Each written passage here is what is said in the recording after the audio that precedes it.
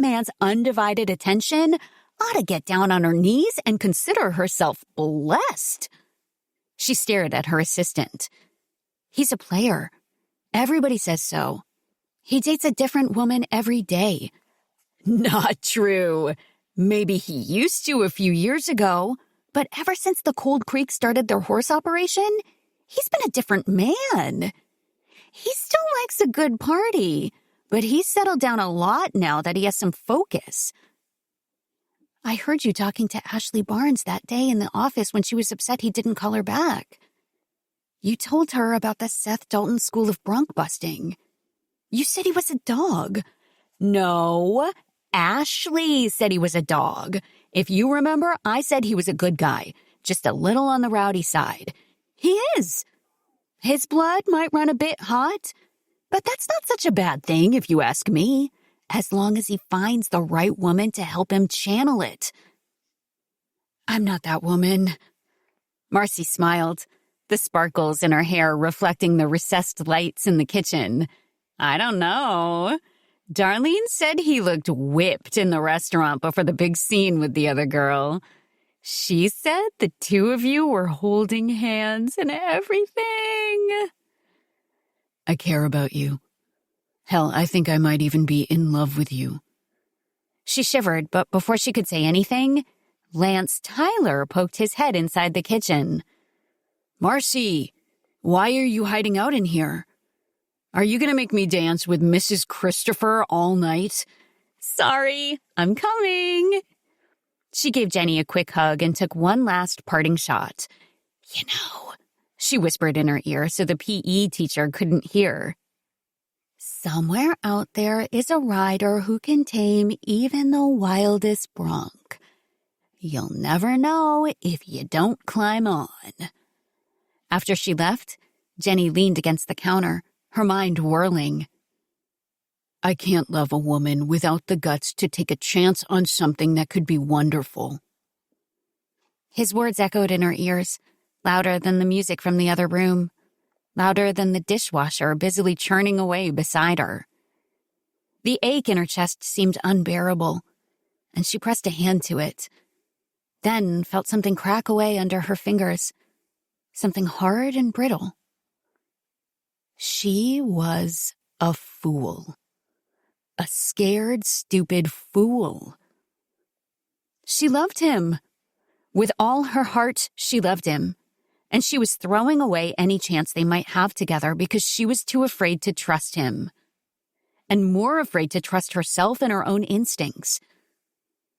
She was so worried about what other people thought that she refused to pay attention to those instincts. She didn't deserve the respect she was so desperate to earn from her faculty. Not if she couldn't make up her own mind about what was good and right, and couldn't stand up for those decisions, even if she faced criticism for them. Seth was a good man, a kind, decent, wonderful man, who had done nothing but open his life and his heart to her and her family. Sweet assurance flowed through her, and she remembered the tenderness in his eyes the night before, how safe and warm and cherished he made her feel. She straightened from the counter. She had to find him right this moment, to see if she had completely ruined everything, or if there might be any chance they could salvage something from the wreckage she had left behind with her stupidity.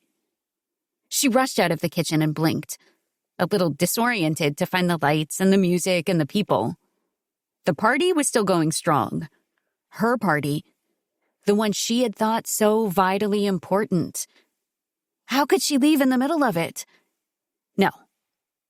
She was going to trust her instincts on this one. She had to find Seth now, tonight, before she lost her nerve. Marcy and Lance danced by at that moment, and she stepped forward and grabbed her before she could whirl away again. Marcy, I have to go. I'm sorry. I'll explain later. Her friend gave her a careful look, then grinned with delight. I don't think you need to explain. She smiled back, the first genuine one she'd felt since she walked away from Seth. You were right. I want my 8 seconds. No, more than that. I want forever. Chapter 16. Seth stood just inside the doorway to the Bandito, wondering what the hell he was doing there. For some crazy reason, he thought his favorite haunt would be just the thing to lift him out of his misery. Usually, he loved walking inside the honky-tonk. The clink of pool cues, setting shots, the music, loud and raucous, the smell of barley and hops, and people having a good time. Most of all, he loved the chorus of greetings he received every time he walked in. This had always been his place, the one spot where he wasn't just Wade and Jake Dalton's wild and reckless kid brother. But now, as he looked at the string of blinking Christmas lights strung across the mirror behind the bar, the cheap foil garlands hanging from the tables, and the same faces he'd been seeing here since he was old enough to drink, all he felt was the bitter sting of his own loneliness. This wasn't what he wanted. "What do you want?" he asked himself, but he knew the answer before the question even entered his mind. Jenny. He wanted Jenny Boyer in his arms, in his heart, in his life. He pushed that dead horse off him and was just about to walk back out into the cold when a buxom blonde wearing a skimpy Mrs. Santa Claus outfit approached him. "Hey, Seth." Twice divorced, Donna McHenry was 10 years a senior, and she'd been hitting on him since he turned 16. "Haven't seen you around in a while." "Hey, Donna. It's been a busy few weeks." "Well, you're here now. That's the important thing. What do you say to a dance?" One of Alan Jackson's rollicking holiday songs was playing on the jukebox, but Seth couldn't manage to summon even the tiniest spark of enthusiasm to rip up the wooden dance floor right now. "Sweetheart, you know how much I hate to disappoint a lady. It's nothing personal, I swear, but I'm not much in the mood for dancing tonight. Can I take a rain check, though?" "You know my umbrella's always open for you, darling," she purred, but her smile had slipped a little. Maybe his own miserable mood opened his eyes a little, but for the first time he saw through her bright cheer to the emptiness beneath. She was just looking for somebody to take away the pain for a while, and he was sorry it could never be him. He wanted to make it better for her, but he didn't know how until his gaze landed on the middle-aged man sitting at the bar. Roy Gentry was another of the Bandito regulars. A shy cowboy with a small plot of land and its own herd, he never said much to anybody, and became even more tongue-tied when Donna was near. "You know who I bet could use a little of that cheering up you're so good at? Roy, over there." Donna cast a look at the bar. "You think?" "Oh, yeah," Seth answered. "I bet he gets real lonely all by himself in that big house his folks left him, especially this time of year. Why don't you go see if he wants to dance?" Donna looked again, and he hoped this time she saw beyond Roy's shy awkwardness to the man who never had a mean word to say about anybody, and who always put a little extra in the bartender's tip jar. She gave the cowboy another considering look. "I wouldn't want anybody feeling bad this time of year. You know, I might just do that." She flitted away from him and headed toward the bar. Seth lingered long enough to watch her lean in and say something with one of her bright smiles. He couldn't hear over the music, but he saw Roy give a quick, forceful shake of his head. Then Donna tugged him off his bar stool anyway and dragged him over to the dance floor. He wanted to think it was divine providence, or at least a gift from the king. But right at that moment, Elvis started singing Blue Christmas on the jukebox. Donna threw her arms around the cowboy for a slow dance, and poor Roy looked like he didn't know what hit him.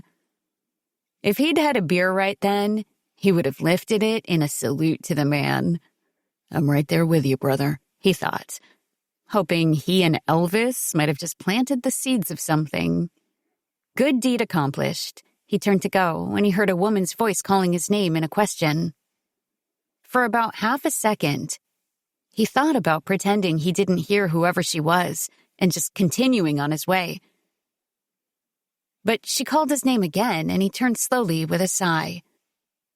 The ready excuse on his lips slipped away when he saw the tall brunette in slacks and a holiday sweater beaming at him. "It is you. Hi, Seth. Remember me?" "My word, of course I do. Little Amy Roundy." He hugged her, stunned that this pretty, self-assured woman was the same girl he'd known since kindergarten. "It's Amy Underwood now." "That's right. Where is the lucky man?" She made a face. "Pool table. I imagine my brothers are trying to hustle him out of our traveler's checks by now. They have no idea what they're up against. George plays the part of a mild-mannered, polite, slightly clumsy Brit, but he'll rip them apart." He smiled and knew he couldn't leave now, much as he might want to. Amy had been one of his best friends in elementary school, and he hadn't seen her in years. By tacit agreement, he steered them both to the only empty booth, where he took the seat across from her. "I hadn't heard you'd crossed to this side of the pond and finally come back for a visit," he said when they were seated. "How's life in the British Isles?" "Just dooky, love," she smiled and dropped the accent. "Seriously, I love it. I miss my family in the mountains sometimes, but George and I have made a home there." "What about kids?" 3 girls. I've got pictures and everything." She pulled out her cell phone, punched a few buttons, then held it out to him. He spent a minute admiring the image on the screen of 3 gorgeous little girls with blonde curls and their mother's smile. "What about you? Is there a Mrs. Dalton?" He summoned a smile from somewhere deep inside. 2 of them, both married to my brothers." "You haven't made the big leap?" He started to make some flippant remark, but Amy's stern look caught it before it could escape. He suddenly remembered he could never hide anything from her. She and Maggie Cruz, Jake's wife, had been his best friends in grade school. They were the only kids in his class who hadn't bullied the wheezy runt he'd been. Hank had just about popped a vein when he found out his youngest son's 2 best friends were girls. But that had only made Seth more determined to keep them. No. Not yet. He managed. Marriage. Now there was something he hadn't given much thought to. His parents' marriage had been a nightmare, enough to sour anybody on the institution. But his brothers had managed to move on and build amazingly happy lives. For the first time, he started to wonder if he could ever do the same. He thought again of how he'd felt waking up with Jenny in his arms that morning. And he suddenly wanted that every day, with a fierce and terrible ache. Only too bad for him, the woman in question wanted nothing to do with him anymore. He shifted his attention back to Amy, wondering what she saw in his face to put that soft, sympathetic look in her eyes. She touched his hand. "You would make a wonderful husband, Seth." He forced a laugh at that outright hyperbole. "Right. I'm willing to bet if you took a poll of all the women in this room, you would probably be the only one with that opinion." She looked at him for a long moment, then shook her head. "It doesn't matter what they think. If you find the right woman, her opinion is the only important one." Didn't he just know it? He must have made some sound because Amy sent him another sympathetic look. Want to talk about it?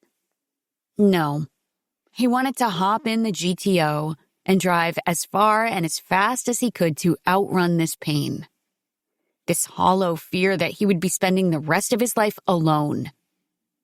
No, he didn't want to talk about it. But something about his old friend's compassion made him want to confide in her. "How long do you think it'll take your Brit to clean up over there at the pool table?" Jenny drove through the streets of Pine Gulch, a strange mix of anticipation and anxiety churning through her. Would he even be willing to see her when she reached the cold creek after the hideous way she had treated him? She had to try. Even if he slammed the door in her face, at least she would not have to live the rest of her life with regrets, knowing she might have touched the stars. On the outskirts of town, She drove past the bright lights of the town's single tavern. The bandito was doing a brisk business tonight, she thought, then took a closer look and nearly drove off the road. She knew that red car in the parking lot. Seth's brawny GTO hulked in the corner, shiny and sleek, and so distinctive she couldn't possibly mistake it for anyone else's car. So much for sitting at home pining over her. He was inside the tavern, probably having a wonderful time while she was out here dying inside. She pulled her SUV into an empty space in the parking lot, trying to figure out what she should do. She had two choices. She could go back to the faculty party and get on with the business of forgetting about him, as he had obviously decided to do about her. Or she could grab hold of the rigging and climb on. She owed him an apology. By putting so much stock in gossip and rumor about him, she had treated him with terrible unfairness, and she had to let him know she was sorry for it. Even if he decided not to accept her apology, she would at least know she'd tried to offer it. She turned off her vehicle and slid out, suddenly aware as she stepped onto packed snow of her holiday cocktail dress and high heels. She was going to look conspicuous, foolish, walking into the honky-tonk like this. People would wonder what she was doing there, and when the people in the packed tavern saw her with Seth, rumors would start flying before she would even have time to sit down. She almost climbed back into her car. Then she shook her head. No, she was strong enough to face a few rumors. She wasn't ashamed of her feelings for Seth. She loved him, and she wouldn't hide it. Let the whole town see, she thought. That defiant energy carried her to the front door of the bandito and just inside.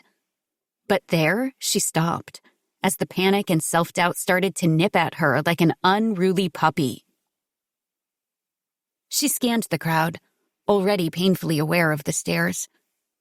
She didn't see him at first. Then, when she found him, that little yip of self-doubt turned into a pack of ravaging wolves. He was sitting in a booth, cozying up to a brunette Jenny didn't recognize, someone tall and shapely and beautiful. Their heads were close together, and the woman was laughing at something he said. And Jenny felt like her heart had just been ripped out and thrown on the dance floor for everyone to stomp on. This was stupid. Humiliating tears welled up in her eyes at her own idiocy, and she wanted frantically to get out of there. But she felt frozen in place by this wild storm of emotions. She was just trying to force herself to move when his gaze suddenly shifted from the woman beside him to the doorway where Jenny stood, exposed and heartsick. Whatever he was saying to the other woman died as he stared at her. Everything else in the bar, the laughter, the bright lights, the loud pulsing music, faded away to nothing as their gazes caught and held. Jenny couldn't breathe suddenly, stunned by the raw emotion in his eyes, pain and joy, and something else she couldn't identify. Her husband had never looked at her like that, she realized. Not once. In all their years of courtship and marriage, had he ever looked at her like she was his salvation. His entire world. How could she turn away from this? She loved this man. She loved his strength. She loved his goodness. She loved the sweet and healing laughter he had brought into her life. And she suddenly wanted everyone to know it. Her pulse sounded louder than the music blaring from the jukebox as she forced herself to move forward on legs suddenly weak and jittery, until she stood at the edge of their booth. Once she reached her destination, she didn't know where to start.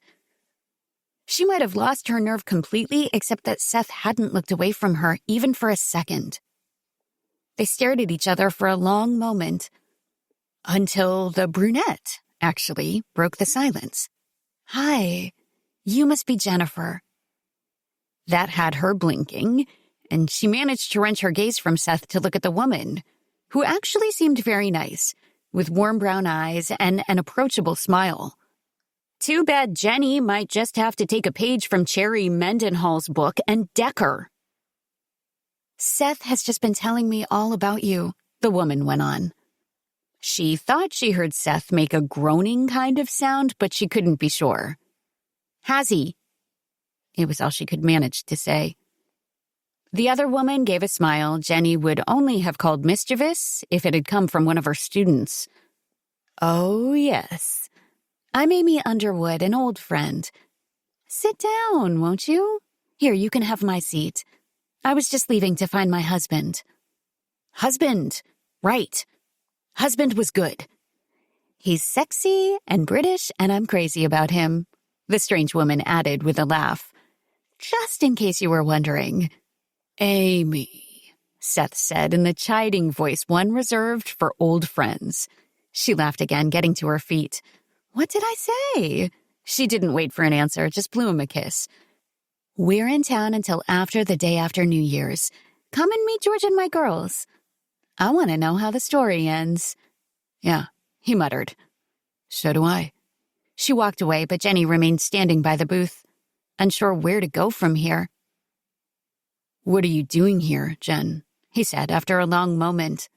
A note of cool reserve had entered his voice, and she winced from it even as she knew she deserved it. I was wondering if you would like to dance. He gazed at her, and she saw a host of emotions sift through his eyes.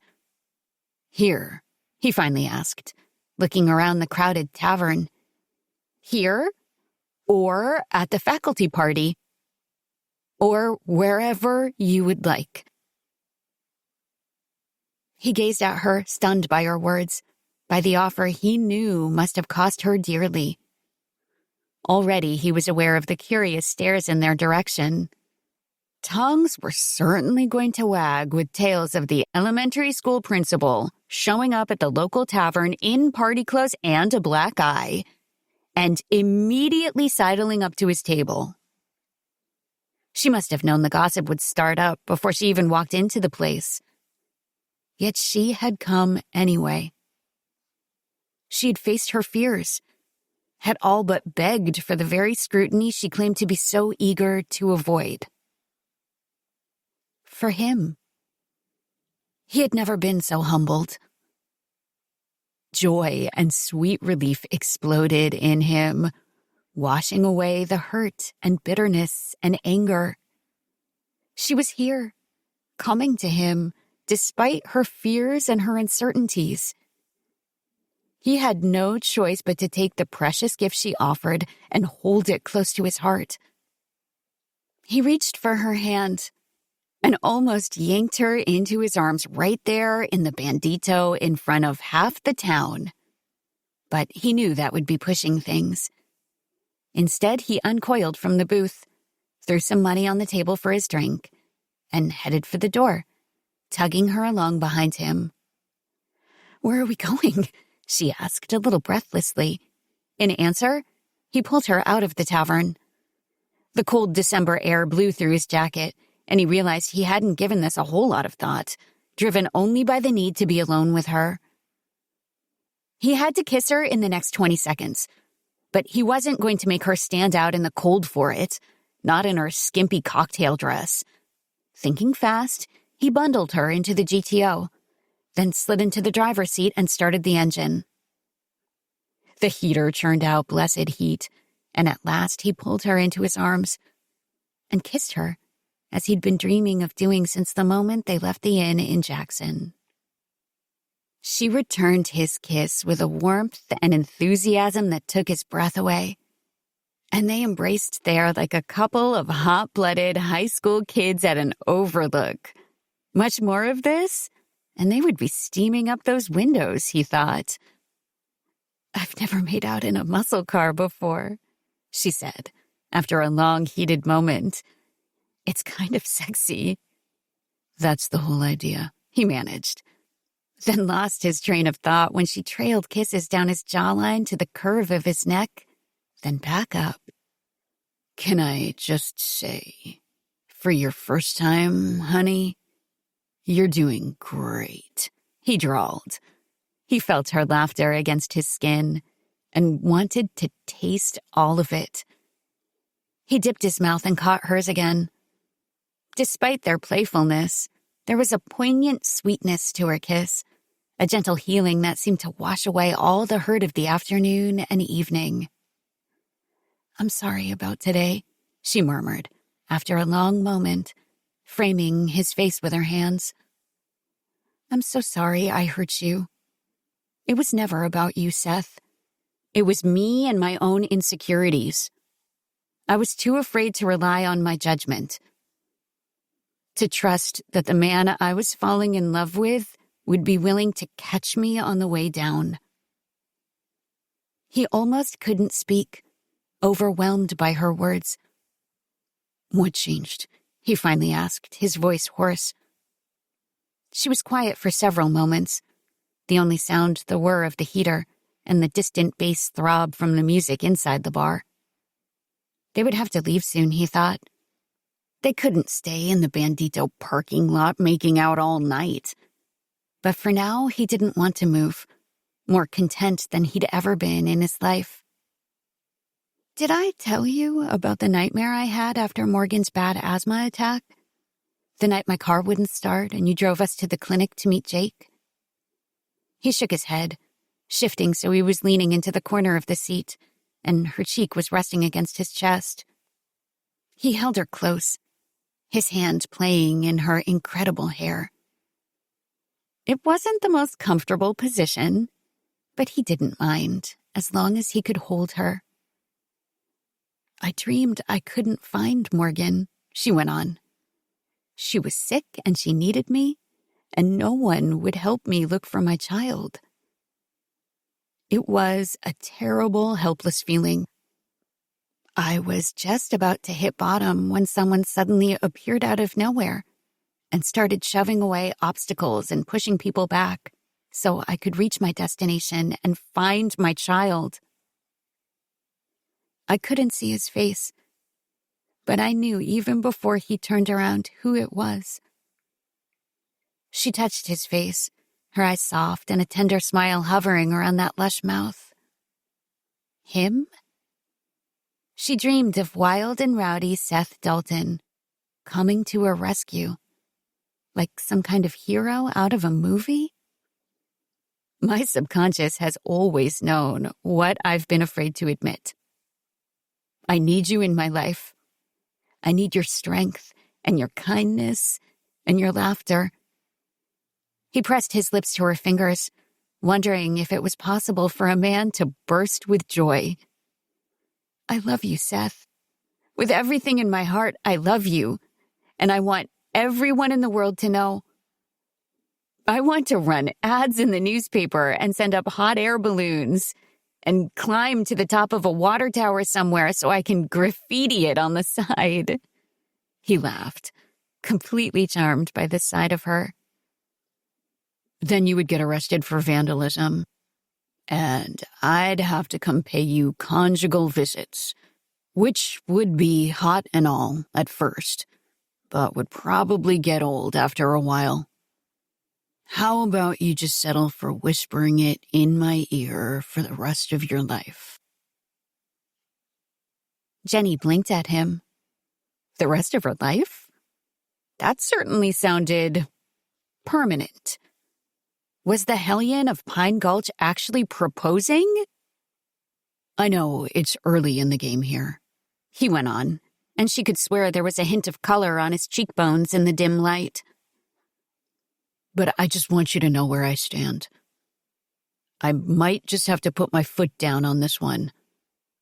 I love you. And I want everything. The house, the dog, the kids, 2 cars, 3 if you count the GTO, which we might have to lock up for a few years until Cole learns to drive a hell of a lot better. He smiled again and kissed her, and all her worries and insecurities seemed to curl up and float away. He loved her. This strong, wonderful man loved her. Quiet, boring Jennifer Boyer. She still didn't quite understand it, but she wasn't going to waste any more time doubting it. Not when his eyes promised a future of laughter and warmth and joy. "I love you, Jenny," he repeated. "I want everything." She smiled and touched his face again, those wild and gorgeous features she loved so dearly. "You drive a hard bargain, cowboy," she murmured. "But I'll see what I can do." Epilogue. "Call me crazy, but aren't you supposed to be enjoying yourself?" Seth swallowed the miserly sip of beer he'd just taken, set his tankard down, and aimed a cool look at his older brothers across the table at the Bandito. "I am enjoying myself," he answered Wade. "Who says I'm not enjoying myself?" If he sounded a trace defensive, he had to hope neither Wade nor Jake noticed. To his chagrin, his brothers didn't miss much. Wade raised an eyebrow at Jake, and they both snickered. "I'd say the evidence speaks for itself," Jake answered, "considering you've been nursing that same beer all night, and by my count, that's the third woman you've turned down for a dance in about 10 minutes. It was the fourth, but he wasn't about to point that out. "I guess I just don't feel like dancing tonight," he said, wondering why the lights in the tavern seemed so harsh, the music uncomfortably loud. "Since when is that against the law?" Jake and Wade looked at each other again. Then both of them laughed. "I wouldn't say it's against the law exactly," Wade said with a particularly annoying smirk. "Just against the natural order of things where you're concerned. This is your last night to solidify your reputation. I can't believe you're not taking advantage of it. You're breaking all those poor girls' hearts." Friday night at the Bandito was hopping. A live band from Sun Valley rocked the place, and the battered dance floor teemed with locals and tourists looking for a good time. 6 months ago, he would have been one of them, but it was amazing how a few months could change a man. It had changed this one enough that he suddenly decided he'd had enough of the stuffy tavern, especially when he knew the June night outside would be cool and sweet. He slid out of the booth and stood up. "I appreciate the thought behind this little party, but I think I'm gonna head on home now." "Thanks for the beer." His brothers both stared at him like he'd stripped naked and started boot-scooting across the tabletop. Jake was the first one to speak. "This is your bachelor party, and it's barely 9 o'clock. I told Maggie not to expect me to roll in until after closing time." He waited for some similar comment from Wade, but his oldest brother was giving him a careful look. "Your feet feeling a little chill there?" He raised an eyebrow. "Just because I don't feel much like ripping up the town doesn't mean I've got cold feet about getting married tomorrow." He'd be lying if he didn't say the whole idea of marriage still scared the heck out of him. But he was crazy mad for Jenny Boyer, more than he'd ever believed it was possible to love someone, and he couldn't even bear the thought of any kind of future that didn't include her. The last 5 months had been as close to paradise as he'd ever imagined, and he knew things would only get better. "I don't have cold feet," he repeated. Before he could say more, his old friend Donna McHenry approached their table with a big smile on her face. "Hey there, Seth." "Hey, Donna." He kissed her cheek, thinking how pretty she looked in her pink flowered sundress. Since Christmas, when she'd started dating Roy Gentry, Donna seemed different. Her hair wasn't so brassy now, and she wore it in a softer style. "Is Roy with you tonight?" he asked. "Of course. He's over at the bar," Donna said. Seth followed her gaze and found the quiet cowboy smiling in a bemused, besotted kind of way in their direction. He smiled back, feeling a definite kinship to the man.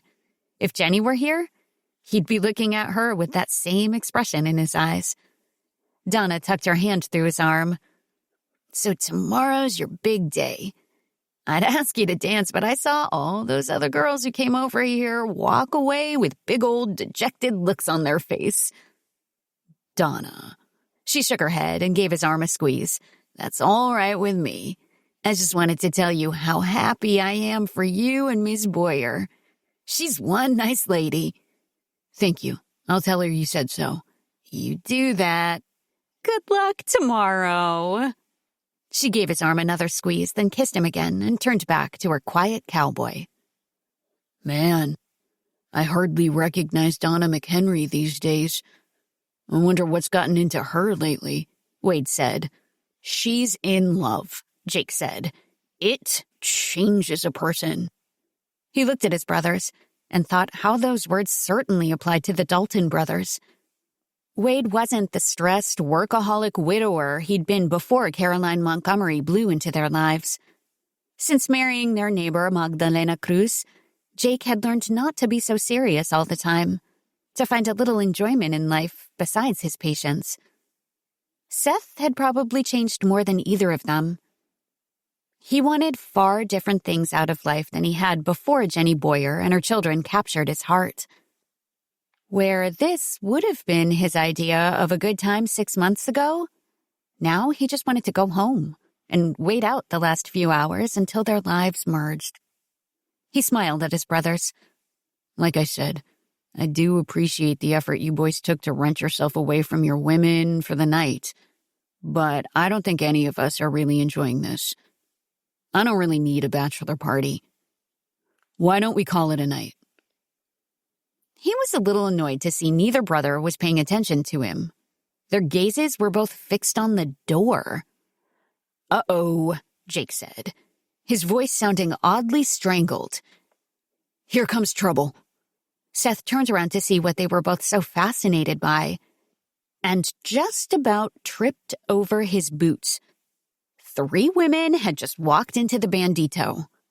Like plenty of other women in the tavern, they looked more than a little wild, heavy makeup, teased hair, tight jeans.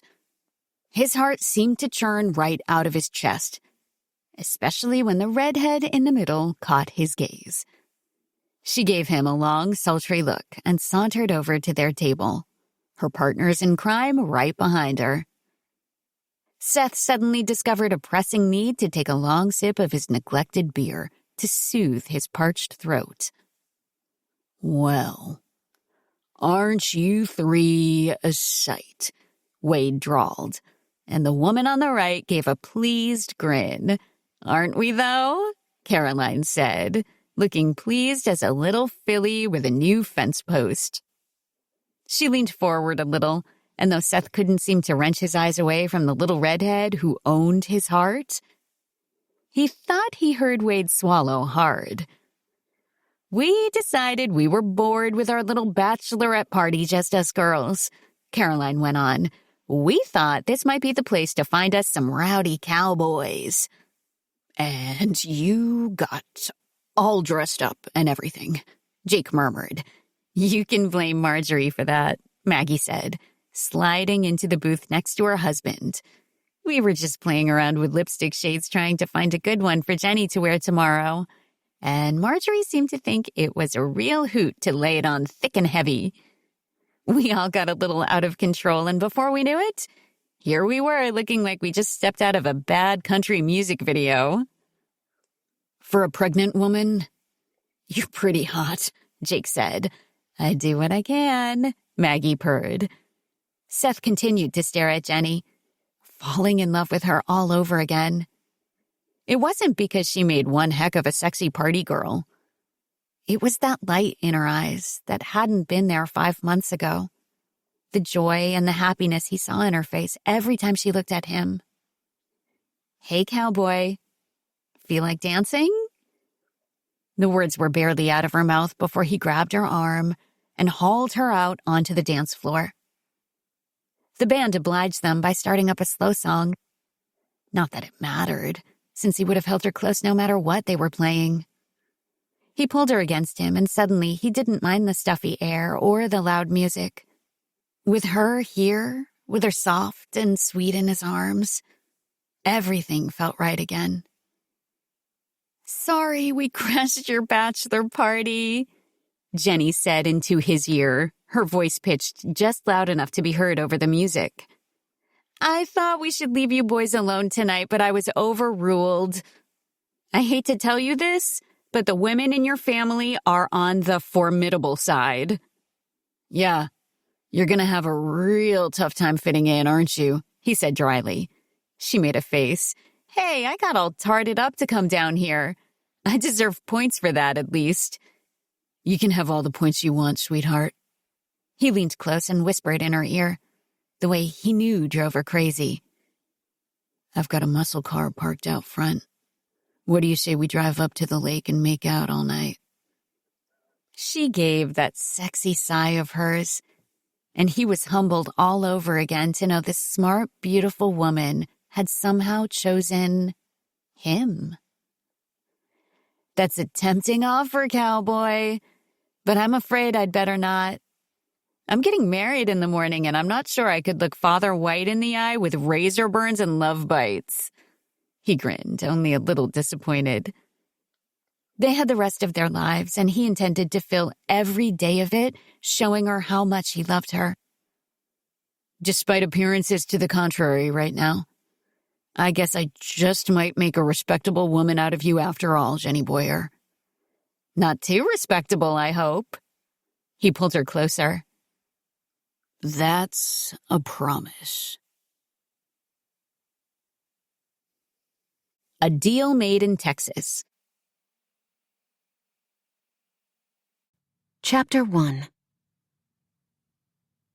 I love weddings. Gavin Fortunato glanced at his sister Skylar, who stood next to him in the ballroom of the Driscoll Hotel in downtown Austin, her long blonde hair pulled into an elaborate braided updo. The understated opulence and elegant decor of the historic venue only made the starched collar of the tuxedo he wore feel even stuffier. I know you do. Gavin drained the glass of bubbly champagne he'd raised after his father's toast to another sister, Maddie, and her new husband, Zach McCarter. The fizzy liquid churned in his stomach, and he looked toward the crowded bar, mentally calculating how long it would take to get to the front of the line and order a whiskey neat.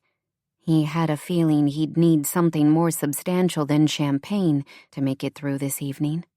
He placed his empty glass on a nearby table as Skylar wrapped her elegant fingers around his arm. Maddie is a beautiful bride, she said as she leaned against him, dabbing at the corner of one eye with her free hand. Yep, he patted his sister's hand. You were too. Skylar had married Carlo Mendoza, vice president of Mendoza Winery, last spring, in the sculpture garden at the winery in the Texas Hill Country outside the city. Just as he had this weekend, Gavin had flown in from Denver for Skylar's big day. He loved his three sisters and appreciated that two of them, who were now married, had picked great guys. He liked and respected both of his brothers-in-law. Any guy who was man enough to take on Skylar or Maddie was definitely ready to join the family. Speaking of Skylar's husband, where was Carlo now? Gavin could use a diversion before Skylar started in on him. Too late. I'm sure you'll find a beautiful bride as well. Skylar gave his arm a squeeze.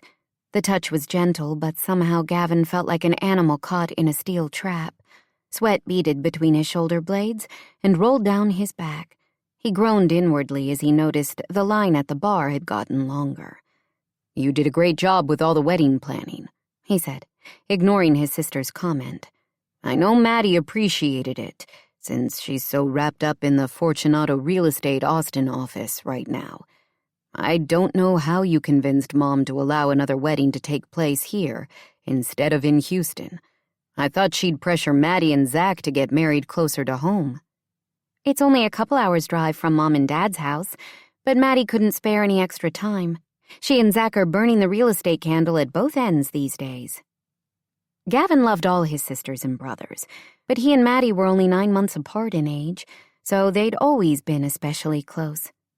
Her relationship with Zach had gotten off to a rocky start last year, as both of them had been vying to be named the new president of Fortunato Real Estate, the company Kenneth Fortunato had founded and devoted his life to for years. Of the 6 Fortunato children, Maddie was the one most invested in the family business. Although the baby of the family, Valine was quickly coming into her own as a real estate agent. Their oldest brother, Everett, was a successful doctor. Connor worked as an executive at a corporate search firm in Denver, so Gavin hung out with him on a regular basis. Ever since coming to Austin last year, Skylar had joined the staff of the Mendoza Winery, heading up branding for the company. Gavin had spent his entire career with a corporate law firm headquartered in Denver. He knew his parents were proud of all of them, but Maddie had the same passion for real estate as Kenneth, and she'd gone toe-to-toe with Zach until they'd fallen in love. It made Gavin smile to see his practical, pragmatic sister head over heels, especially since Zach was the perfect partner for her, as driven and dedicated to the business as Maddie. "Maybe you'll be the one to tie the knot in Houston," Skylar suggested cheerily. "I could see it at—" "Stop." Gavin managed to extricate himself from his sister's grip without having to resort to chewing off his own arm. "I'm not getting married. What is it with everyone in this obsession with weddings? Mom and Dad have been dropping not-so-subtle hints since I stepped off the plane." Skylar sighed. "We want you to be happy." "I am happy," Gavin insisted. She arched one delicate brow in response. "You could be really happy." Gavin rolled his eyes. He wasn't about to get into an argument about his level of contentment. Of course he was happy. Why wouldn't he be? He had a great job working with a prestigious law firm and was on track to be named partner within a year. He owned a fantastic loft in the bustling lower downtown neighborhood.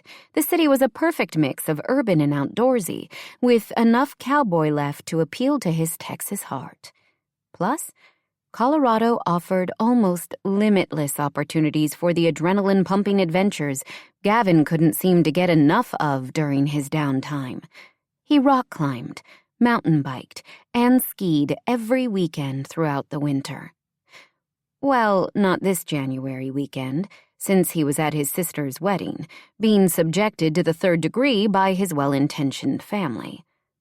"Look at Everett," Skylar continued, pointing across the room to where their brother stood talking to a friend of their parents.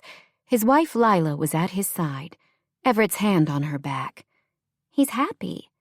As if on cue, Everett glanced down at Lila, and the tenderness in his gaze made Gavin's chest ache the tiniest bit.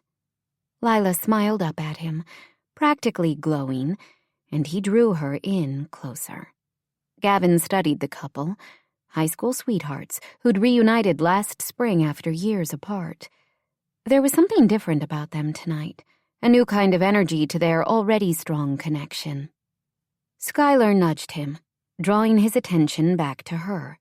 "Don't you want a woman to look at you like that?" "What I want is a drink," he told her, "and for you to drop the subject of my love life." "When was the last time you had a serious girlfriend?" Never, Gavin thought to himself. He only dated women who wanted the same things he did: fun, adventure, and a good time. "Would you like a glass of wine?" "You didn't answer my question." Skylar placed her hands on her slim hips. As Maddie's matron of honor, she wore a burgundy-colored cocktail dress and matching heels that gave her a few extra inches of height. At 6 feet 2 inches tall, Gavin still towered over his petite sister. Her classic features and tiny frame made her look like any other beautiful young woman, but Gavin knew underneath the subtle makeup and coiffed hair beat the heart of a tenacious fighter. Once Skylar latched on to a cause, she gave "dog with a bone" new meaning. It had been that determination that had led the Fortunatos to the discovery that they were actually part of the famous Fortune family. Skylar loved a challenge and a quest, and Gavin didn't relish being her next one. "Who says I don't have a serious girlfriend?" he countered, willing to say just about anything to make her drop the subject. Maybe I just didn't want to subject her to my crazy family. I don't believe you. Doesn't make it less true. If you all weren't such true love tyrants, I would have told you about it before. Gavin smiled to himself.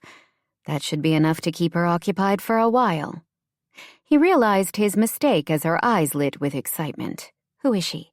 How long have you been dating? Why didn't you bring her to the wedding? I'm heading to the bar, he said, invoking his big brother's selective hearing. I'll get you a glass of Chardonnay. Oh, and it looks like Maddie is having trouble with her train. You have work to do, sis. Gavin, I want to hear about your lady. Maddie needs you. Gotta go.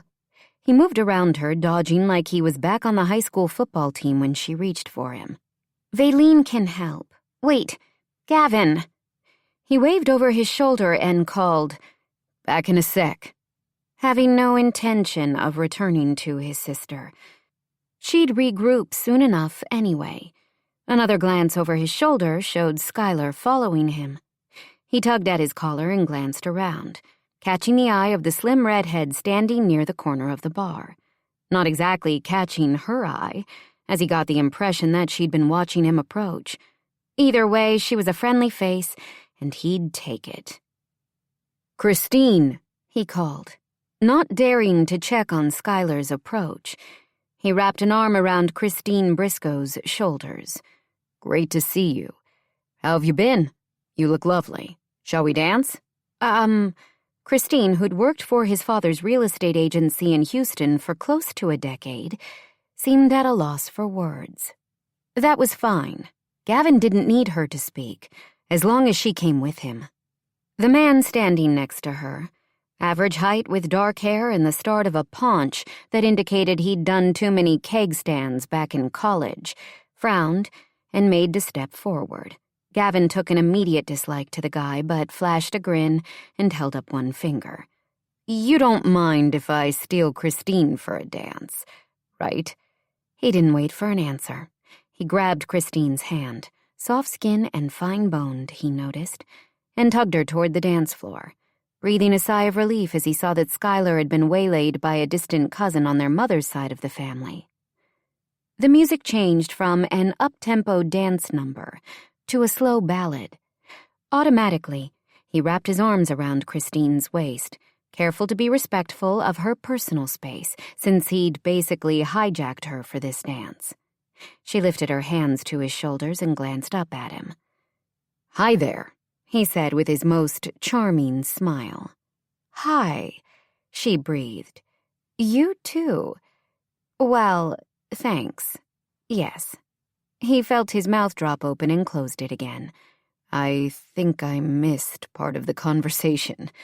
She tugged her bottom lip between her teeth, and his mouth went dry. He'd known Christine for years, but how had he never noticed the way her mouth was shaped like a perfect Cupid's bow, the lower lip slightly fuller and damned kissable, if he had the inclination, which he didn't. He couldn't. She was a cover to save him from his sister's meddling in his private life. Clearly, Skylar had messed with his head, because he'd never thought of Christine as anything more than a casual friend before this moment.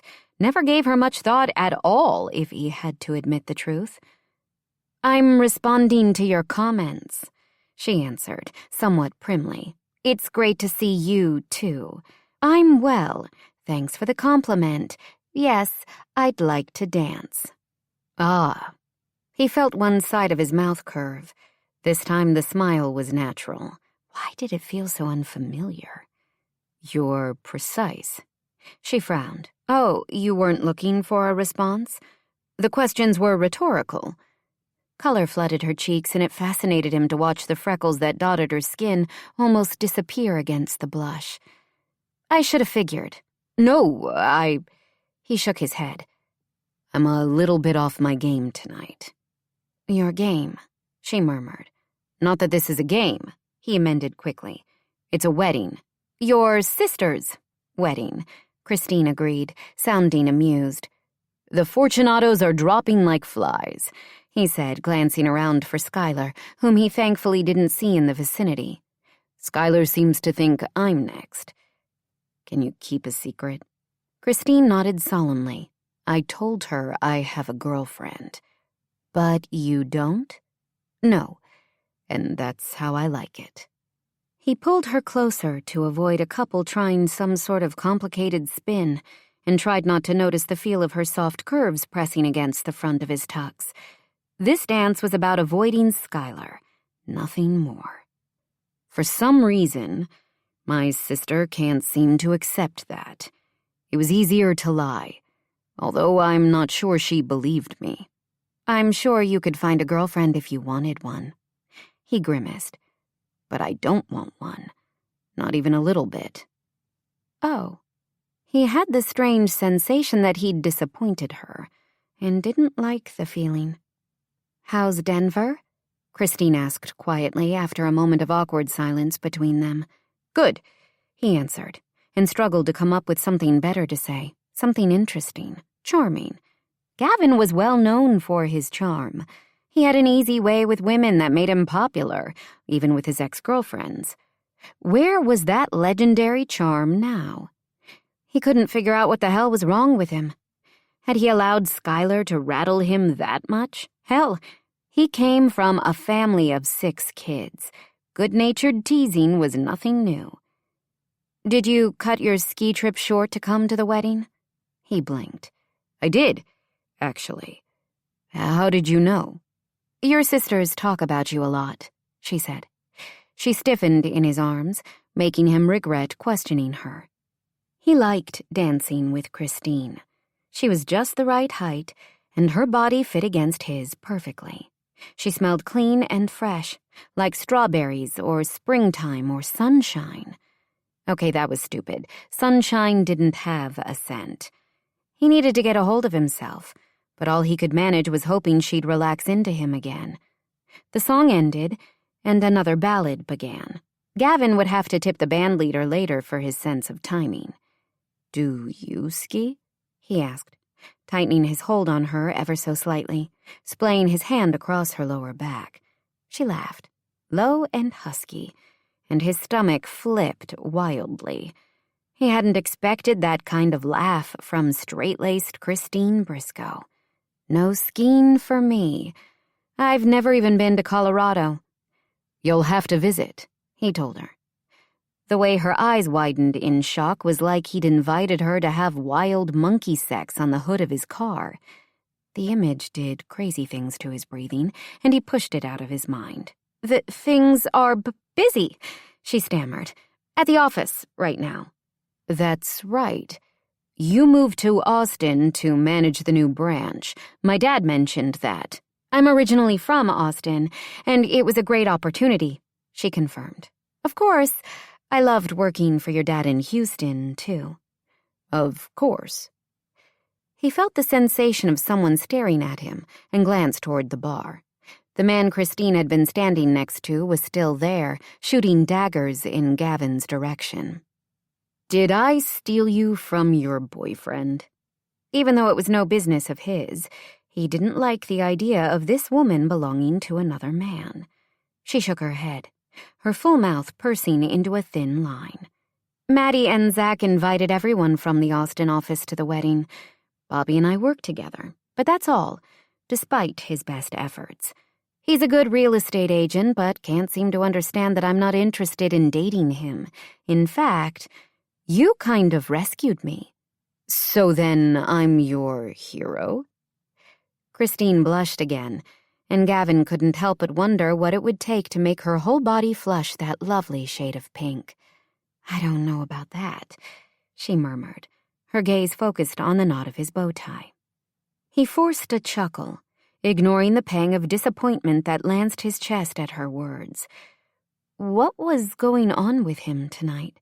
He didn't want or need to be anyone's hero. Already you know me too well, he said as the song ended. Her eyes darted to his like she'd been caught with her hand in the cookie jar. I should get back to, the bar. She squeezed shut her eyes, then opened them again, and offered him a lopsided smile. The first strains of a popular country line dance song started. "I'm not much for this kind of dancing." "We have that in common," he told her, then led her through the crowd. "Thanks for helping me out," he said as they stopped at the end of the bar. At least the guy from earlier was nowhere to be seen. He waited for her to say something, oddly reluctant to have this strange interlude come to an end. She crossed her arms over her chest and nodded, barely making eye contact. "Enjoy the rest of your night." "You too," he said, and took a step away. To be almost immediately stopped by an old family friend. He glanced over his shoulder to see that Christine had already turned toward the bar. She was well and truly done with him. Gavin didn't have much experience with being blown off by a woman, but he recognized the signs just the same. Christine Briscoe obviously wasn't having the same reaction to him as he was to her. He was more disappointed than he would have imagined. Chapter 2. Christine picked up the glass of wine the bartender placed in front of her and drained half of it in one long gulp. She just had her heart's desire handed to her on a silver platter, and she'd made a mess of the whole thing. Gavin Fortunato might not be a hero, but he'd been her secret crush since the moment she'd set eyes on him almost 10 years ago. For 10 years, she'd harbored fantasies about her boss's adventurous, drop-dead gorgeous youngest son.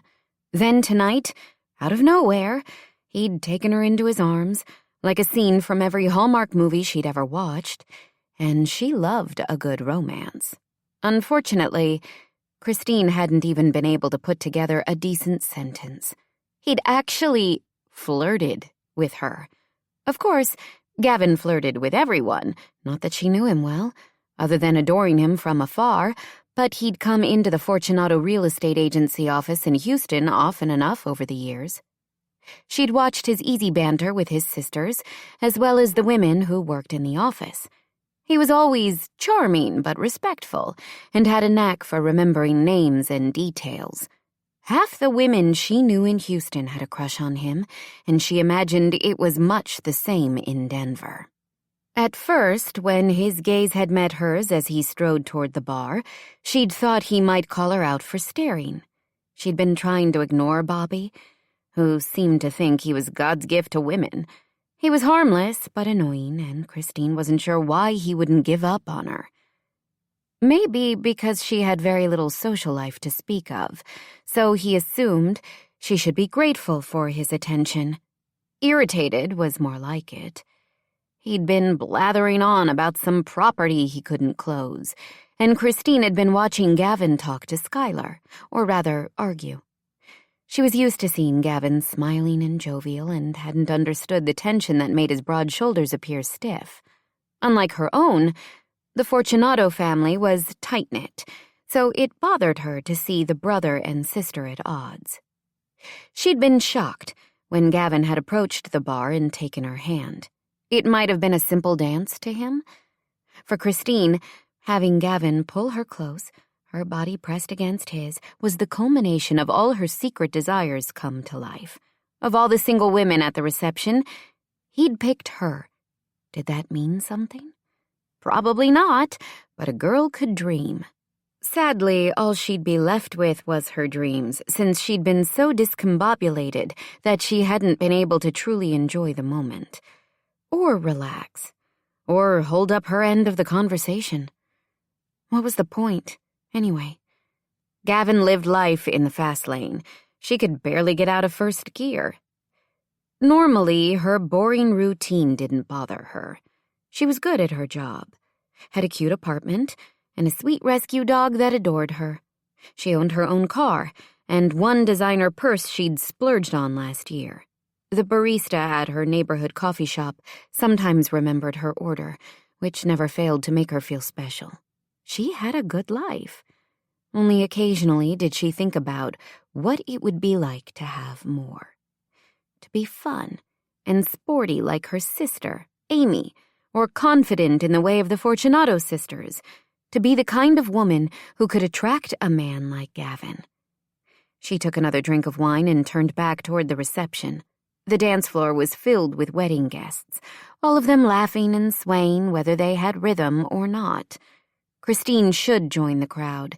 Despite her 2 left feet, she loved to dance, but the thought of drawing attention to herself made her cheeks flame. Drat her pale Irish complexion. She had no ability to hide her feelings when her blush gave them away every time. She had a travel-size powder compact in her purse. Maybe a little freshening of her makeup would help her feel more confident. Out of the corner of her eye, she saw Bobby heading in her direction. She grabbed the glass of wine and slipped into the hallway, turning the corner toward the bathroom, only to find her way blocked by Gavin and Skylar. Immediately, she slipped behind a potted palm, curiosity about the Fortunatos getting the best of her, despite the fact that it was wrong to eavesdrop. "Come on," Skylar urged. "At least tell me her name. A name, and then I'll leave you alone." "You don't fool me for a second," Gavin said, amusement and irritation warring in his tone. "I'm not telling you anything." Skylar threw up her hands. "Because this mystery woman doesn't exist. Admit it. You aren't dating anyone." Gavin opened his mouth, but Skylar held up a finger. "At least, not anyone serious." "Oh, it's serious. It's also none of your business." "Tell me something about her. One thing, Gavin." "She has blue eyes," he answered without hesitation, then added, "and fiery red hair." "A ginger." Skylar rubbed her hands together. "I need more details." Gavin shook his head. "You said one thing. I gave you 2. "Where did you meet? Why didn't you bring her? How long have you been dating?" "Skylar, stop." "I can't," she admitted with a laugh. "I need a new project now that Maddie's wedding is over." "You're it." "I'm not," Gavin insisted, running a hand through his thick hair. He looked so uncomfortable and unaccustomedly vulnerable that Christine's heart stuttered. Tonight was the first time she'd seen this side of Gavin.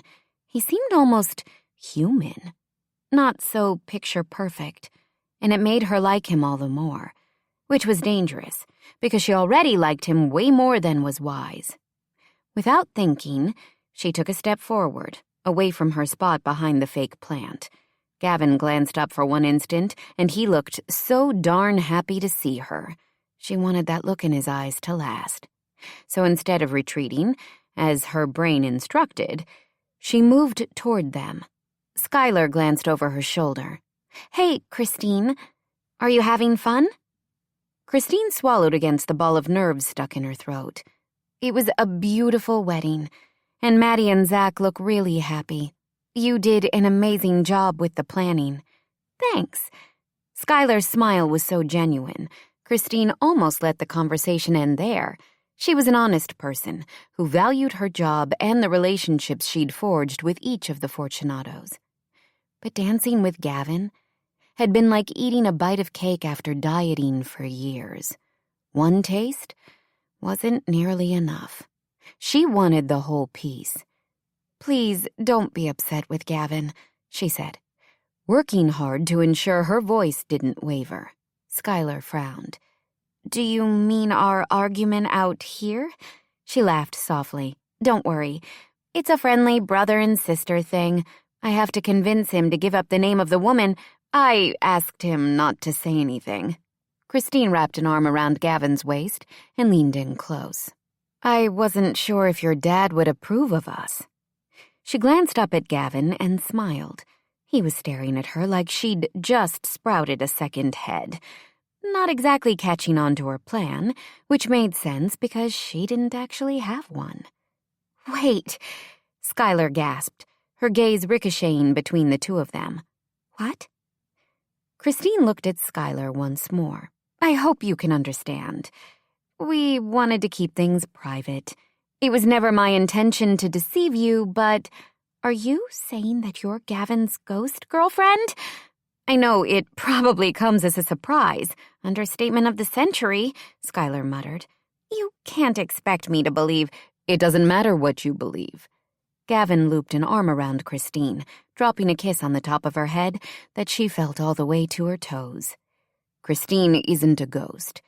But think about how you were giving me the 3rd degree. I didn't want her to have to deal with that, not when I wasn't here to protect her. Christine resisted the urge to whimper. Maybe it was the wine, but the thought of Gavin protecting her made funny things happen to her insides. Skylar's mouth dropped open. She stared at them for several long seconds. Christine tried to act normal, and not like she might spontaneously combust at any moment. She rested her head against Gavin's chest, and as great as dancing with him had been, this took things to a new level. Without having to concentrate on the steps, she could enjoy his warmth and the feel of his rock-solid muscle, not to mention the way he smelled, a mix of expensive cologne and soap. Would it be weird if she reached up on tiptoe, buried her face against his neck, and just sniffed?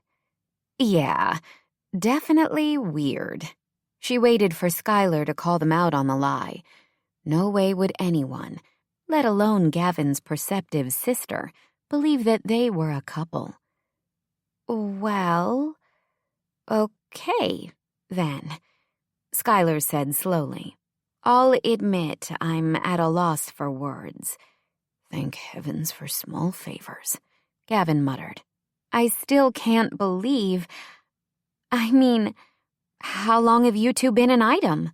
A while, Gavin said before Christine could answer. A good thing, too, because the reality of what she'd done was suddenly crashing over her.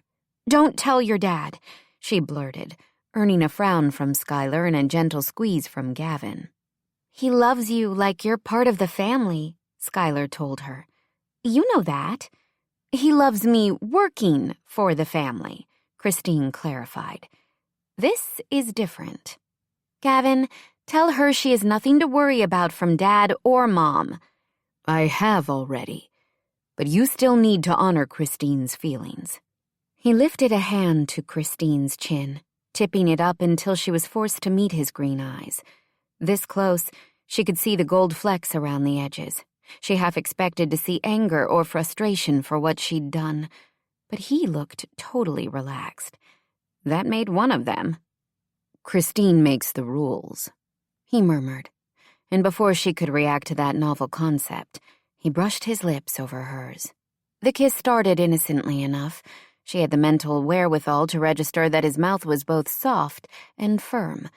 He tasted of mint gum and whiskey, a combination that had her senses reeling. She felt him begin to pull away, and some small, brave, underused part of her rebelled at the thought. She wound her arms around his neck and deepened the kiss, sensations skittering down her spine when their tongues mingled. A low moan erupted from her. Or did the sound come from Gavin? The sound jolted her out of her lust-filled stupor, and she jerked back. She'd had a couple glasses of wine, but not enough to excuse her basically mauling this man in front of his sister. I guess you guys are the real thing, Skylar said with a laugh. No one can fake that kind of chemistry. Right, Gavin murmured. Christine kept her gaze on Skylar. She had no idea what Gavin was thinking at the moment, and was almost afraid to find out. Skylar wagged a finger at her brother. Take care, big brother. Christine isn't like your usual girlfriends. She's special. Dad will kill you if you hurt her. I'm not going to hurt her, he said tightly, and Christine felt the arm still holding her go taut. He won't, she confirmed. She didn't need Skylar reminding Gavin that she had nothing in common with the gorgeous, sexy women he usually dated. He's amazing. Skylar laughed again. If you say so. Shall we head back inside? I need a drink after this little bombshell. We'll meet you in there, Gavin said, and Christine wanted to argue. She wasn't quite ready to face his reaction to what she'd just done. Don't take too long, Skylar told them, grinning at Christine. Maddie should be throwing the bouquet soon. We need to position you front and center. Christine tried to laugh, but it came out more like a croak. "Sure," she managed, and waved as Skylar walked away. When they were alone, she forced herself to turn to Gavin again. Her words were cut off as he fused his mouth to hers. Gavin hadn't meant to kiss Christine again. He was still in shock from her announcement to Skylar. He appreciated what she'd done. He'd been quickly running out of options when it came to distracting his sister from her obsession with his non-existent girlfriend. He owed her his thanks, but all he could think of was tasting her sweetness. His hands skimmed along the silky material of her dress, then over her hips, which held just the right amount of curve, and her reaction to him was a revelation. Straight-laced Christine Briscoe could kiss. She met him stroke for stroke, nipping at his bottom lip as if asking for more. Gavin lost himself in her, pulling her tight until her breasts pressed against his chest. As she had when they were dancing, she fit against him perfectly. She was perfect. How the hell had this happened? Voices drifted from around the corner, and he took a step back, knowing the dazed look in her eyes probably mirrored the one in his. "Hey, ladies," he called as a group of his mother's friends passed, several of them craning their necks to get a better look at Gavin and Christine. He shifted so that he was shielding her from the curious gazes.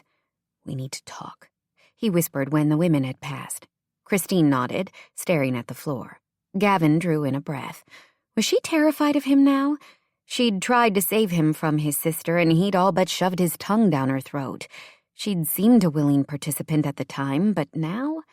Another group of people turned the corner toward them, and Gavin automatically laced his fingers with Christine's and led her down the hall toward the hotel lobby. Her heels clicked against the pristine marble floors as they passed the stately columns that, along with the beautiful stained glass dome, was the hallmark of the Driscolls' famous lobby. "Hey, Christine." The man she'd been standing with at the bar earlier, Bobby, waved from where he stood in front of the concierge desk. "A few of us are going to bail on the dancing and head to an Irish pub around the corner. Want to—" "Oh, no," Christine whispered, her lips barely moving. "She's busy," Gavin called and headed for the elevators along the far wall. She followed him in without protest, but tugged her hand away as he hit the button for the 5th floor. "Are you staying here too?" he asked, not sure how to broach the subject of what had just happened between them. His wildly successful legal career had made Gavin believe he could talk his way out of any situation. Not so, apparently. She shook her head, a lock of fiery hair falling forward to cover her cheek. Had he run his hands through her hair, loosening the elegant chignon? He couldn't remember, but suddenly he wanted nothing more than to see the bright strands cascading over her shoulders. He'd told his sister he was dating a woman with blue eyes and auburn hair. Maybe he'd been unconsciously thinking of Christine after their dance. "Gavin, The door opened, cutting off whatever she was going to say to him. An older couple got in. "Going down?" the man asked. Gavin shook his head. "Up." "We'll ride along," the woman offered. "You two look fancy." "Wedding reception," Christine said quietly. "I love weddings," the woman sighed. "Always so romantic." Her husband snorted. "Except when your brother got sloshed and threw up on the dance floor at ours." "He had food poisoning," the wife said, her tone clipped. 40 years, the man lifted his hands. "She still can't admit that her no-good brother's a drunk."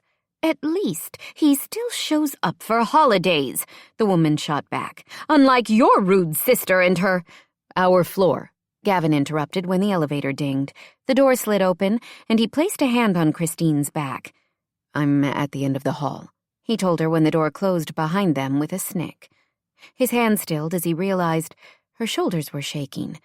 Oh, God, not tears. He could handle an angry jury or a recalcitrant witness, but tears killed him, especially the thought that he'd caused them. "Don't cry," he whispered. "It will be—" A sob broke from her throat. No, not a sob. Laughter. She lifted her face, and he realized her tears weren't from anxiety, but amusement. "I know our relationship is 5 minutes long and a complete lie," she said, wiping her cheeks as she laughed, "but promise we'll never fight about your drunk brother." He grinned and looped an arm around her shoulder as they started down the hall. "Fortunatos can handle their liquor," he promised. "Do you have a sibling?" "I don't even know." "A sister. Amy is a year younger than me and perfect in every way." "Perfection must run in the family." As lines went, Gavin thought it was a pretty good one, both subtle and charming. Christine only burst into another round of laughter. He was definitely losing his touch, although it was somewhat refreshing to be with a woman who didn't melt in a puddle at his feet. Gavin liked a challenge. He wouldn't have pegged Christine as one, but this woman surprised him at every turn. "I'm sorry," she whispered, clasping a hand over her mouth when a snort escaped. He unlocked the hotel room door and gestured for her to enter. "I hate to be indelicate," he said when they were both inside, "but are you drunk?" She shook her head and drew in a shuddery breath. "It's just been a crazy night. You know?" "I do. Would you like a drink now? I have a bottle of Mendoza Red that was left in the welcome bag for wedding guests. Or water?" "No, thanks." Now that her laughter had stopped, Gavin could almost see the wheels turning in Christine's brain as she became aware that she was alone with him in his hotel room. "Would you feel more comfortable if I propped open the door?" He shrugged out of his jacket, tossing it onto the edge of the bed. "I trust you," she whispered. He blew out a breath, surprised at how happy the simple statement made him. He loosened his bow tie, then undid the top button of his tailored shirt. "Christine, I want to—" "I'm sorry," she blurted. All the amusement from minutes ago had vanished from her features. "I shouldn't have butted into your conversation with Skylar. You don't need my help to handle your sister, and—" "On the contrary, I want to thank you. You rescued me." She wrapped her arms around his waist, and he could see her knuckles turning white from pressing her fingers against his rib cage. "I'm not sure what possessed me to get involved," she admitted. "I guess because you helped me with Bobby earlier." "Bobby is a putz." One side of her mouth curved, not a true smile, but a step in the right direction. "That's true, which makes our situations different. Skylar is your sister, and she cares about you." "She's also relentless." He took a step toward her, slowly, like he was approaching an animal that might spook at any moment. He didn't want to spook her. "Would you like to sit down?" He inclined his head toward the couch positioned in front of the room's large window. "We can talk about next steps." Her cornflower blue eyes widened. "Next steps. Okay." He grabbed 2 bottles of water from the mini fridge and set them both on the coffee table before taking a seat next to her. "In case you get thirsty." "You're really not mad?" She leaned forward and slipped off the heels she wore, revealing the most adorable painted pink toes Gavin had ever seen. Hell, when was the last time he'd been with a woman? Granted, he'd been busy with work, so his personal life had taken a back seat. But he was too far gone if a glimpse of toenail polish could mess with him like this. "Christine, I'm grateful. I'd already made up a girlfriend. You made her a reality." She tucked her legs underneath her. "And the kiss?" "You'll never hear me complain about a beautiful woman kissing me." She rolled her eyes. "I took it too far." "You were convincing." Color stained her cheeks. "Maybe I missed my calling. I should have been an actress." Gavin didn't like the sound of that. It bothered him more than it should to think she'd been faking the kiss, even though that was what this whole thing was. A fake. He forced a smile, unwilling to let her see his reaction. Best to keep things light and casual, and he could do that better than almost anyone he knew. "I'm hoping you'll be interested in a repeat performance." Christine made a sound that was somewhere between a yelp and whimper. "Of the kiss?" "Hell yes." Actually, I was talking about you acting as my girlfriend. He ran a hand through his hair. While I'm in Austin for the next few weeks. Weeks? She uncurled her legs and dropped her feet to the thick carpet. For a moment he thought she was going to bolt. Then she placed her elbows on her legs and rested her head in her hands. Weeks, she repeated on a slow exhalation. I'll make it worth your while. Her head snapped up. Like I'm a hooker? Of course not. He shifted closer. What I meant to say was, it will be easy for you. You think I'm easy? No, God, no. He leaned back, raised his gaze to the ceiling, hoping for some way to salvage this conversation. When he found no inspiration from above, he looked at Christine again, only to find her grinning at him. That was a joke? She nodded. You're different than I thought you'd be, she said quietly. Not quite as perfect as you look at first glance. Is that a compliment or a criticism? She bit down on that full lower lip, and his insides clenched. A compliment. It's good to know you're human. I don't usually like it when people tease me, he admitted. Oh, I like it with you. I'm glad. Another smile, this one almost shy. I know you don't think I'm an easy hooker. You want me to pretend to be your girlfriend so your family leaves you alone. We'd have a fake relationship. That sounds simple. Did it? Gavin wasn't sure what to make of his feelings for Christine, but they definitely weren't simple.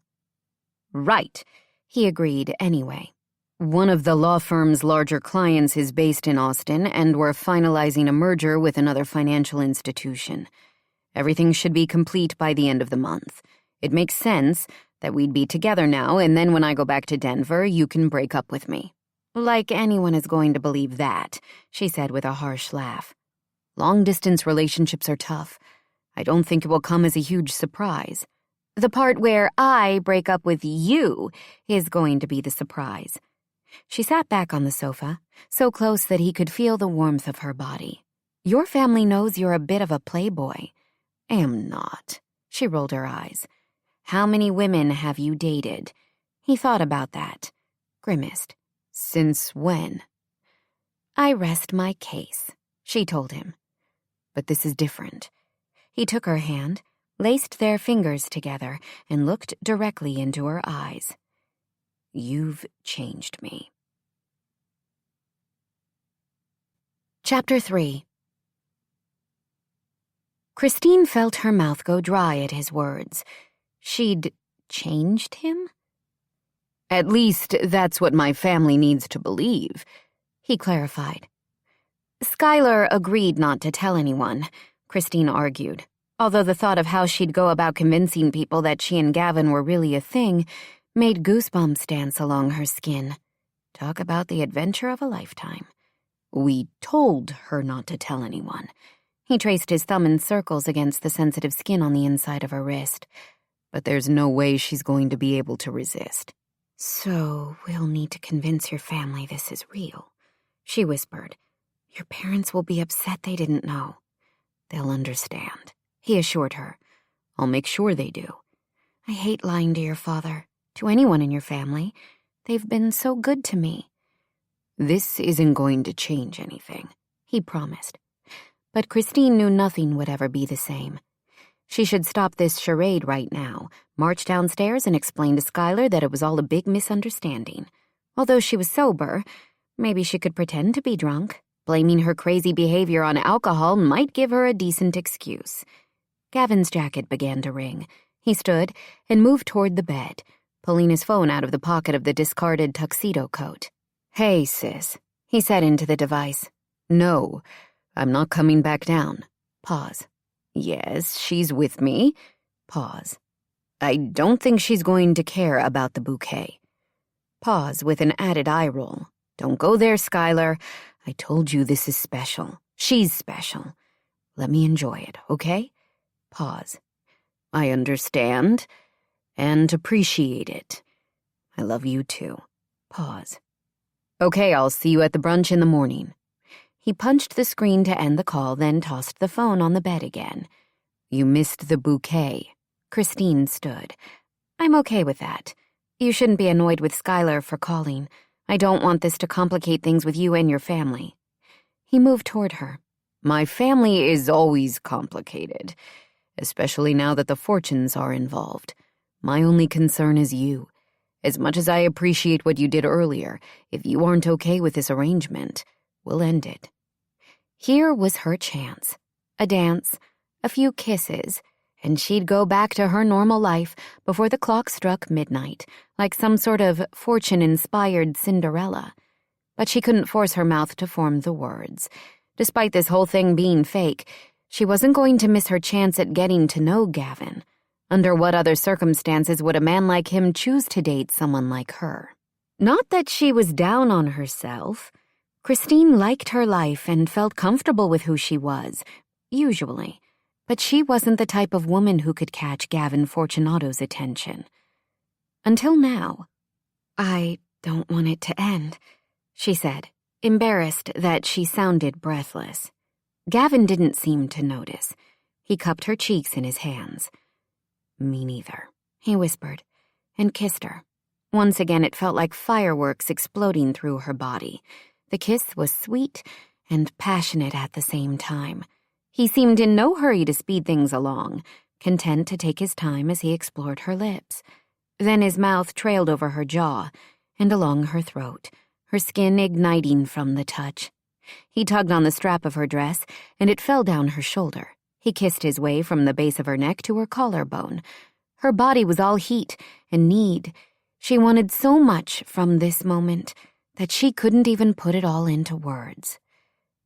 You are so beautiful, he whispered. The compliment was like a bucket of ice water dumped over her head. She wrenched away, yanking her dress strap back into place. Don't say that, she told him, shaking her head. You don't have to say that. Confusion clouded his vivid green eyes. In my experience, women like to hear those words. She swallowed. How was she supposed to respond without sounding like she was fishing for something more? That wasn't the case at all. In fact, she felt the opposite. She didn't want or need him to tell her she was beautiful because it simply wasn't true. Christine prided herself on being pragmatic about her appearance. Growing up, she'd been a chubby girl with thick glasses and bright red hair that was more frizz than curls. Her mom had forced her to keep it in frizzy Annie-style curls that were anything but flattering. Christine had spent years enduring teasing, much of it led by her younger sister, until she'd become an expert at not being seen. Amy, with her larger-than-life personality and classic beauty, had been happy to step into the spotlight. She went to parties and on dates, while Christine spent most of her high school years in her room, reading or listening to music. No one in her family seemed to notice or care as she slipped further into the periphery of their lives. She'd decided to change things when she went away to college. She'd gotten contacts and started running, shedding the excess pounds that had plagued her for years.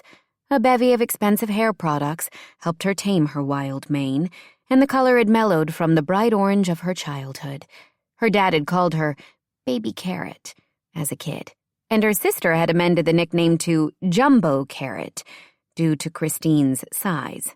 Even though she thankfully hadn't heard the nickname in years, it was how she still thought of herself. She took pains with her appearance, and she knew she wasn't ugly. She was decent-looking, in fact. But beautiful?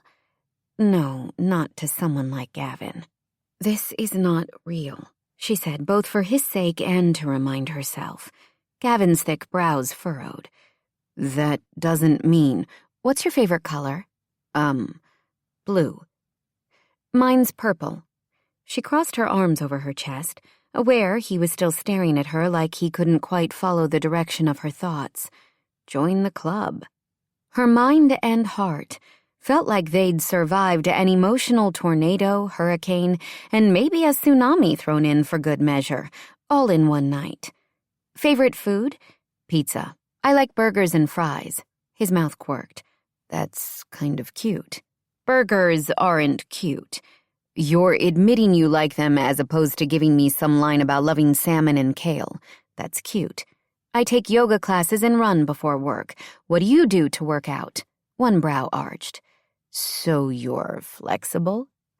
With a groan, she stepped around him toward the hotel room desk. Do you want me to write all this down? She picked up a pen and the small pad of paper with the hotel's logo. The ways you're flexible? Gavin, be serious. You were the one who said your family would find out about us. We need to have our stories straight. Christine clutched the pen and paper to her chest and fought the urge to whimper as Gavin ran a hand through his hair. She could see the muscles of his arm flexing under his white shirt. When did we meet? We've known each other for years. Right, I mean, when did we... It was Thanksgiving break my senior year of college. I was getting ready to retake the LSAT after my not-so-stellar performance the first time around. Christine inclined her head, surprised and charmed. He'd remember the very first time they met. You were studying in the conference room at the Fortunato real estate office. It was quiet because of the holiday, and I was bitter because my buddies had flown to Aspen for the weekend. He started undoing the buttons of his shirt, casually, as if it wasn't a big deal for him to be undressing in front of her. Of course, he wore a white t-shirt under the formal shirt, so it wasn't a true striptease. Christine's heart stammered just the same. You were the only one in the office, he continued. You kept bringing me coffee and takeout. She shrugged. It was my first week working for your father, and I wanted to be helpful in any way I could. Do you remember what you told me after I'd complained to you for the millionth time about life being unfair? She shook her head. She hadn't remembered speaking to him at all. She'd graduated college a semester early and had felt lucky to be hired by Kenneth right away. It had taken almost a year on the job before she believed her boss wouldn't walk into the office and tell her he'd made a horrible mistake taking a chance on her. Having Gavin in the office during the quiet lull of the Thanksgiving holiday had made her so nervous. All she'd been able to do was refill his mug and send out for sandwiches. You told me to channel my inner Elle Woods. Christine gave a soft chuckle. I loved Legally Blonde. Clearly. You gushed about the movie. I didn't know what you were talking about, Gavin said with a grin. I went back to my parents' house and rented it. You watched Legally Blonde? Oh, yeah. I not only watched it, I was also inspired. I mean, if Elle Woods could get into law school, what excuse did I have? She snorted a laugh, then pressed her hand to her mouth. Tell me you didn't use scented pink paper for your admissions application. Not exactly. Gavin draped the crisp white shirt over the back of the desk chair, then held up his hands, palms out. If you tell anyone I said I was inspired by that movie, I'll deny it. But I might have Reese Witherspoon to thank for my law career. His smile softened. And you. Christine felt her mouth drop open. I had no idea. It seemed like a stupid thing to admit at the time. But I've never forgotten. You helped me then, and now you're saving my bacon once again. I owe you, Christine. It's not a big deal, she said automatically. But it was. It was that time he'd spent in the office, poring over law books, that had given her an initial glimpse of who Gavin truly was on the inside. Through the years, she'd remained convinced he was more than the rakish attorney who was always scaling mountains or hurling himself down ski slopes in his off time. Back then, he'd been nervous, vulnerable, and she hadn't been able to resist him, just like she couldn't now. She lifted the paper and pen. We should still go over some more details if we're going to make this relationship believable. Not that it would be difficult on her part. One look at her face, and it would be clear to everyone that she was already half in love with Gavin. How about we watch a movie while we talk? He winked. Elle Woods for old time's sake. Sure, she whispered. He picked up his jacket, then patted the bed. Make yourself comfortable. I'm going to order something from late-night room service. Can I tempt you with a hamburger? Christine started to shake her head, but her stomach rumbled. No cheese and medium well, please. He nodded. Got it. She placed the paper and pen on the nightstand and climbed onto the bed, butterflies racing across her stomach. She was in Gavin's bed, or on it. Close enough. He used the room's landline to place the order, then clicked the remote to turn on the TV, searching until he found Legally Blonde. "I haven't watched this movie in years," he told her. "It holds up," she said, choosing not to share that the movie was on her regular rotation of Saturday night rom-coms. It struck her that tonight was Saturday, and here she sat watching a movie, as had become her weekly routine. Only tonight, instead of curling up with her black lab, Diana, she was in one of the most beautiful hotels in Austin with Gavin. She loved her dog, but this was way better. Her nerves disappeared as soon as the movie started. She and Gavin talked and laughed, and then ate when the food arrived. He cleared the empty plates when the movie ended, placing the tray outside the hotel room door. "I think you should stay a bit longer," he said, checking his watch. "The reception isn't scheduled to end until midnight, and knowing my family, they'll be closing down the place." "I don't want to keep you from going to sleep," she said, stifling a yawn. "Apparently, I'm not the one who's tired." "It's been a kind of crazy night for me," she admitted. "If you want to go, I can—" "We could watch another movie?" She smiled. "Something with lots of action to keep us awake." "Good idea." He returned to the bed and flipped through channels until he found an old James Bond flick. "Who's your favorite Bond?" she asked. "Sean Connery." He moved to the center of the mattress. "In case you're interested, I make a pretty good pillow." Her girl parts went wild. She scooted closer and he lifted one arm, tucking her against his chest. "I bet you're a Daniel Craig fan," he said, resting his chin on the top of her head. "Every woman with a pulse is a fan of Daniel Craig." She felt his chuckle against her ear, and the rhythmic up and down of his chest. As bizarre as the night had been, it was the stuff of her fantasies to be cuddling with Gavin. If only the night never had to end. Chapter 4. Christine blinked awake, disoriented for a moment at the unfamiliar surroundings. The someone, moved next to her, and the previous night came flooding back. She turned to find Gavin asleep next to her, lying chest down with his hair rumpled and a shadow of stubble covering his jaw. Somehow, they'd both ended up under the covers. He still wore his white t-shirt, and she was in her dress. The last thing she remembered was James Bond being served a shaken, not stirred martini. Now pale light spilled in from the room's picture window. She glanced at the clock on the nightstand. 7 a.m. Well, she'd successfully missed the end of the reception, but if she didn't leave quickly, she might run into the Fortunato family heading to breakfast. With as little movement as possible, she slipped out of the bed. Gavin made a snuffling sound but didn't wake. Christine grabbed her shoes and purse. Without bothering to look in the mirror, she let herself out of the room.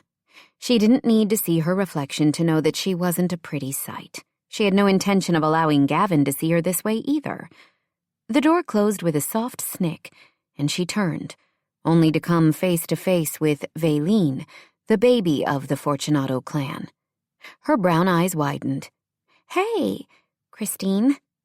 Christine smoothed a hand over her tumbling hair. "Hi, Val. Going to work out?" Valine wore athletic shorts and a fitted tank top. Earbuds dangled from either side of her head. Her wavy blonde hair was pulled back in a high ponytail. "Yeah. How about you?" One delicate brow rose. "That's Gavin's room, right?" "Is it?" Christine's voice was a croak. "And you're wearing the same dress from the wedding last night," Valine pointed out, none too helpfully as far as Christine was concerned. "Skylar said Gavin left the reception early because he wasn't feeling well." "I think he's okay now," Christine answered, purposely ignoring the question in the other woman's dark eyes. "Well, I should be going. Have a great day." Without waiting for a response, she hurried down the hall, only taking a few steps before realizing that she'd be waiting for the elevator with Valine.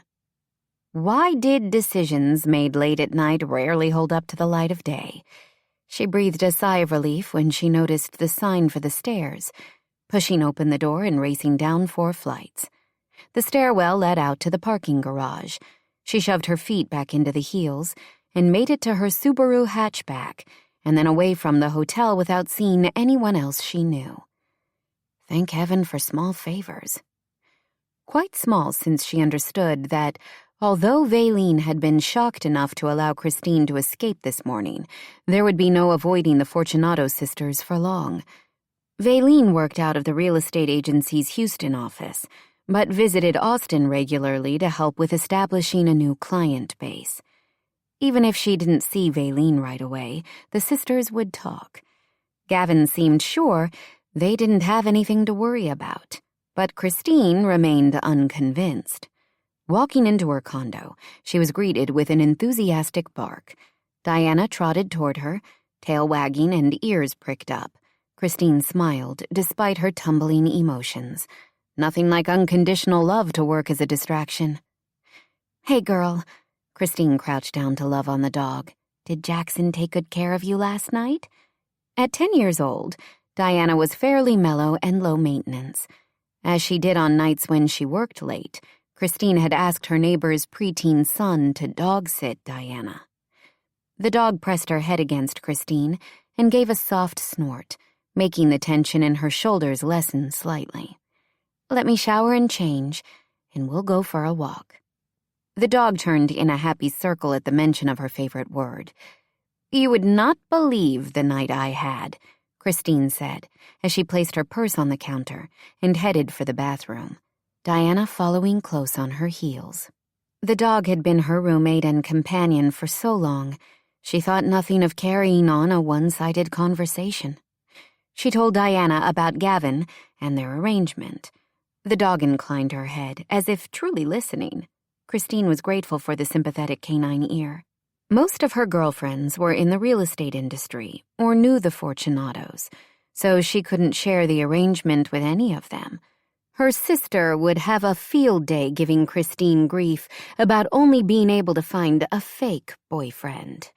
Even as adults, their relationship was fraught with teasing, all one-sided. Christine had never allowed herself to think much of it, although it was strange that they couldn't seem to shake their childhood roles. Amy was beautiful, popular, and funny. She worked as a hairdresser in a busy salon in one of Austin's tonier suburbs. She had tons of friends, a steady stream of rich boyfriends, and remained the apple of their father's eye, yet she never seemed to tire of pointing out Christine's shortcomings. It had been easier when Christine lived in Houston. She'd come up with plenty of excuses over the years as to why she could only return to Austin once or twice a year for family functions. But now that she'd moved back to her hometown, her mother made it clear she expected to see more of her. After her shower, she dressed in a sweatshirt and loose jeans, laced up her sneakers, and headed out the door with Diana. As always, the dog was thrilled to check out the scents along the walking trail situated about a block from the condo. Christine waved to neighbors and tried to keep her thoughts from straying to Gavin. Why had she agreed to be his pretend girlfriend? She had no answer, other than the fact that it was her best, and possibly only, chance of ever spending time with him. Maybe that was a good enough reason. Diana whined softly as they got to the open meadow that bordered the trail. Christine unclipped the dog's leash, and Diana sped off to investigate the nearby trees. Christine's phone dinged, and she pulled it out of her pocket, drawing in a quick breath at the text message. "I missed you this morning. Talk soon?" She and Gavin had exchanged numbers in his hotel room, but it still shocked her to see his name on the screen. How to respond? Last night had been one of the best of her life, even though nothing had happened between them. Okay, she was disappointed nothing had happened. She'd spent the night in a man's bed, and all he'd done was snuggle her. Did that say more about Gavin or her? She was afraid the answer was the latter. Yes. She knew he respected her, and she'd heard him tell his sister that Christine was special. Now, that felt like an excuse for keeping things basically platonic between them. But he missed her. That was a good sign, right? She tapped in the start of several responses and almost immediately deleted each of them. Too sweet, too trite, trying too hard. Finally, she sent a smiley face emoji and immediately regretted it. Her mother sent smiley face emojis about everything. All Christine needed was to add an LOL along with several exclamation points, and she'd officially become the fuddy-duddy she was afraid might be her destiny. Diana barked at a squirrel, and Christine pocketed the phone with a sigh. She wasn't sure what she'd gotten herself into with Gavin Fortunato, but there was no doubt she was in over her head. Where's Christine? Gavin made a show of checking his watch as Skylar dropped into the chair next to him. For the morning after brunch, she'd traded her bridesmaid dress for a pair of slim trousers and a pale pink sweater. Her blonde hair in a low ponytail. He had the sudden urge to tug on it, as he had to annoy her when they were kids. "It's 10 o'clock. Isn't that too early for an interrogation?" "One question does not an interrogation make," she countered, forking up a piece of pineapple and popping it into her mouth. "Hey, you two." His youngest sister, Valine, slipped into the chair on his other side. She wore a gray sheath dress and an understated pendant necklace around her neck. When had the baby of the family grown up so much? "What's the deal with you and Christine?" she asked Gavin. He glared at Skylar. "So much for keeping things on the down low." "I didn't say anything," she told him, arching a brow at Valine. "She didn't need to." Val sipped her glass of orange juice. "I caught Christine doing the walk of shame from your room this morning on my way to work out." "Seriously?" Skylar demanded, eyes narrowing. But to Gavin's utter shock, her stare was focused on Valine and not him. "You worked out already? Stop making me feel like a slacker, Val." Val rolled her eyes and winked at Gavin. "So?" "She wasn't doing the walk of shame," Gavin said through clenched teeth, wishing for something stronger than coffee in his china cup. "Don't get me wrong," Valine told him, ignoring Skylar's continued glare. "I approve. She's a definite improvement over that bimbo you were dating when I came to Denver last year." "She's probably too good for you," Skylar added absently. "How did you get her to take you on in the first place?" "Feels like an interrogation," Gavin muttered under his breath. Skylar chuckled. "You know I'm joking. You're a catch, Gavin. It's just a surprise that you've let yourself be caught." Valine bit into a slice of bagel slathered with cream cheese. "I don't want to talk about this with either of you." He inclined his head toward the rest of the family, who were gathered around Maddie and Zach on the other side of the room. "Especially not here." "You need our expertise," Skylar told him. "Christine is amazing. She's the kind of woman I'd want at my side for always," Gavin whispered, unaware that he'd spoken aloud until both of his sisters gasped. Skylar grabbed his arm. "Are you saying, did you ask her to marry you?" Valine leaned closer. "Are you and Christine engaged?" Gavin felt his Adam's apple bob in his throat as he swallowed hard. "I didn't say that." "It's true, though. I can tell by the look in your eyes." Valine let out a little squeal of delight, then lifted her bagel and smiled blandly at the group sitting at the next table. "Try the blueberry cream cheese. It's amazing." "Can you two be more obvious?" Gavin tugged his arm out of Skylar's grasp. "You're getting married," Skylar told him, and he didn't dare contradict her. "You can't keep it a secret." Fake dating to fake engaged in 24 hours.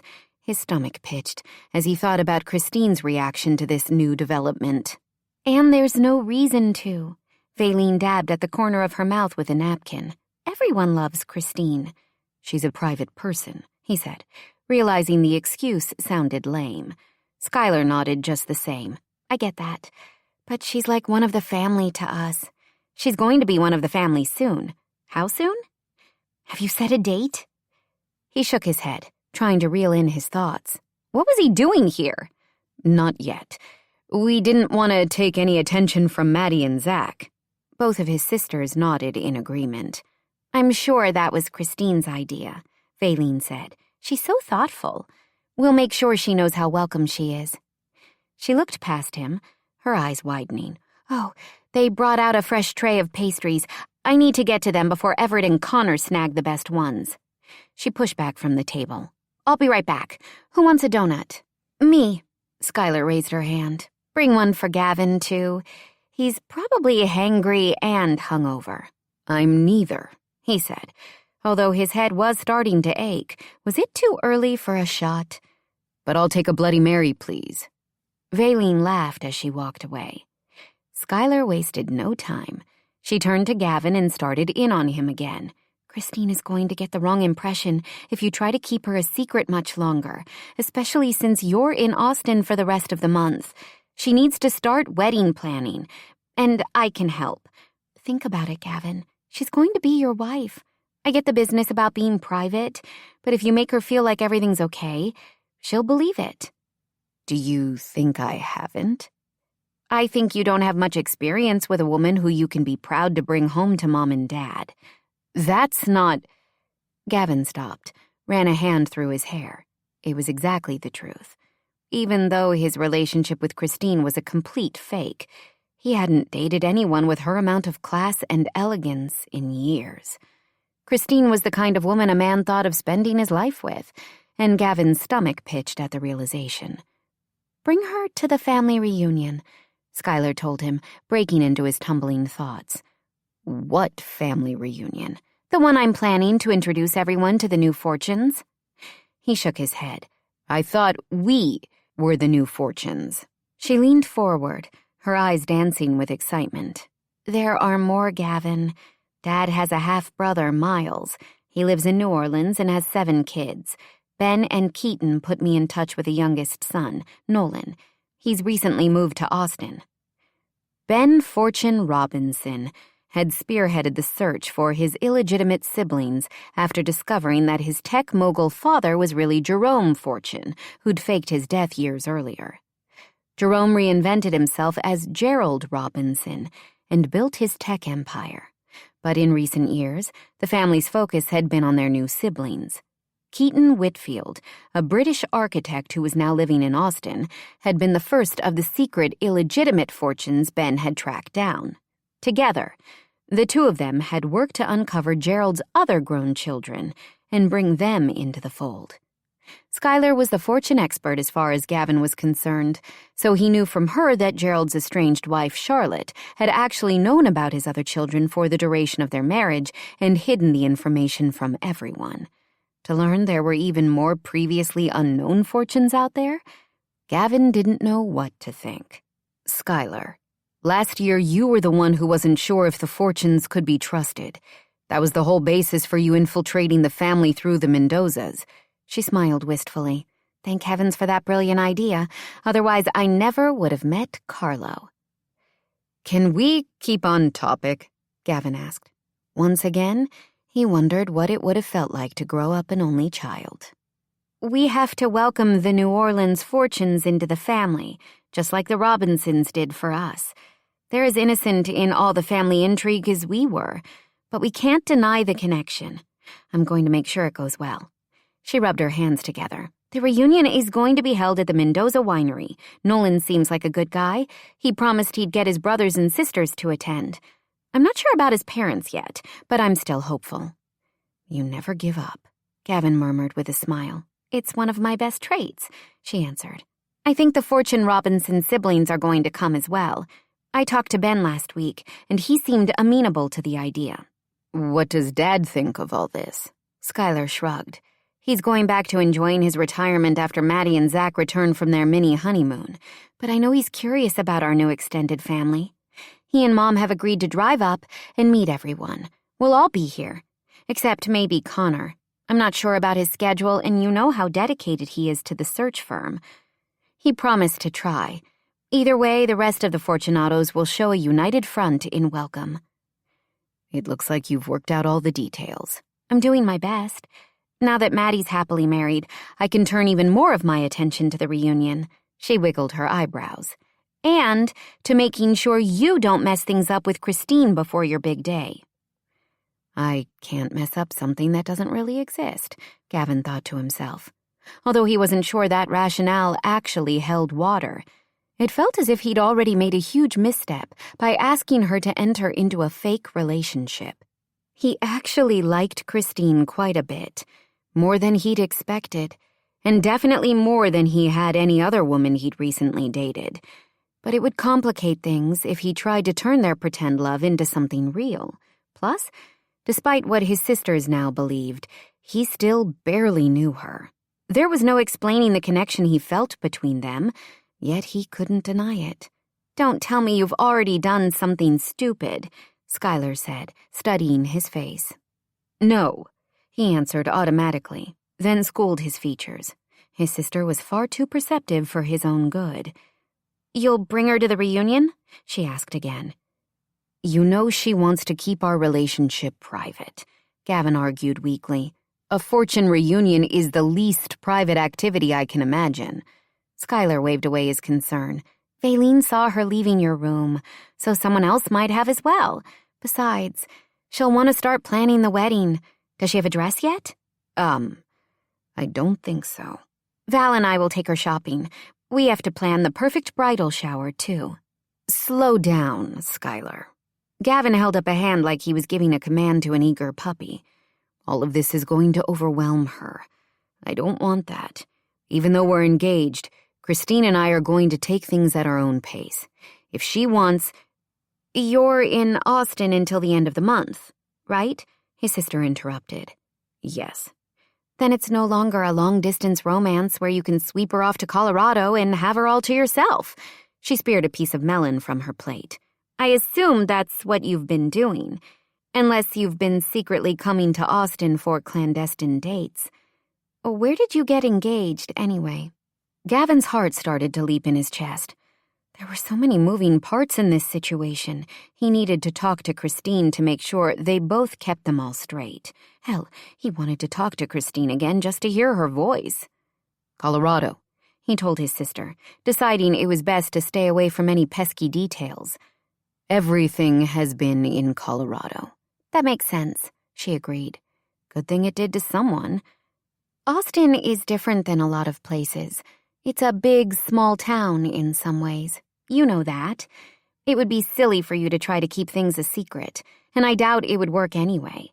If you talk to Mom and Dad, they'll understand, but you can't keep trying to hide it. Mom will drive you crazy with attempts to nose into your love life anyway." Gavin pointed his fork at Skylar. "I guess you get it honestly." "Does that mean you'll bring Christine to the reunion?" Out of the corner of his eye, Gavin saw Everett and Lila approaching the table.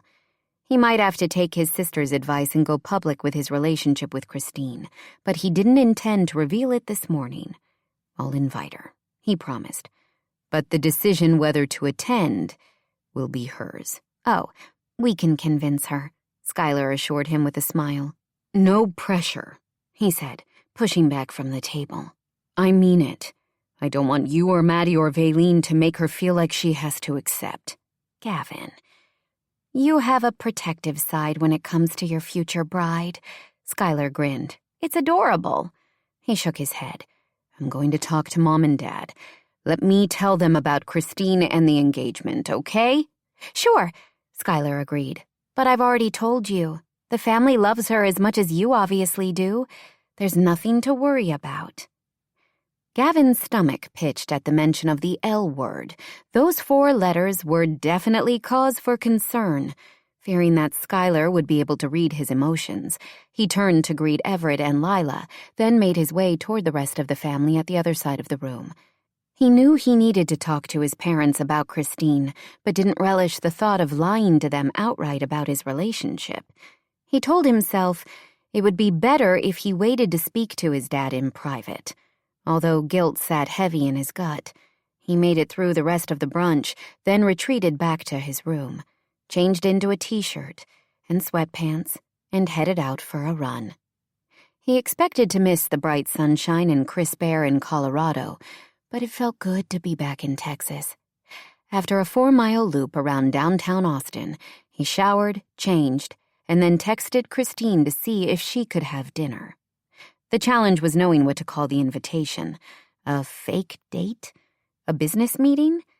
In the end, he left it at, "Wanna grab dinner?" His chest constricted when her return text lit up his screen. She had plans for the evening. Should he read more into the terse message? Was she angry that he'd texted instead of phoning? Could she be regretting their agreement enough to call off their arrangement? Disappointment crashed through him, both because she wasn't available and due to the thought of her possibly backing out of the pretend relationship. This discontent was new for him. Gavin didn't usually allow himself much time for reflection or self-analysis. Deep thoughts weren't really his deal. As a middle child in a big family, he'd learned early on that the best way to get noticed was action as opposed to introspection, which suited his restless nature just fine. He'd climbed trees, raced his bike along dirt paths, and generally careened through his childhood with an abandon that seemed to both amuse and terrify his parents. He knew they'd been happy when he finally settled on law school, and the constant challenges in his professional life kept his adrenaline moving just like the extreme sports he loved. But lately, mastering even the most technical ski slopes hadn't been taxing enough to help him feel settled at the end of the day. Not like he had spending the night with Christine curled next to him. He had friends in Austin who would be up for a night out, but the idea of going out with anyone but his fake girlfriend held no appeal. In the end, he pulled out his laptop and got to work preparing for the meeting he had scheduled with the firm's client next week. His fingers itched to call Christine, but she hadn't given him any indication in her text that she wanted to talk to him. Not even a smiley face emoji like the one she'd sent earlier. The simple plan for getting his family to stay out of his love life was already far more complicated than he'd expected. Chapter 5. When the knock sounded on her office door Monday morning, Christine was already on pins and needles. She hadn't talked to Gavin other than a simple text about dinner the previous night. When she'd texted back that she had plans, he hadn't responded, and she'd been too nervous to suggest an alternate time to get together. She imagined him having second, third, and fourth thoughts about their arrangement, especially after spending what to him must have been a boring night in his hotel room. Falling asleep after watching movies together? Talk about a wasted moment. She figured she'd never get the chance for a do-over. Maddie and Zach had flown to Cabo for a short mini honeymoon. Neither of them was willing to leave the Austin branch for too long when business was picking up so much. Christine had no doubt they trusted her to run the internal side of things at the office, and Valine had postponed her return to Houston until they got back. Even Kenneth was pitching in, despite his recent retirement. But she still appreciated their commitment and understood their mutual dedication to Fortunato real estate was part of what made them such a perfect couple. Christine might have had a crush on Gavin for years, but what did they really have in common? She loved her work and knew he enjoyed his law career, but that was where the similarities ended. He was a high-powered corporate attorney who worked with big-name clients, and she was more comfortable behind the scenes, keeping everyone in the office organized and on track. She led a quiet life, and he was always off on some new adventure during his downtime. It had pained her to say no to his dinner invitation last night, even if she was sure he was offering, because they needed to confirm their stories before revealing their relationship to his family. But since she'd moved back to Austin, her mother had insisted she come to dinner every Sunday, sitting down to a meal with her parents and sister. And if she needed a physical reminder of why she and Gavin weren't a great match, her sister Amy was more than happy to provide it. Amy was a talented hairstylist, but had trouble holding down a job, bouncing from salon to salon so often that only her most loyal clients stayed with her. Still, she always made wherever she landed sound like the most exciting place on the planet to work. Her sister relished every opportunity to point out what a boring life Christine led and how old-fashioned it was to stick with the same company for a decade. Last night had been no exception. The owner of Amy's most recent salon had invited her to go to the Bahamas for a weekend. Although the guy sounded like a total creep to Christine, her sister insisted Christine was just too much of a stick in the mud to appreciate an opportunity for adventure. Someone knocked again, more insistently this time, and Christine realized she'd been lost in her own thoughts. "Come in," she called, pasting the polite smile on her face she knew any of her coworkers would expect to see. Her jaw dropped when Gavin walked into her small office, and it felt like all the air in the room had been sucked out the moment he entered. She shut her mouth and attempted to draw a breath, but ended up choking and sputtering, reaching for the glass of water next to her computer. Her hand tipped it, and water spilled across her desk. With a yelp cough, she jumped up, at least having enough sense to pluck the stack of contracts she'd been inputting before they were soaked through. She rushed to the utility closet in the corner of the office and grabbed a roll of paper towels, turning back to find Gavin lifting her wireless keyboard and phone out of the water. "What a mess," she muttered, then quickly cleaned up the spilled water, still coughing every few seconds. She could feel her face flaming with embarrassment. Only when she'd dumped the last of the wet paper towels in the trash can next to her desk did she look up at Gavin. "You're cute when you're flustered," he said, tossing the paper towels he'd used to dry the bottom of the keyboard and her cell phone case into the trash. She gave a small laugh, which turned into a cough. "Going to make it?" he asked, arching one thick brow. "I'm fine," she whispered and took the phone and keyboard from him. Mortified, but fine. Coordination isn't always my thing. He winked, and her stomach felt like it had taken the first plunge on a roller coaster ride. "Good to know. I didn't expect to see you here."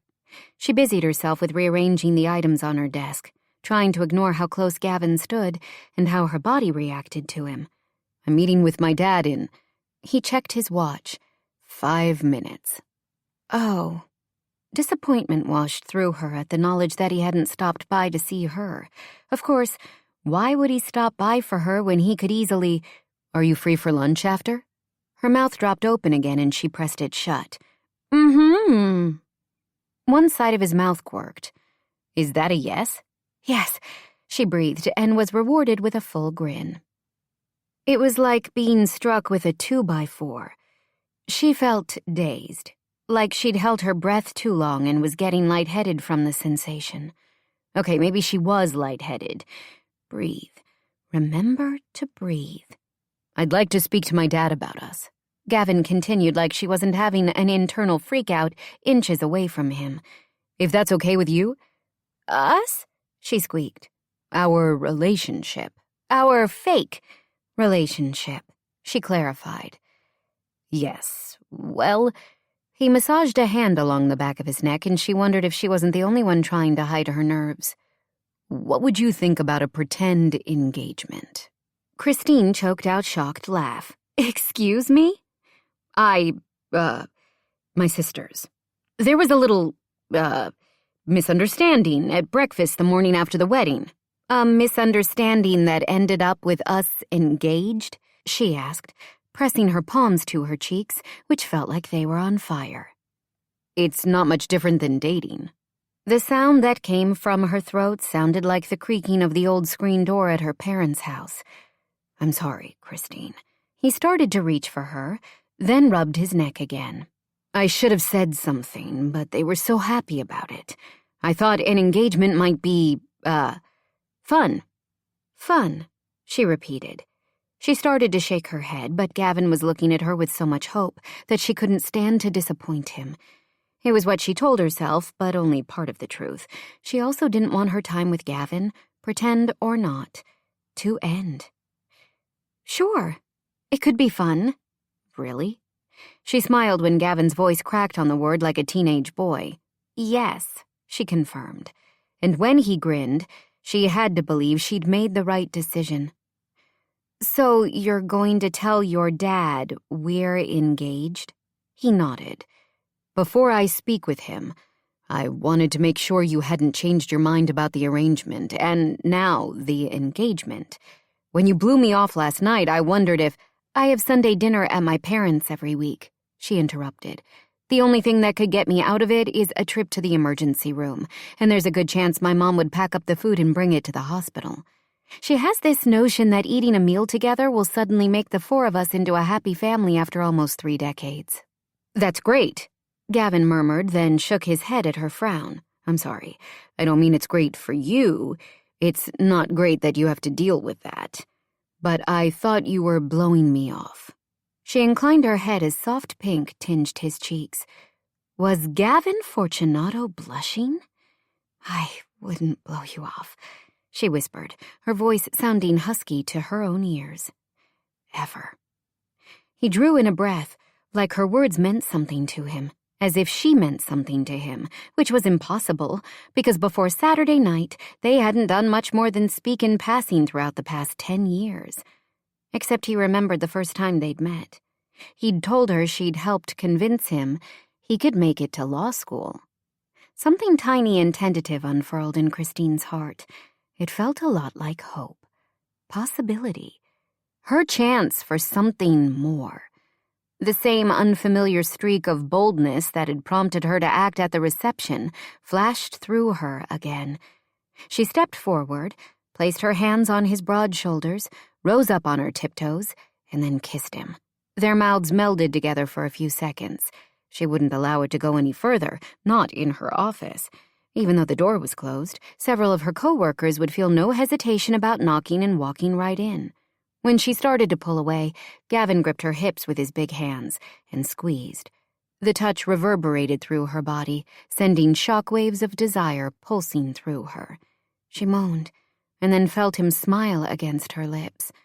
"I can't wait for lunch," he said, the rough timbre of his voice tickling her senses. "Suddenly, I'm starving." Then he let her go, and she had to place a hand on the corner of her desk to steady herself. Good gravy, the man could kiss. "I'll meet you at the reception desk in 20 minutes? He asked over his shoulder. "Sure." She held up a hand to wave, then pulled it to her side. What kind of a ninny would she be to wave to him like he was a knight heading to battle? He was going to talk to his father, and Kenneth Fortunato loved each of his 6 children and wanted their happiness above anything. She only hoped Gavin's happiness wouldn't come at the expense of her heart. "You look chipper today." Gavin tried to wipe the grin off his face as he entered Maddie's office, which was currently occupied by their father. Kenneth sat behind the computer, a pair of wire-framed reading glasses perched on his nose. Although he'd officially retired last year, Kenneth was still in his prime, and Gavin knew his dad was plenty capable of holding down the fort until Maddie and Zach returned. One of the things Gavin missed most about living in Texas was spending time with his family.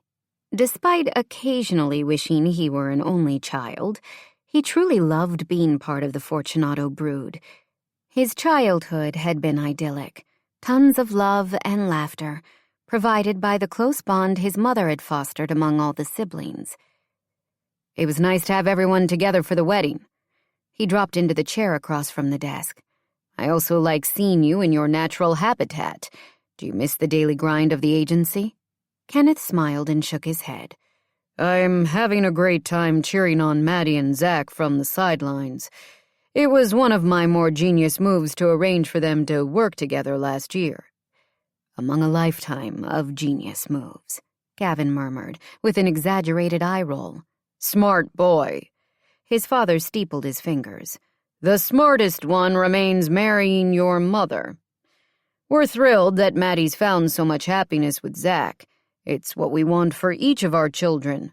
He raised a brow. "If you know what I mean." As a matter of fact, Gavin's stomach nodded even though his father had given him the perfect opening to discuss his relationship with Christine. He hadn't felt this nervous since he'd sat before his dad and explained that he was taking a position with a firm in Denver, instead of the offer from one of his father's friends at a prominent Houston law firm. "I'm dating someone, and thought, that's wonderful, son." Kenneth's wide smile made guilt seep through Gavin's veins like poison. "Is it serious? Why didn't you bring her to the wedding?" "Actually, it's serious, and she was at the wedding." Gavin cleared his throat. "We've been keeping things private because she was worried about—" "Worried?" Kenneth interrupted. "About you," Gavin said softly. "What you'd think of our relationship." "Why would I have a problem if she makes you happy?" He leaned forward, resting his elbows on the desk, the gold band on the third finger of his left hand shining. Does she make you happy? Gavin thought about Christine's sweet smile and the way she looked at him like he was the only man in the world. Yes, he murmured, almost more to himself than his father. Christine makes me happy. Christine? His father's expression went blank. You're not talking about our Christine. I am. Gavin drew in a deep breath as Kenneth frowned. Although I wouldn't exactly say she belongs to the family. Would you say she belongs to you? Gavin thought about that, then shook his head. She's her own person. I like that about her. He held up a hand when his dad opened his mouth to speak. But she's dedicated to you and to Fortunato Real Estate in general. Your approval of our relationship is important to her. Kenneth inclined his head. And you? She's important to me, Gavin said immediately, surprised to find how much the statement resonated in his chest. Why haven't I heard about the two of you dating before now? As I said, she wanted to keep things private at first to ensure it didn't impact her working relationship with anyone here. What's changed? Gavin fought the urge to grimace. It felt vaguely like facing a stiff cross-examination. It's more than just dating, Dad. Christine and I are engaged. To be married? His father asked, thick brows rising. That's the plan. And I'd like your support. You know I'm going to be spending the next few weeks in Austin. I don't want to have to hide anything or skulk around playing cloak and dagger if I want to see her. Plus, Skylar is insisting Christine come to the reunion she's planning. I'm glad you talked to me, Kenneth said with a nod. I don't like secrets. Gavin chuckled. Like discovering we're part of the famous Fortune family? Some things even I can't control, his father admitted, almost reluctantly. But you don't have to hide a relationship from us, son. I've told you, we want your happiness above all.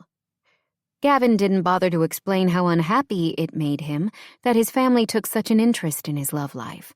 That feeling as though he were under the microscope had forced him into this arrangement with Christine in the first place. But that wouldn't do any good at this point. Besides, he wasn't ready to end things before they even really got started. Pretending to be in love with and engaged to Christine might be a farce, but he liked her and knew they'd have a great time together over the next few weeks until he returned to Denver. Does that mean you approve? You don't need my approval, his father smiled. But of course I'm happy for you. Your mother will be as well. You know how much we like Christine. Frankly, she's quite a step up in quality from the women you normally date. Gavin rolled his eyes. Skylar said almost the same thing. I date decent women. Not in the same league as Christine. My girlfriends have been in Colorado, Gavin protested. You haven't met most of them. Connor keeps us updated. He's ridiculously good with details.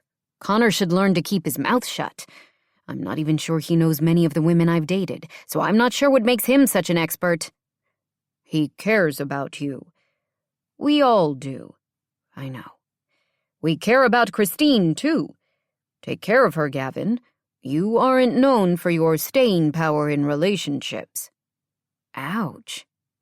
Well, I'm committed to Christine now.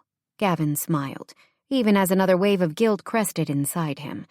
His dad was right. Gavin didn't do long-term. It hadn't been a conscious decision, but he certainly had a habit of dating women who felt the same way about no strings attached as he did.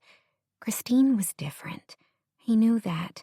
Even though their relationship was pretend, it was crucial he make sure they both remained on the same page so that she didn't get hurt. I'm glad to see it, his dad told him with a wide smile. Your mom and I want you to be happy. Thanks, Dad. I am happy. He made a show of checking the Rolex that encircled his wrist. I also need to get going. Christine and I are going to lunch. Enjoy, his dad answered, sounding pleased. Let's plan a dinner with the two of you and your mom and me. I'm sure she'd be happy to come up from Houston to celebrate your engagement. Sure. Gavin walked toward the door. I'll talk to Christine and we'll figure out a night that works." "I'm really happy for you," Kenneth said, and Gavin left the office, trying to ignore the acid that felt like it was burning a hole in his stomach. Chapter 6. Christine felt her smile falter as Gavin approached the reception area. He'd been sweet and flirty in her office earlier, but now looked like a black cloud was following him. Had the conversation with his father gone badly? Was Kenneth angry that she and Gavin were supposedly dating? "Lord, he's hot," came the appreciative whisper from behind Christine. She looked over her shoulder toward Megan, the agency's young receptionist, who was staring at Gavin like he was the best thing on the menu at an all-you-can-eat buffet. Yeah. Ready?" She turned back to Gavin. "Sure. Is everything okay?" "Fine." He snapped, then closed his eyes for a moment. When he opened them again, the cloud had disappeared and a smile played at the corner of his mouth. He leaned in and kissed her cheek. "Don't mind me." She heard Megan's gasp and felt color flood her cheeks. With a simple bust to the cheek, Gavin had effectively outed them to the entire agency. She knew that by the time they got back from lunch, everyone would know. Maybe she'd order a drink with her meal, if only it was that easy. "Be back in an hour," she said to the receptionist, purposely avoiding eye contact with the pretty brunette. "I'll be waiting," came the reply. "We'll have a lot to talk about." A drink couldn't hurt. She and Gavin walked out into the hazy sun of the January afternoon, and she tightened the belt on her Burberry knockoff trench coat. She earned a decent salary with the agency, but most of it went toward the monthly mortgage on her condo. She liked having a place to call her own more than she needed designer clothes. "There's a new barbecue place a couple of blocks from here," she offered. He stopped, inclined his head as if studying her. "I love barbecue." Christine willed herself not to blush again. She wasn't about to admit she knew his taste in food from his sisters and from listening to stories of their family vacations over the years. That would make her seem like a total creeper. "Me too," she answered, and started down the sidewalk in the direction of the popular restaurant. Gavin fell into step beside her, but didn't say anything more. When they stopped at a crosswalk, the silence became too much. "Is your dad angry?" she asked, crossing her arms over her chest. "Does he hate the idea of the two of us? We don't have to do this. I mean, if it's—" He reached out a finger and pressed it to her lips, effectively silencing her. She could barely remember to breathe when he touched her, let alone speak. "I'm sorry I've been quiet," he told her. "My dad is happy about our relationship." The light changed and they began walking again. "Is there another problem?" she asked, glancing at him out of the corner of her eye. "Everything's fine." He flashed a smile that didn't come anywhere near to his eyes. Christine sighed. What now? Did she push him for the truth or let it slide? As much as she'd admired Gavin from afar for so many years, she didn't truly know him well. For all she knew, he had a toothache or had argued with his father about the Texans' chances in the playoffs this year. They arrived at the restaurant, and he held the door open for her. She walked to the hostess stand and tried not to grimace as the woman looked between Christine and Gavin, then did a double take when he placed a hand on Christine's back, as though she couldn't imagine a man like him would be out with someone like her. Sadly, Christine didn't blame the woman. They followed the hostess to a table near the back of the crowded restaurant. Austin had plenty of barbecue joints, but this was her favorite. Christine made a show of studying the menu, almost disappointed when the waitress quickly took their orders. She slipped the paper wrapper from her straw and tied it in a knot. As usual with this little ritual, the knot held when she made it, but tore as she tightened it, and she sighed as the paper ripped. When she glanced up, Gavin was smiling at her. "What's that about?" She scrunched up her nose. "You never played the straw wrapper game?" She laughed when he frowned. "If the knot rips, someone is thinking about you. If not, you're out of luck." "Yours tore off center," he pointed out. "It always does." I'm thinking about you. You're sitting across from me, she said with a laugh. I thought about you all day yesterday, he continued, about how much fun I had on Saturday night, especially the part where you curled against me in your sleep. Her breath caught in her throat. I don't remember that. You were asleep, he whispered, and his voice took on a sexy edge. What exactly happened with your dad? She blurted, somehow unable to let the subject go. You haven't done a great job of convincing me he approves. Gavin's expression went from flirty to subdued in an instant. Way to ruin a moment, she chided herself. At that moment, the waitress brought their food. Gavin picked up his glass of iced tea, gripping it so hard his knuckles turned white. He doesn't want me to hurt you. Oh, Christine breathed, knowing if she said anything more, her voice would reveal that she shared the same fear. I don't want to hurt you, Gavin said, and somehow the words sounded like a promise. I'm not going to hurt you, he added, almost like he was reassuring himself as much as her. Gavin. She reached across the table and placed a hand over his. He released his death grip on the glass, and she saw his shoulders relax slightly. We both know what this is, she said, even though it already meant so much more to her. You aren't going to hurt me. He nodded, as if bolstered by her confidence. I like you, Christine. Warmth spread through her body at the simple pronouncement. I like you too. Do you think we could focus on that part? He curled his big hand around her fingers. We're friends who are getting to know each other better over these next few weeks. It doesn't have to be forced. I'm excited to hang out with you. She swallowed. You are? Don't look so surprised, he said with a smile. You're way more fun than you realize. She laughed. That might be the nicest thing anyone has ever said to me. I have a reputation for being organized, not fun. Then we'll work on your reputation. She liked the sound of that. Is there anything else you need?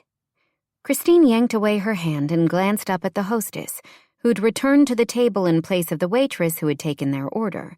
The raven-haired beauty was looking directly at Gavin, as if he was the only one sitting at the table. We're fine, he answered with a polite smile. Are you new to Austin? The woman asked. I haven't seen you in here before, and I would have noticed. Christine frowned as she picked up her chicken sandwich and took a bite. She couldn't believe the woman was flirting with Gavin right in front of her. Not that she could blame her. It was still almost difficult to look him in the eye some of the time. His gaze on her made her feel like her skin was on fire. The hostess hooked 2 fingers in the waistband of her low-slung jeans, revealing the top edge of some kind of tattoo on her hip. She looked like she knew plenty about adventure, and probably would have been friends with Christine's sister during high school. Certainly a woman who wouldn't have noticed Christine, unless she'd needed tutoring. I'm here for work, Gavin said, letting a bit of Texas drawl seep into his voice. Originally from Houston. I could show you around, the woman offered with a sexy little half-smile. Christine figured if she tried that move, she'd look like she was trying to hide something in her teeth. Gavin returned the smile but gestured toward Christine. I think we've got it covered. The hostess's eyes widened. You two are together? She wagged one perfectly manicured nail between the two of them. I thought she was your secretary. My fiancé, Gavin clarified without hesitation. Christine drained her iced tea and held the glass out to the woman. Could I get a refill? Sure. The woman took the glass and turned from the table. That was unexpected, Gavin murmured, digging into his own lunch. Christine snorted. You don't fool me. I bet women hit on you all the time. Not all the time, she rolled her eyes. Just on days that end in Y? He grinned. Something like that. The hostess returned with the iced tea, placing the glass and a fresh straw on the table without a word, and then walked away again. Christine picked up the straw and pointed it at Gavin. Why don't you have a girlfriend? I was waiting for you, he said, making her laugh again. That's a bad line, even coming from your pretty lips. He dabbed at one corner of his mouth with the napkin. "I've never been called pretty before. It suits me, I think." "It's no wonder you became an attorney. You're such a smooth talker." "I can't tell if that's a compliment or a criticism." "An observation," she leaned in and repeated. "So, why don't you have a girlfriend?" He sighed. "You sound like one of my sisters." "Which is not an answer to the question," she pointed out. He studied her for a few long moments. "You do understand that I'm used to using my pretty mouth and fancy words to deflect questions I don't want to answer." "I do." "You're not going to let me get away with that." "I'm not," she said quietly. It might be the wrong thing to say. For all of Gavin's ease with people, she could tell he was a private man at heart, but she wanted to know that side of him, the part behind the handsome mask. Christine might not be the most adventurous or exciting person, but she knew how to be a good friend. She wanted to be Gavin's friend. The waitress came to clear their plates, and Gavin gave her his credit card. "Thank you for lunch," Christine said when the woman left again. "My pleasure." "Tell me about you and the lack of a girlfriend. Are you having trouble finding someone you connect with in Denver?" He tapped a finger on his leather wallet. "I'm 30 years old," he said after a moment. "Yes," she agreed. "Me too. What does that have to do with dating?" "At some point in the past couple of years, it changed. Expectations changed. Women got serious?" "You could say that," he admitted. "Most of my friends got married. They settled down and bought real houses. Houses with yards in neighborhoods where you string up Christmas lights and build swing sets. Adult houses." There was a thin note of panic in his voice, and she wasn't sure whether to smile or roll her eyes again. "You're not exactly a failure to launch type of guy." "Being good at my job versus good as a husband and possibly a father are different things." The waitress brought the bill, and after Gavin signed the receipt, they headed back toward the agency. A few clouds hung in the sky, and she was glad for her jacket to protect her against the brisk breeze blowing through downtown. Gavin didn't seem to notice the cool air, although that could be because he was used to winter in Colorado. "You come from an amazing family," she told him. He looked down and flashed a lopsided smile. "That's kind of the point. My dad is fantastic and my parents' marriage is as strong as ever.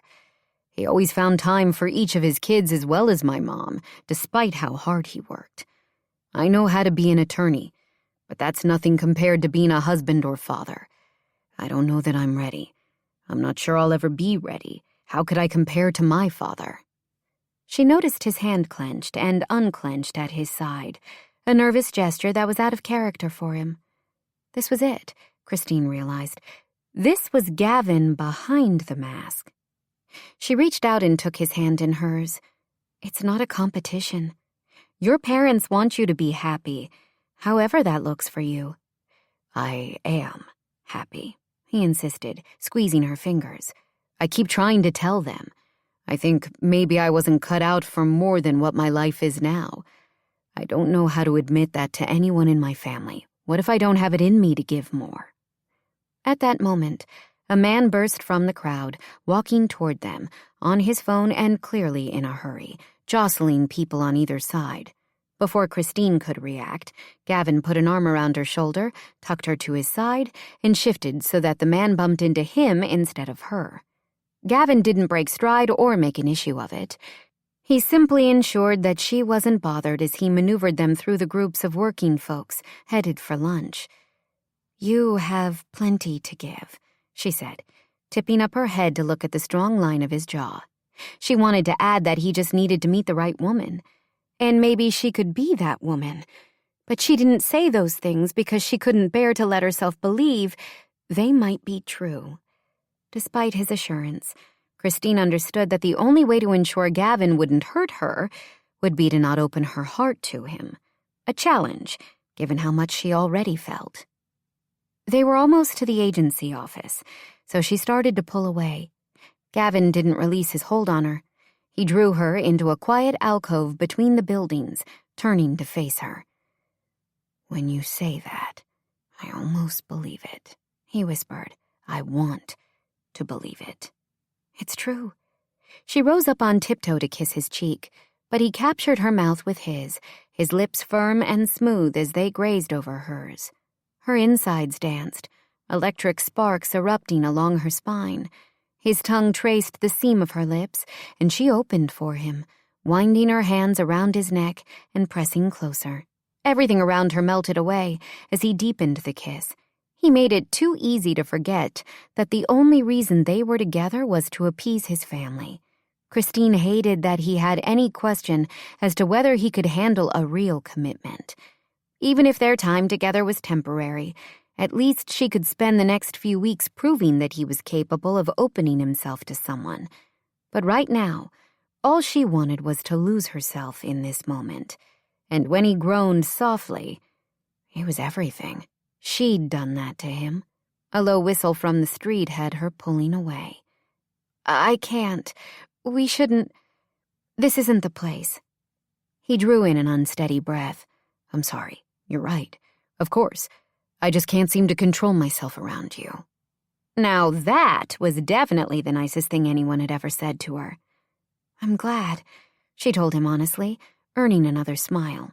But I do need to get back to work. Me too. Then he leaned in and kissed her again. When can I see you? You're seeing me right now. A date, he clarified. I want to spend time with you. We're friends. Remember? Oh, she blinked. The way he was looking at her made her forget this was fake. We could have dinner this week? Perfect. He took her hand and led her back out into the street, stopping at the door of the agency. Tomorrow night? Okay, she swallowed. He wanted to see her again so soon, and not just because it was part of the charade. She took a step away. I'll see you tomorrow, then. He kissed her one more time, then walked toward the black SUV parked at the curb.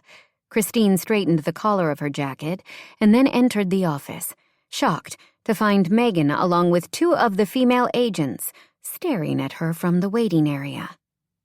Gavin Fortunato? Molly, one of the agents, practically hissed. You've been holding out on us, girl.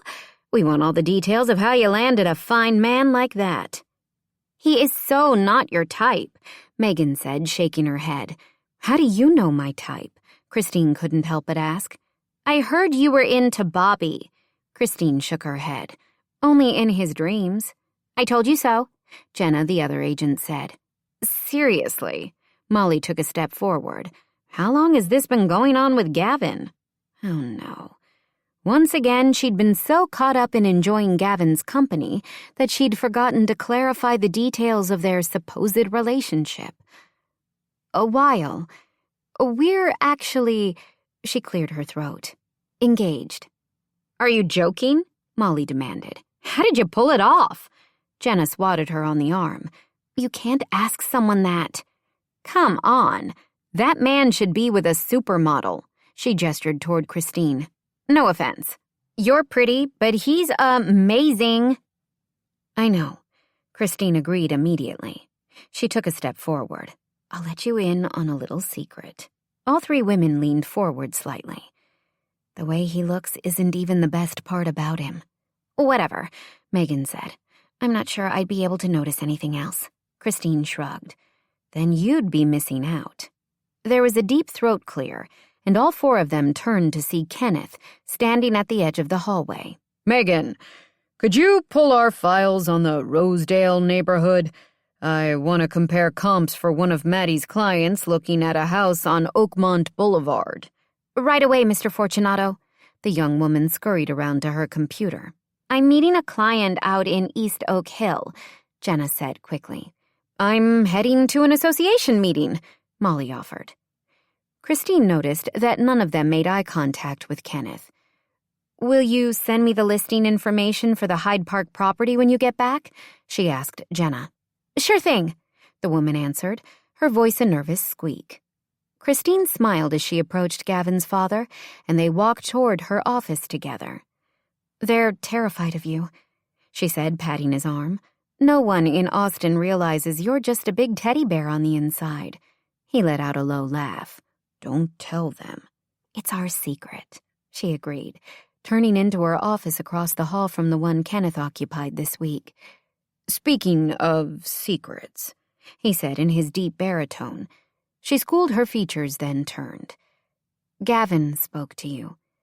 "You know you're already like one of my own daughters. Both Barbara and I feel that way.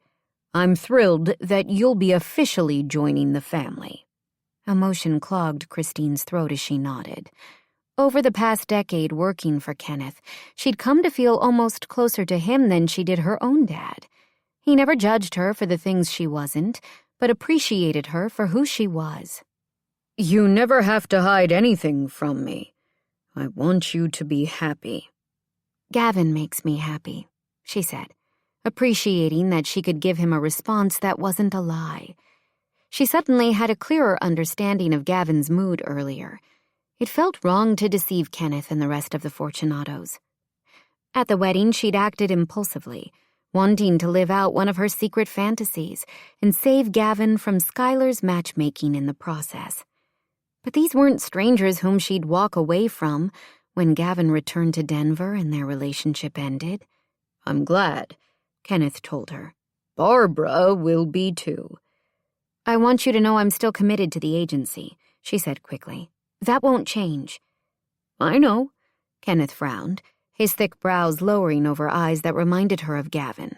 "I trust you implicitly, Christine. You just concentrate on staying happy, and I sure hope my son continues to be a part of that."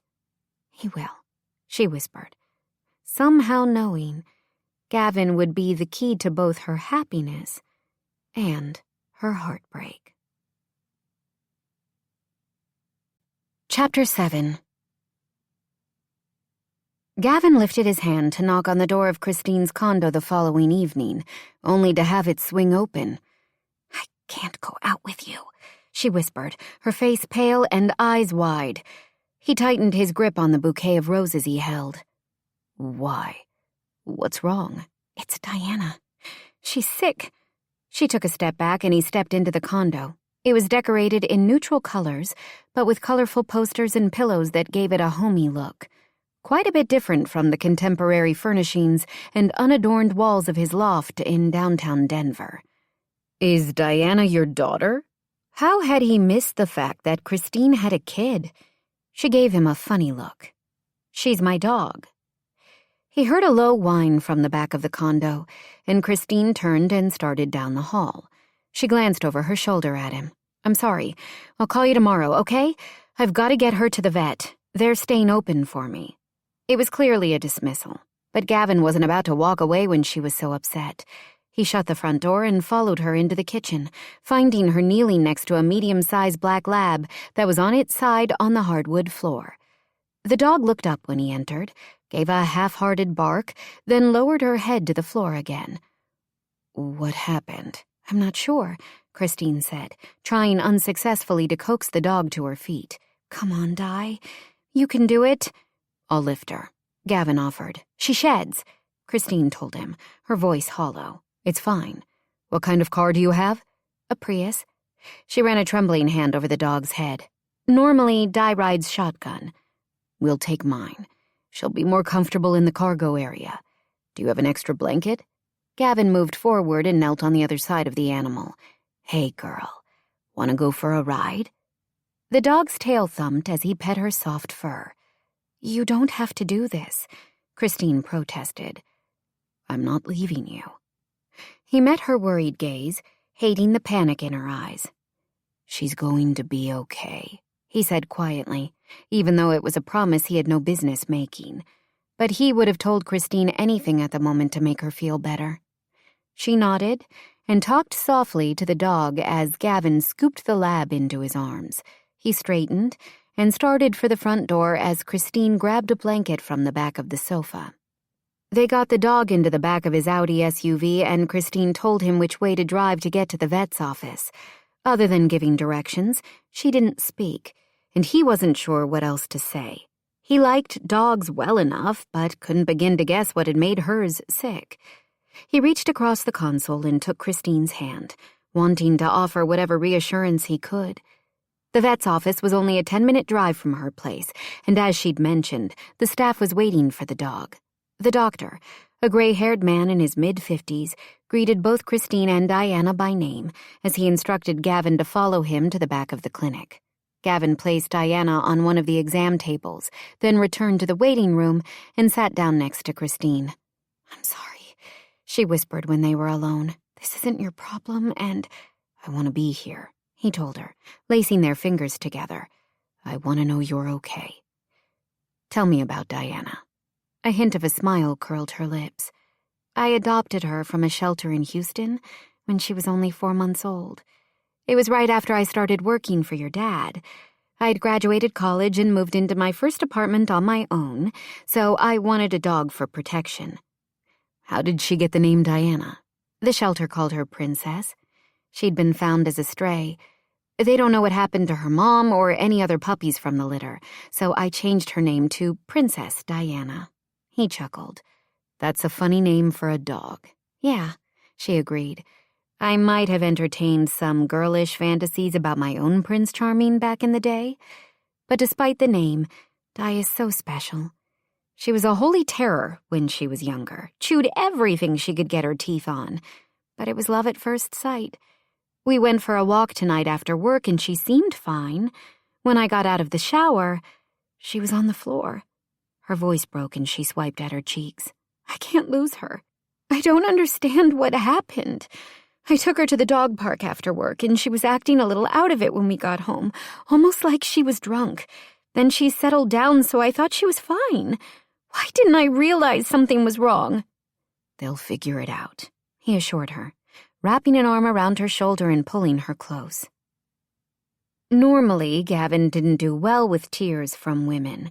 Growing up in a house with 3 sisters, he'd seen plenty of crying in his day, but as an adult, he steered clear of emotional scenes. Yet he couldn't imagine a place he'd rather be at the moment than at Christine's side. She rested her head on his shoulder and they waited. Trying to distract her, he kept up a litany of questions about the dog, prompting her to share many of Princess Di's adventures over the years. Her love for the dog was evident as she spoke, and he hoped with everything inside him that the dog would recover. The vet came out into the waiting room a few minutes later, studying a chart as he entered.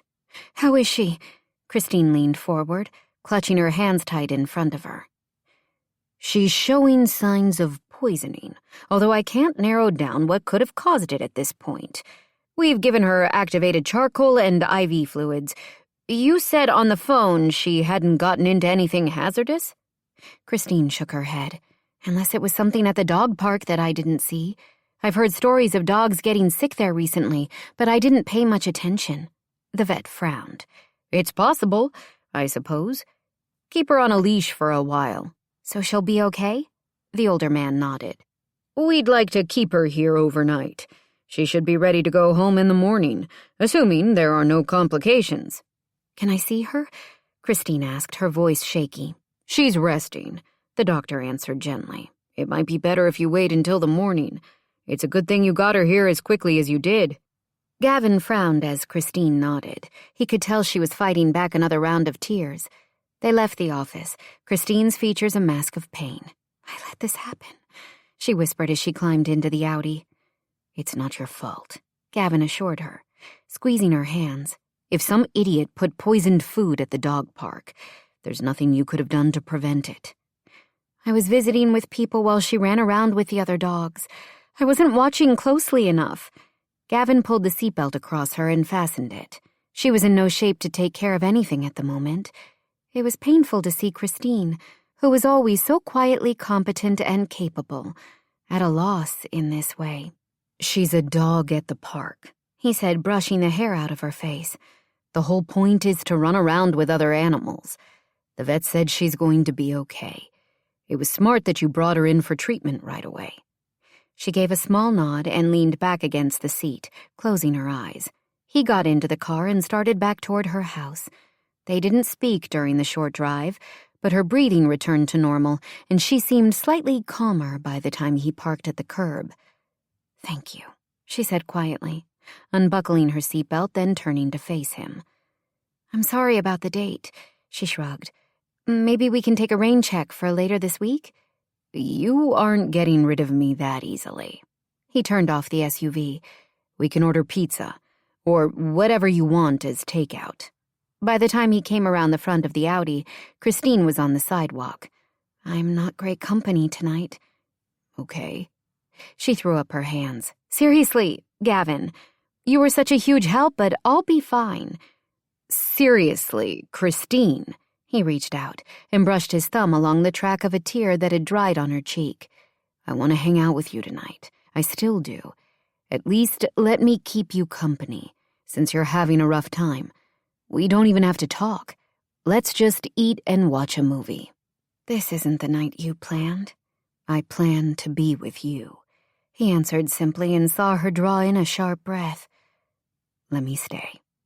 She studied him for so long he felt himself wanting to fidget, but she finally nodded. There's a pizza place around the corner. I have a menu inside. Pizza sounds great, he said, and taking her hand, they walked toward her condo. By the time Christine finished her third piece of pizza, she felt almost human again. Maybe she should be embarrassed about her attachment to Princess Diana, but the dog had been a faithful companion and friend for 10 years.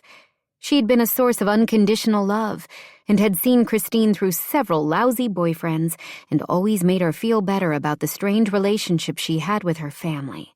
Everyone loved Di, even her unemotional father. She's going to be fine, Gavin repeated his words from earlier, as if reading her mind. She still couldn't believe how readily he'd pitched in to help with her dog and then comfort her. Sure, she could have managed, but it had been nice for once to feel like she wasn't alone. I know, she answered. I just miss her. Other than when I'm away, she's always with me at night. She thunked her palm against her forehead. That sounds pathetically like my dog and I are codependent. He flashed a grin. Dogs are great. My roommate in college had a husky, and I loved hanging on the couch with that furry beast. You don't have any pets? She asked, taking a sip from her second beer of the night. Nah. I like animals, but I travel a decent amount. It doesn't seem fair. You could get a goldfish. I'll keep that in mind, he told her with a chuckle. They cleaned up the dishes, empty beer bottles, and the pizza box, and then moved to the sofa in her family room. Are you sure you're okay with a boring night of television? Being with you isn't boring, Gavin answered, and the sincerity in his tone made her heart skip a beat. He sat close to her on the couch, and it felt natural to cuddle into him as they watched an action flick playing on one of the cable channels. Can I ask you a question? His voice was a soft rumble against the top of her head. Sure. Why don't you have a boyfriend? She tried to stay relaxed, but felt her body stiffen. Lifting her head from where it had been resting on his shoulder, she scooted away. I haven't met the right guy, she answered, hoping that would be enough. I remember saying the exact same thing to you, he told her, raising a brow. You didn't let me get away with it. But you're much kinder than me, she said hopefully. He laughed. Try again. When was the last time you were in a serious relationship? I dated a guy in Houston for about 2 years, but we broke up before I moved back to Austin. He whistled softly. 2 years is a long time. She shrugged. What went wrong? Well, she took a deep breath and thought about how to answer that question. He wanted a schedule for, when we'd be together. When you'd go out? When we'd be together. Color rushed to her cheeks. In the biblical sense? Gavin's eyes widened, and Christine wished for the ground to open up and swallow her whole. Why hadn't she just stuck to a vague version of the truth? They'd grown apart or wanted different things in life. He was a math teacher at a local community college, so logic and order were important to him. He created algorithms for our relationship, and part of that was a schedule for the optimal timing of, you know. I know. Gavin nodded, then quickly shook his head. But I'm having trouble believing you. Maybe I shouldn't have made such a big deal about it, she said, echoing what her mother had said when Christine admitted to her the reason for the breakup. "I'm not exactly known to be adventurous. I've eaten the same type of cereal every day for breakfast for as long as I can remember. I'm not like you. My adventurous spirit is almost non-existent. But that was too structured, even for me." "Who says you aren't adventurous?" Gavin demanded softly. She huffed out a harsh laugh. "No one needs to say it. Everyone knows it. I don't." "You will," she countered. "You go hella skiing and rock climbing and scuba diving." She held up a hand and ticked off their differences. "I'm scared of heights and speed, and I can barely doggy paddle." "There are other adventures you could have." She wrapped her arms around her stomach and turned toward the television, hating the direction this conversation had taken. "At the end of the day, I'm a coward." "I don't believe that." "You're watching a boring movie with me and have dog fur stuck to your sweater." She rolled her eyes. "What's a typical date like for you in Denver?" "Pretty similar," he said deadpan, "although sometimes I go for a crazy cat lady." "I wish I knew how to let go and be wild." Gavin leaned closer. "Do you have any memory of planting a mega kiss on me in front of my sister Saturday night?" "Yes," she breathed. He tipped up her chin and brushed his lips across hers. "That was not the work of a coward." "It was different. I got swept away in the moment. In you." "What's stopping you from doing that again? Every day, even?" "Fear," she whispered, her eyes drifting closed.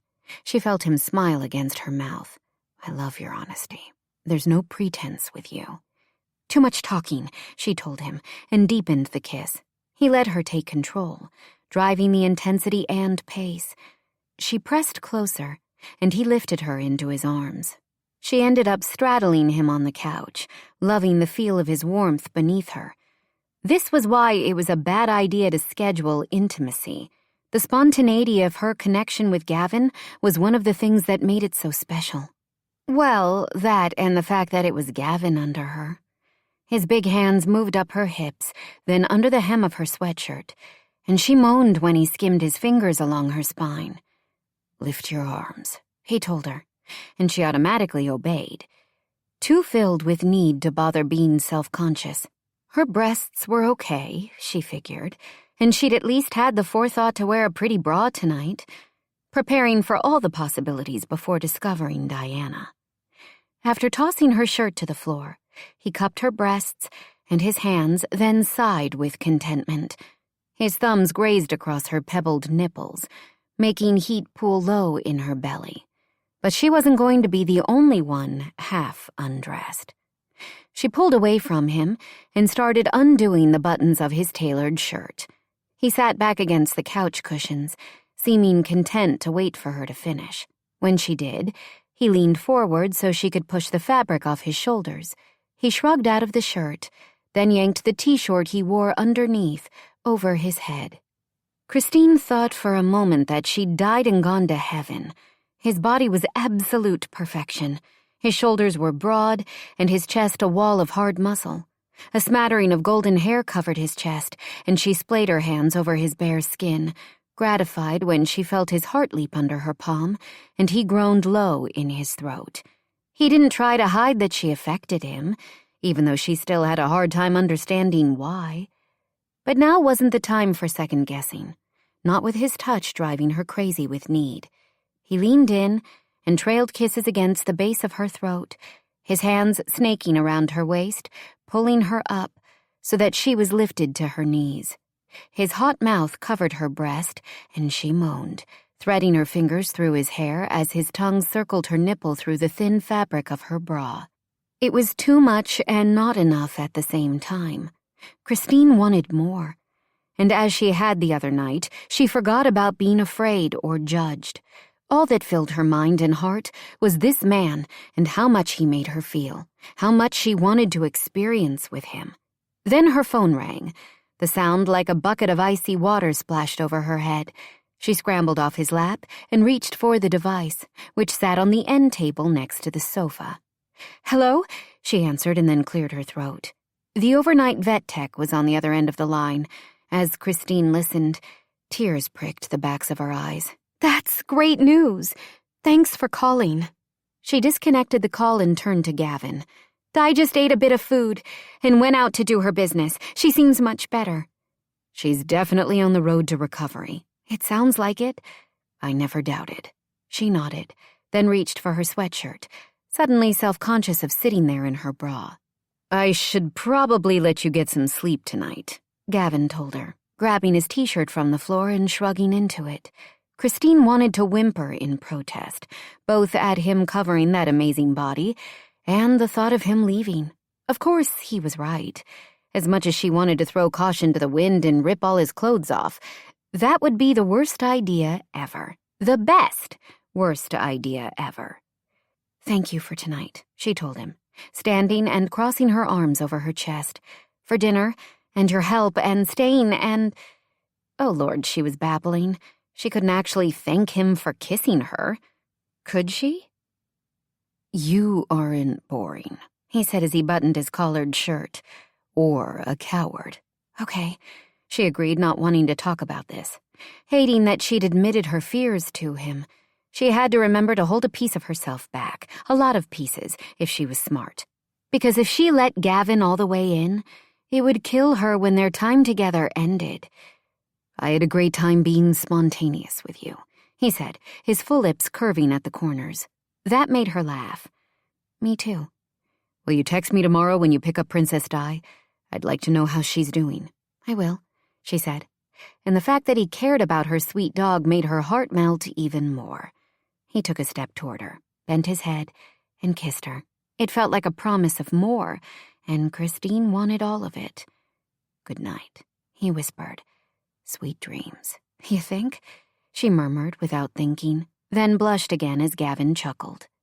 She locked the front door behind him, then straightened the condo and got ready for bed, missing Diana but comforted knowing the dog would be home tomorrow. The happy glow Gavin had given her also gave a huge amount of comfort, and not just the crazy good makeout session, although that had been, well, crazy good. But his steady presence had made such a difference. Christine was used to doing things for herself. Even with past boyfriends, she'd remained steadfastly independent. Her competence was her one inherent gift. At least, that was how it felt growing up. She'd taken care of her family because that was the one way she knew to show love that they wouldn't refuse. It was unfamiliar to rely on someone else, and she would never have expected Gavin to be so easy to lean on for support. It made her goal of keeping her heart out of their arrangement even trickier. But tonight, she focused on how happy he made her. Wasn't she due for a little happiness? Chapter 8. By Friday, Gavin's mood was as dark as the clouds that billowed across the sky above Austin, a harbinger of an impending thunderstorm. As much as he appreciated the predominantly sunny days in Colorado, sometimes he missed a good soaking rainfall. Although not when the skies opened up as he parked 2 blocks from the restaurant where he was meeting Skylar and Everett for lunch. He dashed from his car toward the diner situated across from the Austin Commons complex, trying to stay under the awnings of the building he passed. Still, he was more than a little wet when he burst through the door. Skylar waved to him from a table near the front, and both she and Everett grinned as he slipped into his seat. "Where's your umbrella?" Skylar asked, making a show of dabbing her napkin on the lapel of his suit coat. "I don't own one," he admitted, making a mental note to find a store that sold umbrellas after lunch today. "You've lived in Denver too long," Everett told him. Gavin rolled his eyes. "I have an ice scraper." His brother chuckled. "Not going to do you much good around here." "I'll dry off eventually." Now that he was seated, he glanced around the diner's homey interior, appreciating the retro vibe of the decor. "What made you choose this place for lunch?" "Best pie in town," Skylar told him. Everett nodded. "Lila wants me to bring her home a piece of lemon meringue, and cherry, and pecan." "Wow." Skylar glanced up from her menu. "I don't remember Lila having such a huge appetite." "She's, Everett threw a look to Gavin, then drew in a deep breath. I'll share them with her. You could probably eat a whole pie on your own, Skylar answered absently. As he had at Maddie's wedding, Gavin wondered again if Lila and Everett might be expecting. But if his brother wanted to keep the news private for a while longer, he'd respect that. How's Christine? Skylar asked after the waitress had taken their orders. Fine. The truth was he hadn't spoken to Christine since he'd left her house earlier in the week. She'd texted him an update and photos of Princess Di, who seemed to be recovering nicely. While the dog was undeniably cute, Gavin had hoped for a little more. It was strange to find himself in this role reversal. Normally, with women, he was the one trying to take things slow. He'd learned early on in his dating life that if he didn't stay cognizant of managing expectations, he'd end up hurting women he cared about. So he'd established guidelines for himself around dating: how many times a week he could see a woman, the amount of phone calls or texts. Maybe it was cold, but he liked to think it had prevented heartache for his girlfriends and guilt for him. Christine was different in so many ways. The romance might be pretend, despite their off-the-charts chemistry, but he liked spending time with her. An evening of a vet emergency, carry-out pizza, and an old movie had been the most fun he'd had in ages. He could be himself with her and wanted to make her see how much she underestimated herself. Gavin hoped their friendship would continue even after he returned to Denver, although the thought of moving into the friend zone and never kissing her again held no appeal whatsoever. He'd expected her to call or reach out to him to let him know she wanted to see him again. That was how things usually went with women. He couldn't decide if Christine was playing it safe because of their arrangement, or if she truly wasn't that interested in him, outside of what was expected to maintain the ruse of being in love. Have you two thought any more about wedding plans now that you're in Austin? Skylar asked. Gavin shrugged. We're both busy. That's silly, she insisted. Let me help. Skylar could take care of everything, Everett added, none too helpfully in Gavin's opinion. Don't the two of you have enough of your own marital bliss to keep you occupied? How come everyone has so much time to worry about my love life? We don't want you to mess it up, Skylar said gently. No one likes seeing you lonely. Gavin felt the simple pronouncement like a sharp right to the jaw. I'm not lonely. I have plenty of friends. She shook her head, then sipped at her water. You have buddies to hang with and work colleagues. It's not the same. Gavin darted a pleading glance at Everett. Can you throw me a line here? You have seemed at loose ends, Everett answered. Loose ends? How can you say that? I'm about to make partner. Everett shrugged. Having a good job isn't the same thing as having a good life. Coming from the man who was solely dedicated to his job until recently, Lila changed everything. The waitress brought their food, a club sandwich for Skylar and himself, and a burger for Everett. As she placed the food in front of them, Gavin felt his frustration mount. This fake engagement with Christine was supposed to alleviate the pressure from his parents and siblings, not add to it. What would it take for them to get out of his business? I think it's great that the two of you are so happy, he said, forcing his tone to remain neutral. Christine and I will start wedding plans when we're ready, but you have to trust that I can manage my own life. I'm not a kid who's going to make a stupid decision. Fair enough, Everett conceded, then took a big bite of his burger. Skylar looked less convinced. Despite the fact that she was one of the middle Fortunato siblings, she'd always been a caregiver for her brothers and sisters. Their mom found it amusing to watch Skylar fuss like a mother hen, and Gavin knew she did it because she cared so much. You said you wanted to talk about the reunion, he told her. She pointed a fry in his direction. I'm going to let you change the subject because I love you. But know that we're all sticking our noses where they probably don't belong for the same reason. If you ever want to actually talk about your relationship with more than one-syllable answers to my questions, I'm here for you. Gavin blew out a breath. Irritating as they could be, he loved his sisters and brothers with his whole heart. I'll remember that. Thank you. She smiled, then popped the fry into her mouth. After she'd swallowed, she pulled out a pen and a small notebook from her purse. "I've confirmed with Nolan that his brothers and sisters will be there. They're flying in just for the party, so it will be a quick trip." She flipped open the notebook. "The Paseo Fortunes aren't going to be able to make it because Grayson has some kind of rodeo awards ceremony they're attending in Dallas. Nate promised they'd find another time to come to Austin to meet everyone." Lila heard that Gerald and the triplets' mom have rekindled their romance now that he's separated from Charlotte, Everett said between bites. Obviously, it's a pretty big deal since Gerald and Charlotte were married for so many years. She can't be happy about losing him to his first love. Especially when she went to such great lengths to keep him from knowing about the triplets. Gavin shook his head.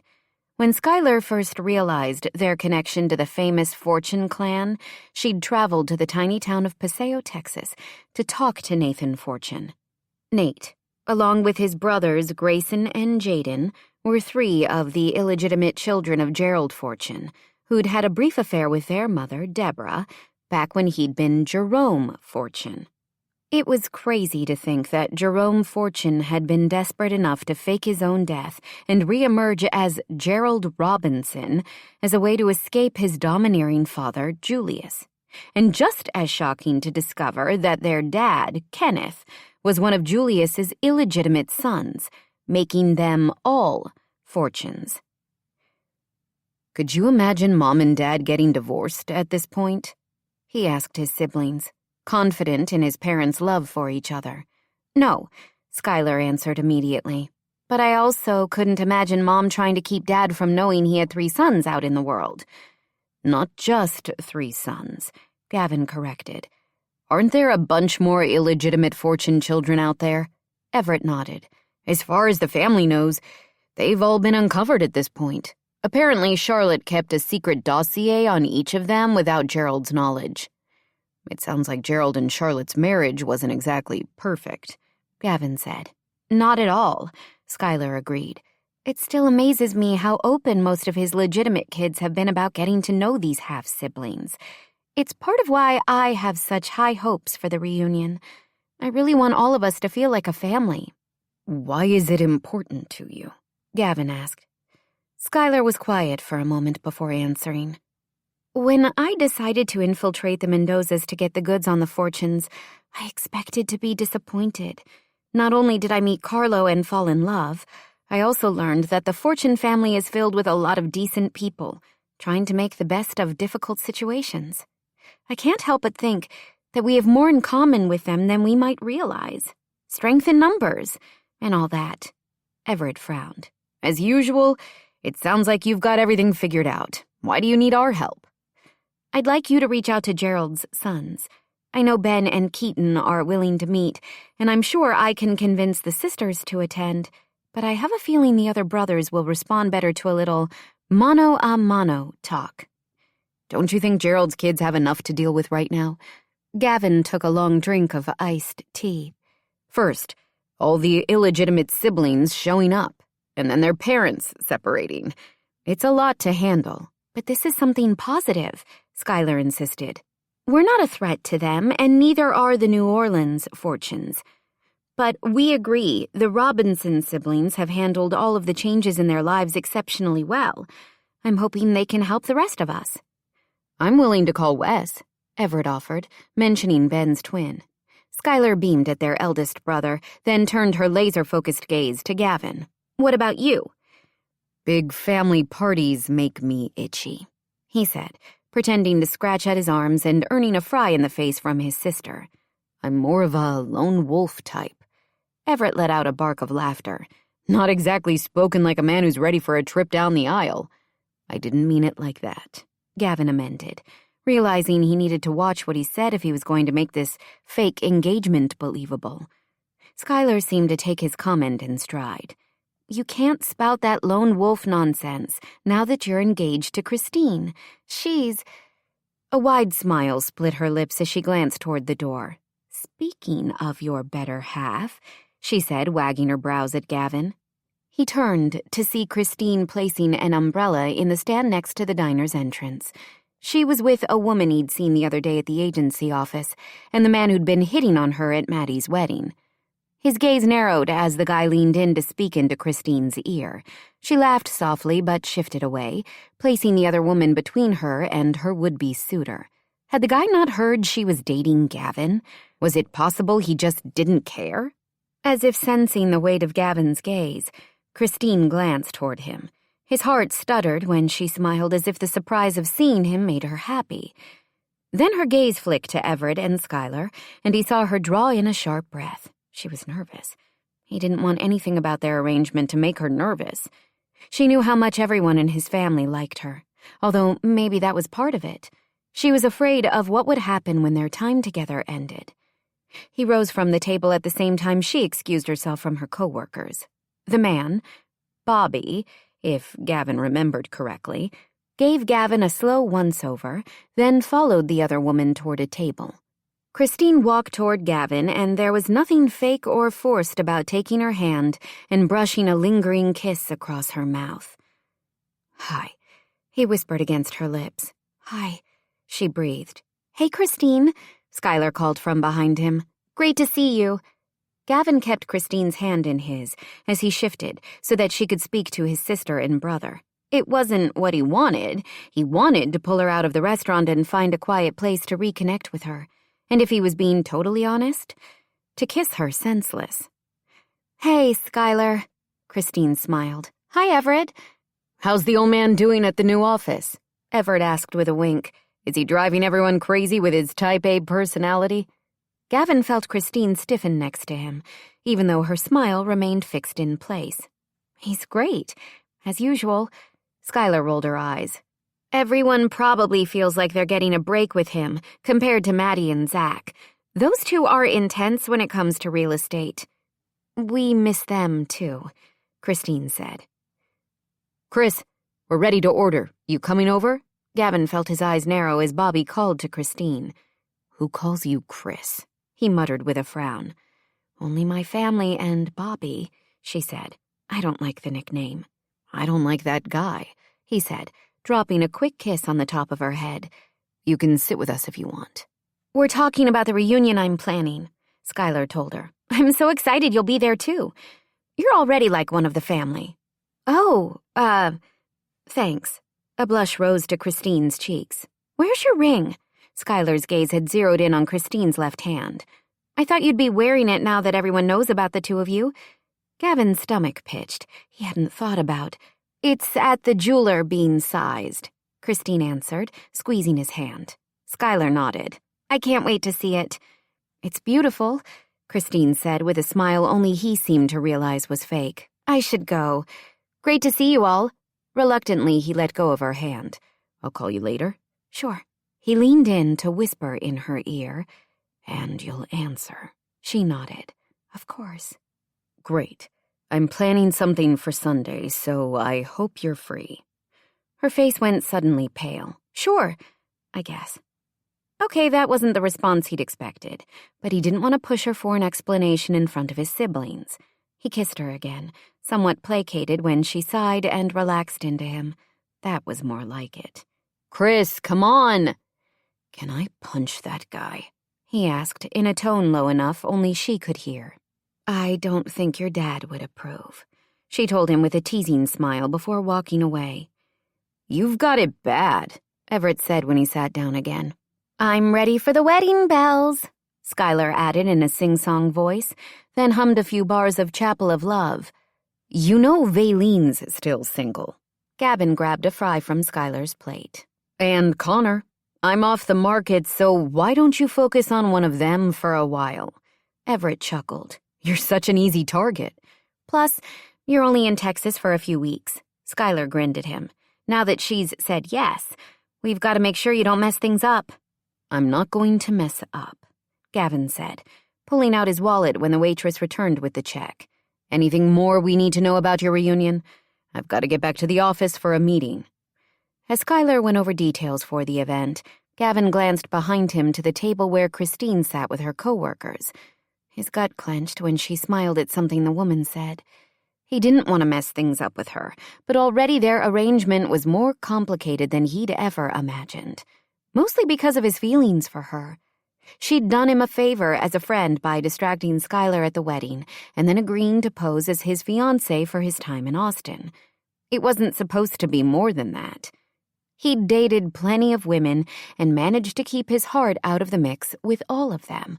Why was Christine different? She'd told him that she wasn't his type, and on the surface that might be true, but the connection he felt to her was undeniable. This crazy need to be near her made him both excited and anxious. He'd been joking when he made the crack about being a lone wolf, but it wasn't too far from the truth. With her sweet smile and gentle spirit, it somehow felt like Christine was changing everything. Chapter 9. Either Gavin Fortunato had missed his calling as an actor, or he was actually interested in her. Christine touched her fingertips to her lips when she was back in her office after lunch, imagining she could still feel the warmth of his mouth on hers. Although she'd been a bundle of nerves running into him at the diner with Skylar and Everett, he'd seemed relaxed and happy to see her. The way he'd taken her hand and then kissed her had made her feel like she was really his fiancée. But the rush of excitement brought on by that thought was followed almost immediately by a clenching in her heart. If she let herself believe that, it could only end in heartache. When this started, she'd expected to put on a show when they were around his family. She would never have guessed she'd be going on actual dates with Gavin, and while she knew she should keep her walls up because of the risk to her heart, there was no way to deny how much she wanted to be with him. She pulled her phone from her purse and dialed the familiar number. "Christine?" Her mother picked up on the first ring. "What's wrong?" "Nothing, Mom." Christine swallowed against the tension that accompanied every conversation with her mother. "I'm calling to say hi and see how you're doing." "It's the middle of the day," Stephanie Briscoe pointed out as if she might not realize it. "Did you get fired?" "No," Christine answered through clenched teeth. "You said you were running the real estate agency those Fortunatos own in Austin." "I still am. It was a promotion." "It sounds like a lot of work," her mother said dryly. "I wasn't sure you'd be able to handle it." "Mom," Christine sighed. How many times did she have to have some version of the "you can't handle your own life" conversation with her mother? "I've been working for Kenneth for 10 years. I'm good at my job. They trust me. They rely on me." "I worry," her mother whispered, indignation lacing her tone. "I'm your mother. That's my job." "Okay." Christine agreed, although her mother's concern had always felt more like judgment. "But I'm doing fine." She didn't mention the recent fall-off in business since the beginning of the year. In a meeting with Kenneth yesterday, they'd chalked it up to a normal post-holiday lull. But he hadn't seemed convinced, and neither was she. Things had gotten off to a great start when Maddie and Zach had first taken over. She hated the fact that they'd be returning to trouble, even though it had nothing to do with Christine's role at the agency. She wished she could mention the issues to her mother. It would be nice to have the kind of relationship where she went to her mom, or her dad, for that matter, for support and advice, but that wasn't the way of things, and she didn't expect their family dynamic to change anytime soon. "I'm glad," her mother answered. "I just want you to be okay." "I know, Mom." She didn't bother to mention that it was the other Briscoe daughter who needed her mother's concern. Her sister, Amy, had recently been fired from her job, and while she'd quickly been picked up by another salon, her spotty employment record was becoming a problem. Christine had successfully graduated college and had a career she loved, but Amy had floundered since high school, despite being a talented hairstylist. Their parents couldn't admit that the favorite daughter was the failure of the family, and Christine, whom no one had ever expected to amount to much, was thriving. She certainly wasn't going to point it out. She decided instead to get to the real reason she'd phoned. "I'm calling about Sunday. I might not be able to make dinner." "Christine, no. You promised when you moved back to Austin that you'd make an effort." "I have," Christine insisted, hating being put on the defensive. "I've come for dinner every week. It's important to your father and me that the four of us spend more time together. Your sister is going through a rough time, and she needs our support." Christine didn't want to hear about Amy's rough time, which most likely stemmed from too many nights of partying with her friends and the monumental hangovers that seemed to prevent her from showing up to work on time. "I understand, Mom. It's just one Sunday, I promise." "Why can't you come?" her mother demanded. "Are you behind at work and need to catch up?" "I have a date," Christine blurted. Silence from the other end of the line. "Since when?" Stephanie asked. "Who is this guy who wants to keep you from seeing your family? I don't like the sound of it." Christine had to work not to growl into the phone. She loved her mother, but for some reason the love she received in return always manifested in criticism. It had been that way since she could remember. Her mother had constantly commented on Christine's weight or lack of friends, comparing her to Amy, with Christine always falling short. "He's not trying to keep me from seeing you. I didn't mention it to him. Bring him to dinner," her mother answered simply. "What? You heard me? Unless it's some casual fling, or you're worried we won't approve. I want to know more about your life, Christine. Let us meet your boyfriend. I want us to be closer. After the incident with my heart last year, you know I've been reevaluating things and focusing on what's important. You're important to me, sweetie." Christine sighed. Just like that, all the fight went out of her. In addition to the position in Austin being a promotion, she'd taken the job to be closer to her family, and particularly her mother. Stephanie had a heart attack in March of last year, spending 4 days in the hospital, then successfully completing months of cardiac rehab. Christine appreciated everything her mom was doing to make better choices in her life. She might not feel like she belonged in her adventurous, outgoing family, but she loved them. In the hospital, her mother had told her she regretted that they hadn't been closer. She'd said she wanted another chance to repair her relationship with Christine. Wasn't that what every non-favorite child wanted to hear from a parent, even as an adult? "I'm not sure what time we're going out," she admitted. "But if it works, I'll bring Gavin to dinner." "Gavin," her mother repeated, her tone gentler now. "I like that name. Does he make you happy?" "Yes," Christine answered without hesitation. "So happy. Then I can't wait to meet him." Christine said goodbye and disconnected the call. She'd purposely not mentioned Gavin's last name, or that he was supposedly her fiancé. It was bad enough her mom would share with her dad and sister that Christine had a boyfriend. Christine still wasn't certain she'd have the nerve to take Gavin to Sunday dinner with her family, although the truth was he'd fit in better with them than she ever had. She turned her attention back to her computer. Kenneth had tasked her with reviewing the agency's historical contract data to find a pattern to help determine why many of their deals were suddenly going south. It was worrisome, but the task was something she could manage, unlike her feelings for Gavin. Right now, she needed to feel like she had control over something, and it certainly wasn't going to be her wayward heart. "We're doing what?" Christine felt her mouth go dry as she stared at Gavin. "Ziplining," he repeated softly, "if you're up for it." She concentrated on pulling air in and out of her lungs without hyperventilating. "Did you miss the part where I said I'm afraid of heights?" He smiled. "Deathly afraid," she added. He took her hand and drew her closer. They stood in the area between her kitchen and family room on Sunday morning, light spilling in from the window above the sink. Gavin had arrived minutes earlier and looked even more handsome in a casual cotton button-down shirt and jeans than he did in his normal work-week uniform of a suit and tie. His hair was slightly rumpled, and a thick shadow of stubble covered his jaw, like he hadn't bothered to shave for the entire weekend.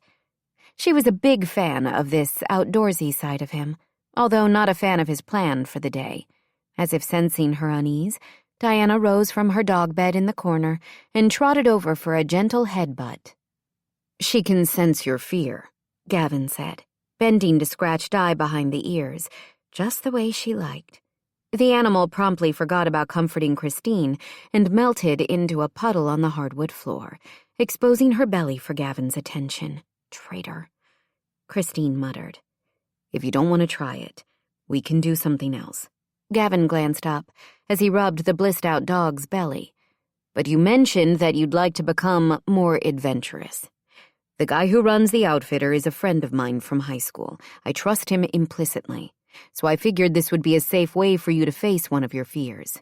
Safe, she repeated, testing the word on her tongue. How could she possibly be safe while harnessed to a cable and soaring through the air? I'll keep you safe, he said, straightening and looking into her eyes with so much sincerity that it took her breath away for an entirely different reason. A reason that made her knees go weak. Do you trust me? She nodded, not convinced she could manage actual words at the moment. One side of his mouth curved as if her answer made him happy. Are you ready for an adventure? He asked. She nodded again. His smile widened. I promise you'll be okay. She said goodbye to Princess Di and followed Gavin out of the house, locking the door behind them. When they'd gotten into his vehicle and turned onto the ramp for the interstate, he smiled at her. How was your week? Long, she admitted. And busy. Maddie and Zach return later tonight, right? She nodded. I'm glad they got away, but it's too bad it was such a short honeymoon, and they're coming back to... She broke off. Not sure how much to reveal about the drop in business at the agency. What's going on at the office? Is everything okay with Dad? He's amazing, as usual, she answered immediately. Why do you ask? You had a strange reaction when Everett asked about him in the diner the other day. She shook her head. It's not your dad. I'm not sure whether it's supposed to be a secret or not, but there have been some strange things happening with some of our deals lately. What kind of strange? We're losing clients and having trouble with existing contracts. It doesn't make sense based on how strong business was right out of the gate. I'm not sure what's going on, but your dad's upset about it. Does Maddie know? Not yet. It came to light this week, but there's definitely a pattern. Your dad didn't want to bother them while they were on their honeymoon. We're scheduled to meet to go over reports and trends tomorrow morning. She and Zach will figure it out, Gavin said, smoothing his thumb across the back of her hand. There has to be an explanation. I hope so. We all had such high hopes for the Austin office. She stared out the window as the scenery changed from urban to more rural. It was one of the things she loved about Texas, the wide-open spaces. Even in the middle of the city, there was a sense of the cowboy spirit that made the state so special. Austin had a different vibe than Houston had, a more eclectic atmosphere with most folks taking the local slogan, "Keep Austin Weird," quite seriously. Do you miss Denver? She asked, glancing toward Gavin. His fingers tightened slightly on the steering wheel. I miss heading up to the mountains to ski on the weekends, he admitted. Denver still has a bit of the cowboy feel to it, so it's not that different from Austin. A lot sunnier and less humid, I guess. My hair would love it. She tugged on the ends of her long locks. Some days I'm a massive frizzball no matter how much product I use. Your hair is amazing, he said. The color is so bright. She groaned softly. They used to call me Carrot Top in school. I hated having red hair. It makes you special, he told her. You make me special, she wanted to say, but managed to keep her mouth shut. She'd told herself she would stay in the moment today and not worry about what might happen with Gavin or how much being with him made her heart happy. Nope, she was keeping her heart out of the mix. He exited the highway onto a 2-lane road that led into the rolling hills north of the city. You doing okay? Gavin squeezed her hand, and she hoped he didn't notice her sweaty palm. I can't believe I agreed to this. She leaned forward when the first zipline tower came into view, the seatbelt stretching across her chest. It's so high. You've got this, he assured her. If only she had his confidence. He parked in front of a cabin that seemed to be the outdoor company's office. Austin Zips, read the sign above the covered porch. Gavin got out of the Audi and walked around to her side. Her body felt weighted with lead, but she forced herself to climb out and pasted a smile on her face. "Looks like fun," she said, shading her eyes as she gazed up at the ropes course that had been built behind the office. "Liar," Gavin whispered. She laughed. "It's the stuff of my worst nightmares," she admitted. "But I'm going to face my fears." Gavin leaned in to kiss her. "That's my girl." "Fortunato!" A man's deep voice rang out from the door to the office. "Hey, Mark," Gavin called. "Thanks for letting us come out on such short notice. It's our slow season," the man said as he walked forward. "But I'd always make time for you, buddy. I hear you're now one of the bigwig fortunes." Gavin's expression didn't change, but Christine felt a wave of tension roll through him. "You know how things go," he said casually. "It just means an even larger family." "Sure." The man agreed affably. As he came down the steps, Christine couldn't help but smile. Gavin's friend could have been the Keep Austin Weird poster child. His sandy blonde hair was long enough to be held back in a man bun. Despite the temperatures hovering in the low 50s, he wore a pair of board shorts and a floral print silk shirt, like he should be hanging on a tropical beach instead of in the middle of nowhere outside Austin. He shook Gavin's hand and did a couple of friendly backslaps, then turned to Christine.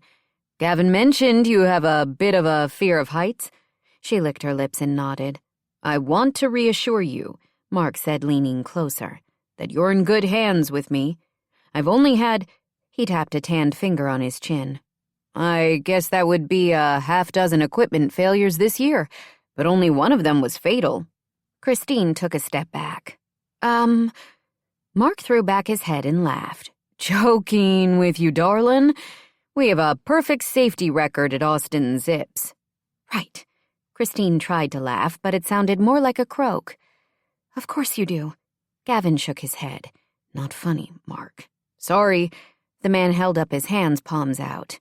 "We're going to make this easy and fun. By the time you're finished, you'll be shouting, 'More, Mark. Give me more.'" Christine felt her eyes go wide.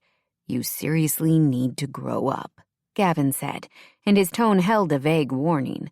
Mark seemed to get the message, because he launched into an in-depth overview of the zip lines, the safety procedures, and inspections that occurred each day, and the standards his company followed to ensure a safe and fun experience for its customers.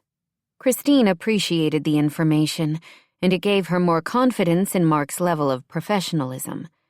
"We're going to take the mule out to the first platform.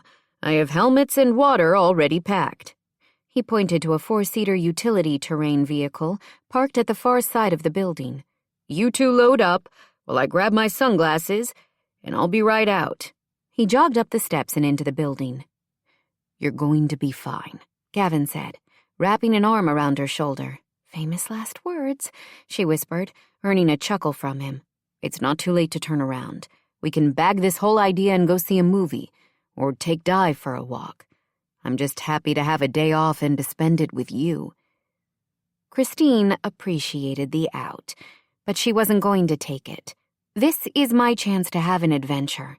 She flashed what she hoped was a confident smile as they got into the mule with Gavin following, even if it's a mini-adventure. "The first of many," he told her. The sun had warmed things enough to turn it into a perfect January day in Texas. She kept her focus on the blue sky and how nice it felt to be sitting so close to Gavin as Mark joined them and they headed across the rolling hills. The zipline course was situated about a quarter-mile from the building, traversing along the perimeter of the woods that bordered the property.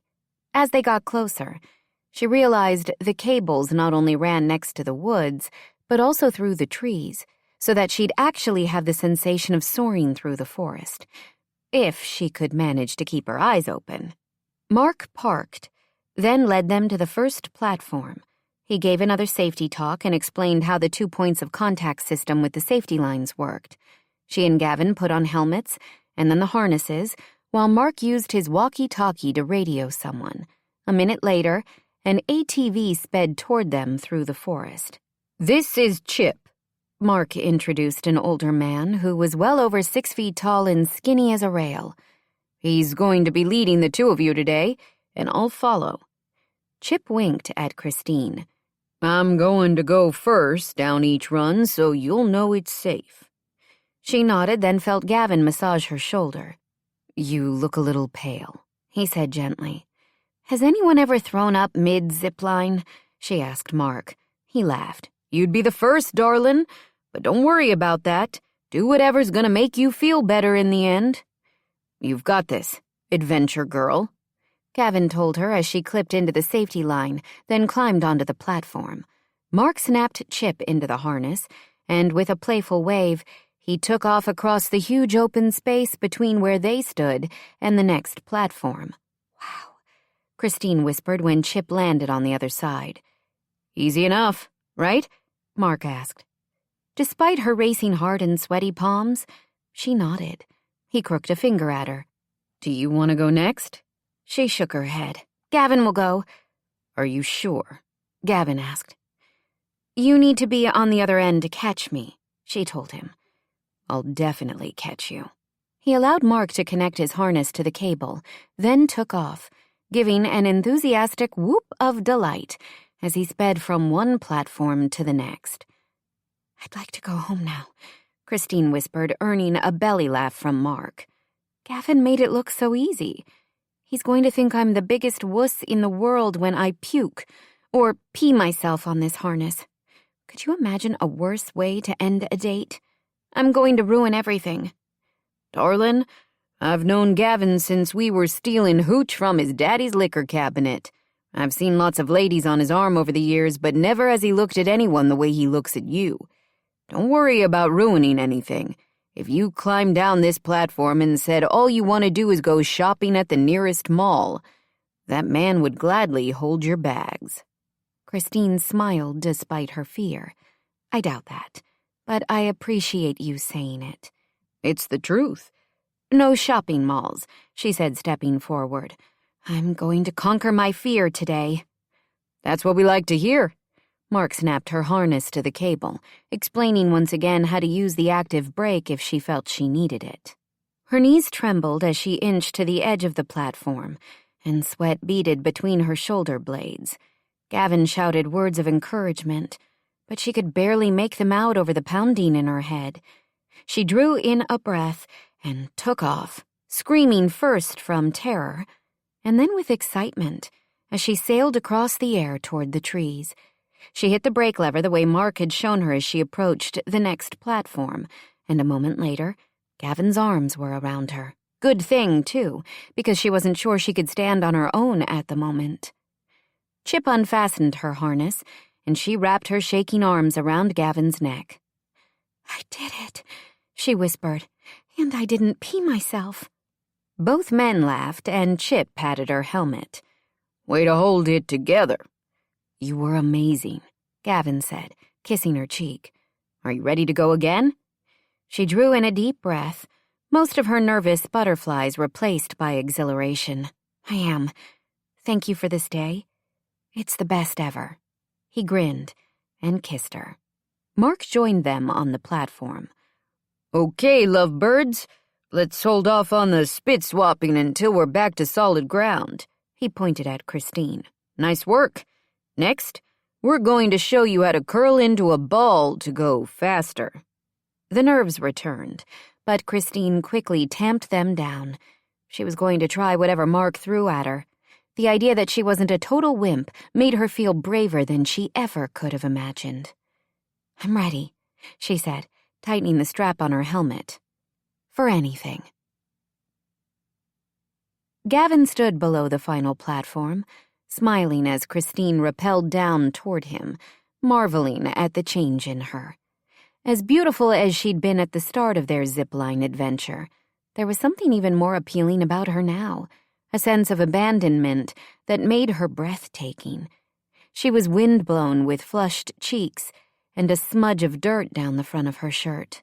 She hopped down the last few feet, grinning widely and doing a funny little dance with her upper body as Chip unstrapped the rock climbing gear from her waist. "She's a hell of a sport," Mark said, handing Gavin a bottle of cold water. "I can't imagine bringing a woman who's deathly afraid of heights out here and having her handle it like a champ." "She did great," Gavin agreed. "You like her?" "She's extremely likable." "Nah." Mark nudged his arm. "I mean, you really like her." Gavin paused in the act of opening his water bottle. He hadn't mentioned the engagement to Mark. It was one thing with his family, but he figured it would be better to keep his story simple where he could. The pretend engagement definitely complicated things. But he did really like Christine, way more than he ever would have guessed at the beginning of their arrangement. Was that only a week ago? How had his feelings changed so quickly? "Where did the two of you meet?" Mark asked. "She worked for my dad for years and now runs the Austin branch of the agency." "So you thinking of moving back?" Gavin felt himself frown. "My life's in Denver," he said quietly, suddenly understanding the point his siblings had been trying to make when they said a job was not the same thing as a life. Mark slapped him gently on the back. "Not that I'm trying to skim your milk, but if the long-distance thing doesn't work out, I may have to swoop in to comfort her." Gavin thought about the expiration date on their arrangement, and his gut tightened. "No one's swooping in with Christine," he told his old friend. Mark only laughed. "You've got it bad," he said, then walked forward to help Chip put away the equipment. Christine grinned as she approached, pumping her fists in the air. "Did you see me?" He smiled, pushing aside his discontent over the boundaries and timeline that defined their relationship. "You were amazing." He wrapped his arms around her waist and lifted her off the ground. She smelled like a tantalizing mix of shampoo and the outdoors, fresh and clean. "Skydiving next?" She laughed and kissed him. "Let's not get crazy." When he lowered her to the ground, she cupped his cheeks in her palm. "Thank you, Gavin. I would never have done something like this on my own." "I had no doubt you could."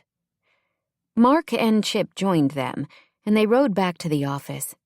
Christine laced her fingers with his like it was the most natural thing in the world, and damn, he wanted it to be. "How about the ropes course?" Mark asked Christine with a wink. "It should be a piece of cake now that you're a master of heights." Gavin expected her to decline, but she nodded and grinned at him. "Sounds great to me. What do you think?" "Let's go," he told her. And for the next hour, they traversed the suspended ropes course, crossing bridges and climbing through obstacles. He could tell she was scared, but never let that fear slow her down. The sky was beginning to turn shades of pink and orange by the time they headed back toward Austin. Christine pulled out a pen and a small notebook from her purse and ticked off a list of other activities she wanted to try, now that she knew she could overcome her fear of heights. Gavin's chest constricted as he listened to her plans. He could see himself with her on every adventure, from bungee jumping to riding the roller coasters at the state fair.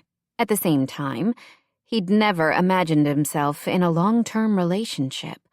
Part of what allowed him to be so open with Christine was, ironically, knowing their time together had a built-in expiration date.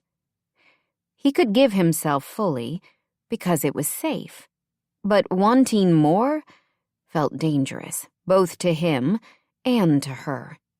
He didn't want to hurt her, but his past had shown him that he wasn't the type of man who had more to give a woman like her. "When did your fear of heights start?" he asked, needing to get out of his own head and the doubts swirling there. "You managed today like a pro." Her grip tightened on the notebook. "My family went on a vacation when I was younger to a water park near Galveston. We were all supposed to go on this super high slide, but I didn't want to." "Because of your fear?" She tugged her bottom lip between her teeth. "Not exactly," she admitted after a moment. "I was overweight as a girl. It was a pretty big issue for my dad. He'd been a Marine and physical fitness was important to him. My younger sister was always into sports, and I never felt like I fit in. We're a year apart, and as we got older, my dad started taking us on extreme vacations. I could never keep up, so I think maybe I developed all my fears, heights, water, and speed, as a way to have an excuse not to participate. So if you didn't participate, what happened? Her smile was sad. The first couple of trips were difficult, because he'd try to force me to do things. Eventually, I just stayed behind with my grandma. While your family went on vacation without you? It wasn't a big deal, she insisted. In fact, I had a much better time with my Grammy than I would have if I'd tried to keep up with the rest of them. Christine. Anyway, that's how it started. She gave him a smile that was as bright and brittle as a piece of cut glass. But today changed everything. Thank you. You don't have to thank me. I'm glad I could be there with you. Now, what are you thinking for dinner? She sucked in a breath and glanced at the clock on the Audi's dashboard. Oh no, is it really after 5? He nodded. Time flies and all that. I'm supposed to be at my parents' for dinner by 6. It felt like we zip-lined for 30 minutes. More like 3 hours plus time for the ropes course. Where do your parents live? On the west side of Austin, near Westlake Hills. I could. They want you to come too. She blurted, then covered her face with her hands. I'm sorry. I should have said something earlier. I tried to get out of the dinner, but I told you my mom thinks that Sunday dinners with the 4 of us will somehow bring us closer. I don't. I'm sure it sounds horrible, she continued, shifting her hands to glance at him from the corner of her eye. I don't blame you for not wanting to go, but it's out of the way to go all the way back to my place. If you just drop me off at my parents' now, after dinner I can call an Uber. I don't mind going, he interrupted, reaching out to tug her hands away from her face. I'd like to meet your family. She wrinkled her nose. Why? Because I want to know you better, he said with a laugh. You know my family, and they all love you. My family is different from yours, and not in a good way. It doesn't matter. There's nothing to learn about me from meeting them. If your mom wants me there, I don't want to rebuff the invitation. Are you sure? She sounded even more nervous than she'd been before the zipline tour. I can make an excuse. This definitely wasn't part of our arrangement. I'd like to join you for dinner with your parents and sister, he said gently, but only if you're okay with it. If not, I'll drop you off around the corner, then come back and pick you up when you're ready to leave. Seriously? She couldn't help but ask. You'd do that for me? Gavin was quickly coming to realize he'd do just about anything for this woman, but he wasn't about to admit it out loud. That's what friends are for, he answered instead. Chapter 10. Christine tried not to look like she was about to throw up as she opened the door to her parents' house and led Gavin inside. At this point, she would have taken skydiving, maybe even without a parachute, over introducing him to her family. The prospect of it had seemed manageable during the drive, thanks to Gavin's quiet confidence, but the reality of it was a different story. "Chris?" her mom called from the kitchen, and she grimaced. She hated the nickname her family still insisted on using. It brought back memories of being a chubby kid with an unfortunate bowl haircut that made her look like a boy. She'd tried her hardest to fit in, but ended up feeling lousy about herself most of the time. She wanted to believe she'd shed her self-doubts the way she had her extra weight, but it was easier when she was away from this house and her family. "Hi, Mom," she said with a forced smile as she entered the kitchen. Her mother looked up from where she was cutting tomatoes for a salad, her eyes widening at the sight of Gavin.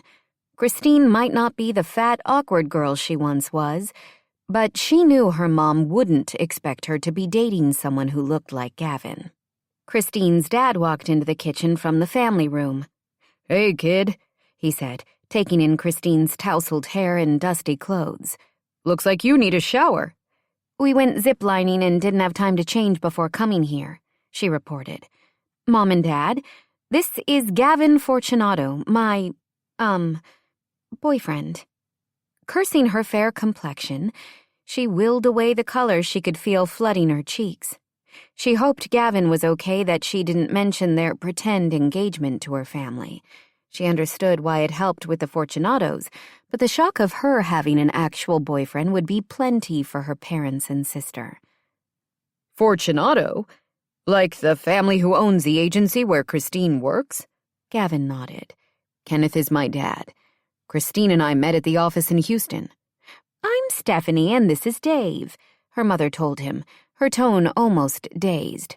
Are you a real estate agent? Nice to meet you, Gavin said smoothly, walking forward and shaking first her father's hand and then her mother's. I'm actually an attorney, and I'm sorry Christine and I are a bit of a mess. She just had to do the ropes course after we finished the zipline tour, and time got away from us. Dave Briscoe gave a disbelieving laugh. Chris on a ropes course? You've got to be kidding. I'm not. Gavin pulled out his phone. She did fantastic. Would you like to see the photos? Her mother put down the knife. I would. Did they have a harness big enough for her? The comment came from behind her, and Christine turned, her chest tightening as her sister, Amy, sauntered into the room.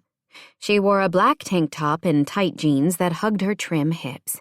Amy placed an empty beer bottle on the counter and gave a bubbly laugh, like this was all a big joke. Oh, wait. She's not fat anymore. I always forget. I lost the weight years ago, Christine said through clenched teeth. Gavin gave her sister the barest hint of a smile, then took out his phone and pulled up the photos for her mother. Good for you, Christine, her mom said, taking the phone from Gavin and scrolling through the photos. You don't look scared at all.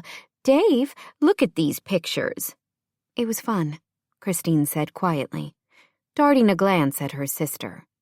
Historically, Amy did not respond well to Christine getting attention from their mother. Do you live in Austin, Gavin? She moved around the counter, tugging on the hem of her tank top, revealing more of her world-class cleavage. Christine glanced at Gavin, but he didn't seem to notice. How is that even possible? Denver, he answered. I'm in Austin for a few weeks because of work. Do you ski? Whenever I get the chance. I'm road tripping up to Vail with some friends next month. I just ordered a new set of twin tips. Sounds great, he said, but shifted closer to Christine. She tried to take comfort in his presence, but couldn't seem to settle her nerves. Amy, Mom said you lost your job. I got another one, Amy snapped. A better one. She turned to Gavin. We're looking to do the back bowls, expert terrain only. You should meet us up there. It's an awesome group. Thanks for the invite, he said. Chris doesn't ski, Amy announced, as if Christine had tried to make Gavin believe that she did. There's no way she'd be able to handle even the bunny hill. She laughed again. Don't even get me started on a chairlift. With her fear of heights, you should take a look at the photos, Gavin told Amy as Christine's father handed back his phone. She's got that fear of heights under control. Christine glanced toward her father, who was studying her like he'd never seen her before. It had been so easy to believe she'd conquered the worst of her fears when they'd been in the middle of their date. Now she felt as awkward and bumbling as she always had with her family. It's nice to see you smiling, Dave said finally, inclining his head toward Gavin's phone. Not exactly a ringing show of support, but it felt like a huge endorsement from her normally recalcitrant father. Amy must have noticed it, too, because her eyes turned hard. Let me show you my workshop while the women finish up dinner, Dave told Gavin. Got a beer cooler out there stocked with cold ones. Gavin nodded, but looked at Christine's mom. Do you need help with anything? Christine watched her mother's face soften. Her parents loved each other, but theirs was a traditional marriage with the bulk of the household duties falling to Stephanie. She could tell it meant a lot to her mom that Gavin offered to help. Once again, Christine reminded herself that today was merely a detour on the trajectory of their relationship, which couldn't end in anything but heartache for her. How much of her heart she gave him was the only question. "Thank you for the offer," her mom said, blushing slightly. "But I've got things under control. Dave is so proud of his workshop. You go with him." "I'd love a beer then," Gavin said to her dad and followed Dave toward the garage that housed his workshop. "He's so handsome," her mom said when the door closed behind the two men. She fanned a hand in front of her face. "Makes me feel like I'm having a hot flash." Christine knew exactly how her mother felt. "It's difficult to believe you landed someone like him," Amy said, opening the refrigerator to pull out another beer. The workshop was their father's man cave and a space where Christine's mother rarely ventured. Instead, she kept a few beers stocked in the kitchen fridge for when friends or her daughters stopped by. Of course, Amy didn't bother to offer one to Christine now. "He's great," Christine murmured, hoping to avoid an in-depth conversation about Gavin. The Briscoe women might not be close, but she feared that her mom and sister would be able to read the lie of their relationship on her face nonetheless. "What's he doing with you?" Amy asked, as she popped the top on the beer bottle. "Be nice," their mother chided. "We have a lot in common," Christine said, automatically going to the cabinet to begin setting the table. It was the second Sunday of the month, so that meant meatloaf. She could smell it baking, and the scent brought back both good and bad memories from childhood. Her mother had always been a great cook, although it still embarrassed Christine to remember herself as a girl, trying to take an extra portion at mealtimes or sneaking into the kitchen late at night to munch on leftovers. Amy took the napkins out of the drawer and followed Christine to the table. "Like what?" How was she supposed to explain her connection to Gavin? On the surface, they were a mismatched pair, but he seemed to like her just the way she was.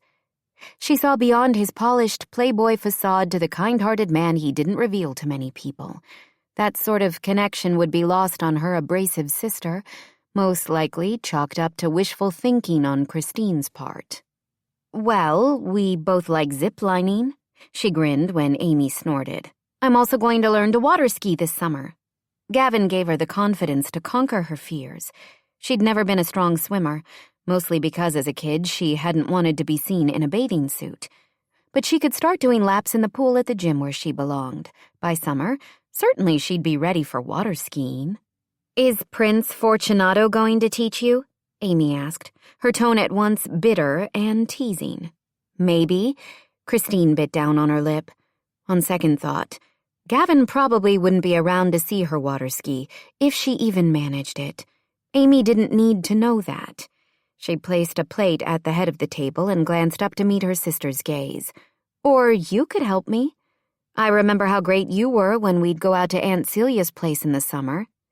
"That's a lovely idea," their mother said, clapping her hands together. "I'd love to see you girls doing something together." Amy looked torn between shooting down Christine and placating their mother. "If I have time," she agreed eventually. "We'll see." Christine smiled even as her stomach pinched. She wished she understood where the animosity between the two of them had originated. Their parents loved them both, although Dave Briscoe had made it clear that he wished he'd had a son. Amy had done her best to fill that void by being a rough-and-tumble tomboy growing up, interested in sports and cars, and whatever else she thought would bring her closer to their father. Christine had been the odd one out, so Amy's constant resentment didn't make sense. But it had persisted just the same. Maybe it was silly that she still wanted a relationship with her sister, but she couldn't help it. "It's obvious Gavin really likes you," Stephanie said, ignoring her younger daughter. "I like seeing you this happy." "Thanks, Mom." Amy grumbled a bit more, but they managed to get dinner on the table without an outright argument. Christine's father was more animated than she'd seen him in years during the meal. It was clear he liked Gavin, and Christine felt the all-too-familiar guilt that she was exposing her family to their fake relationship. Obviously, her parents would be sorely disappointed when she and Gavin parted ways. But she consoled herself with the knowledge that at least Now they saw her as more than just their boring, awkward daughter. Thanks to Gavin, she felt like so much more. She made an excuse about needing to prepare for a Monday meeting, and they said their goodbyes soon after dinner. The sun had fully set while they were at her parents', and she was grateful for the cover of darkness, so she had a bit of time to regain control of her emotions. The ride back to her house was quiet, and she wasn't sure what to make of Gavin's silence. Her family and her role in it were the polar opposite of the tight-knit Fortunato clan. Even discovering the connection to the famous Fortunes had only seemed to bring them closer. She couldn't imagine anything that would truly bridge the distance in her family. When he pulled up in front of her condo, she pasted on a smile and turned to say goodnight, only to have him lean across the front seat and fuse his mouth to hers. Her breath caught in her lungs, and she immediately relaxed into the kiss, even though the intensity of it shocked her. "That was fun," he whispered against her lips. She pulled back with a soft laugh. "You must be talking about the kiss, because dinner with my family was about as much fun as a root canal." "They don't give you enough credit," he said, his tone serious. She shrugged. "It's hard to break old patterns. You wouldn't understand because your family is perfect." "Hardly," he answered with a snort. "I don't think any family is perfect." They both looked out the front window as headlights turned down the street, illuminating the front of the Audi. "I need to take Princess Di for a walk," she said, her heart suddenly beginning to pound in her chest. "Any chance you want to join me?" It was such a simple question, yet it felt funny requesting something from Gavin. He had initiated most of the time they'd spent together, and it felt strange to be so nervous, like somehow she was imposing on his evening. He flashed a small, almost grateful smile. "I'd love to." They walked to her condo hand in hand, and she unlocked the door, immediately greeted by the dog. While Gavin got busy loving up Diana, Christine pulled on a heavier jacket and took the dog's leash from its hook in the laundry room. She grabbed a flashlight as well, and they headed out to the street. "My family sometimes feels larger than life," Gavin said as they walked, Princess Di happily sniffing the edge of the sidewalk as she trotted along. "We all have big personalities. It's one of the things I liked best when I first started with Fortunato Real Estate," Christine admitted. "Your dad is great, and it was fun when any of the kids or your mom stopped by the office." "Yeah, we're a ton of fun." Gavin scrubbed a hand across his jaw, the scratchy sound reverberating in the quiet of the evening and doing funny things to Christine's insides. "But growing up, it was hard to get noticed. There were so many of us doing different activities. Honestly, my mom is a saint for handling all of it. But that's part of how I became an adrenaline junkie. All of my antics were a way to get attention." "Really?" Christine was shocked by the admission. "The adventurous side of you seems so natural." He shrugged. "I guess it is by this point. But sometimes it feels like a compulsion, rather than something I do because I love it. Don't get me wrong. I like to have fun. But I wonder if there's more to me than working and taking off on the weekend for more thrill-seeking." "I think there is," she said softly. "I don't even own a houseplant," he told her out of nowhere. She frowned. Okay." "I know that sounds random," he shook his head, "but I'm not exactly known for my skills at adulting. I have a great job, but even at the firm I'm the guy who woos the prospective clients. I move too fast to be able to stay with one for the long haul, so much that it's a shock I'm in Austin for so long. I admire your dedication and how steady you are." "Thank you," she whispered. "And your sweetness and loyalty," he continued. As the dog blissfully investigated a nearby shrub, Gavin turned and cupped her cheeks between his palms. "Your family doesn't have any idea how lucky they are to have you." She swallowed the emotion that threatened to clog her throat. She wanted to believe that. It didn't matter that she was a grown woman and had made a wonderful life for herself. The fact that she'd never fit in with her parents and sister was like an itch that she couldn't seem to scratch. always distracting her from allowing herself to be truly happy. "I'm lucky to have you," he continued, and her heart soared, "even if it's only for a few weeks. I'm grateful for our time together." Right, like a balloon that had been stuck with a pin, her happiness deflated, thanks to the reminder that their arrangement was temporary. Gavin might enjoy being with her, but he wasn't looking to make this into something real. He had no problem remembering the parameters of their relationship. Why did she? "We should head back," she said, pulling away and tugging on Di's leash. "I actually do have a meeting first thing tomorrow with Maddie and Zach."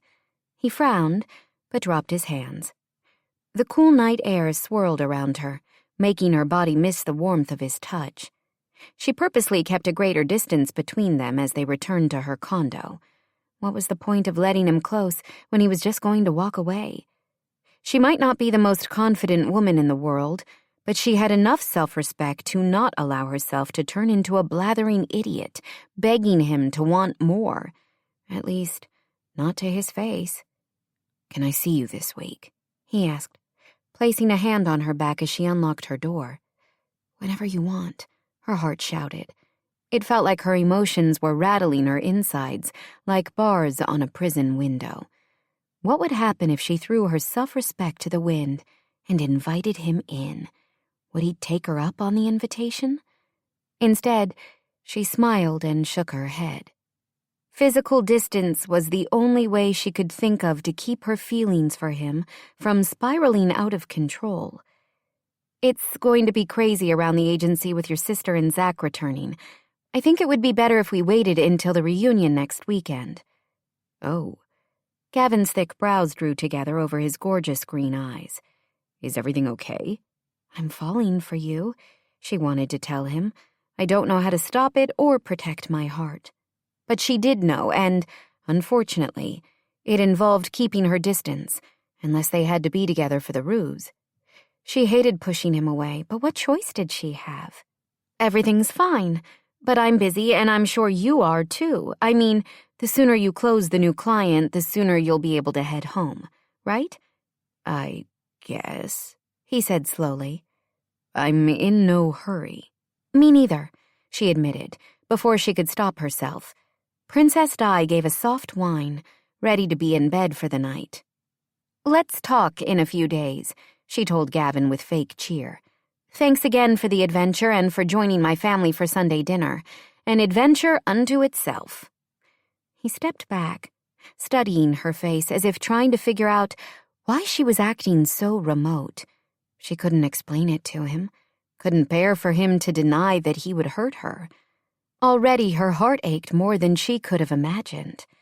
"Good night," she said, and slipped into her quiet house. Chapter 11. Gavin tugged on the collar of his crisp white shirt as he approached Christine's front door Saturday night. He hadn't been this nervous about a date since... Well, he'd never been this nervous. Other than a couple of awkward phone conversations and a few random texts, he hadn't spoken to her since the previous Sunday evening. He wasn't sure what went wrong. They'd had a perfect day, even if the visit to her parents had been a tad uncomfortable.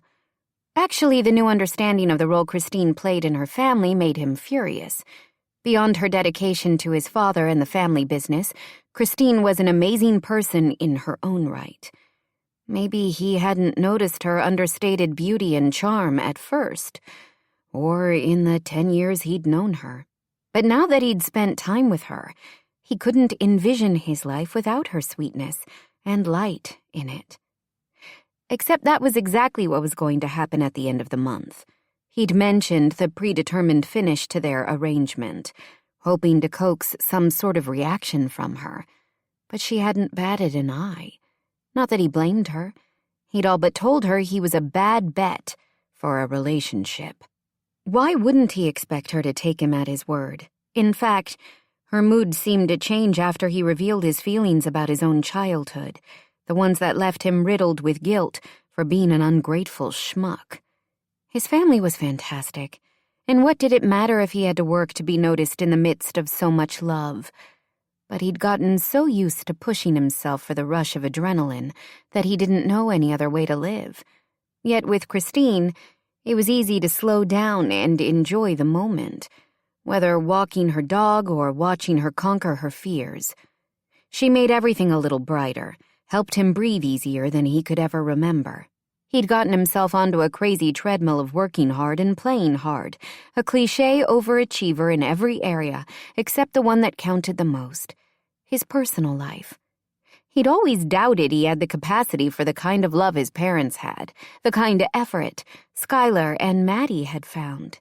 As crazy as it was, and despite the unexpected way their connection had come about, he saw that potential with Christine. And now he doubted she'd give him a chance to prove it. He knocked, smiling as Princess Di gave a loud woof on the other side of the door. "I'm ready," Christine said as she opened it. Gavin started to smile, then felt his jaw go slack. "Wow," he murmured as he took her in. "Is this dress okay?" She smoothed a hand over the front of the soft fabric. The dress was black and strapless with a thin sash around the waist and fell to just above her knees. She'd paired it with a delicate gold necklace, dangling earrings, and a pair of the sexiest heels he'd ever seen. This was a Christine he hadn't seen before. Her hair was swept to one side and fell in soft waves over her bare shoulder. His fingers itched to touch it, to touch her. He wanted to pull her close and hold on all night. Skylar said cocktail attire, but I don't want to seem overdressed. "You're perfect." He shook his head. His brain jumbled as if he were the ball in an arcade pinball machine. "So damn beautiful." She laughed, and a blush stained her cheeks. He'd missed seeing that rosy glow. He'd missed her so much it made him feel like a fool. It had been 6 days, barely any time at all, and yet... He leaned closer, breathing in the delicate scent of her. "What are you doing?" she asked with a laugh, taking a step back into her condo. "Making sure you hadn't changed shampoos since I saw you last." "You're crazy," she told him. "For you," he confirmed. Di nudged Christine's legs, trying to reach Gavin. "Hey, girl," he said, bending to scratch behind the dog's furry ears. "I missed you too." "Gavin," Christine's tone was serious. He frowned as he straightened, wondering what he'd done wrong now. "Yes?" "You look nice, too," she said almost shyly. He swayed closer, ready to meld his mouth to hers, but she turned away, grabbing her purse from the entry table. "We don't want to be late. Skylar wants the family there before the New Orleans Fortunes are scheduled to arrive at 4. "There's plenty of Fortunatos to handle the welcome." He moved closer, crowding her a little. Her breath hitched, and it gave him so much satisfaction to know she wasn't as unaffected by him as she acted. "It's important," she insisted. He sighed. "You're right. Of course. Of course." "First, I have something for you." He pulled a small velvet pouch from the inside pocket of his suit jacket. Her mouth formed a small O as she watched him take a 6-pronged diamond solitaire engagement ring from the pouch. "I think you need to be wearing a ring when we get to the reunion." "Yes," she breathed, then pressed 2 fingers to her lips. "I mean, you're right. You didn't actually ask me anything." She stared at the ring. "But yes, just the same." It made him ridiculously happy to hear her say yes. He slipped the ring onto her finger. "It's on loan from one of the firm's clients, who owns a chain of jewelry stores throughout Texas."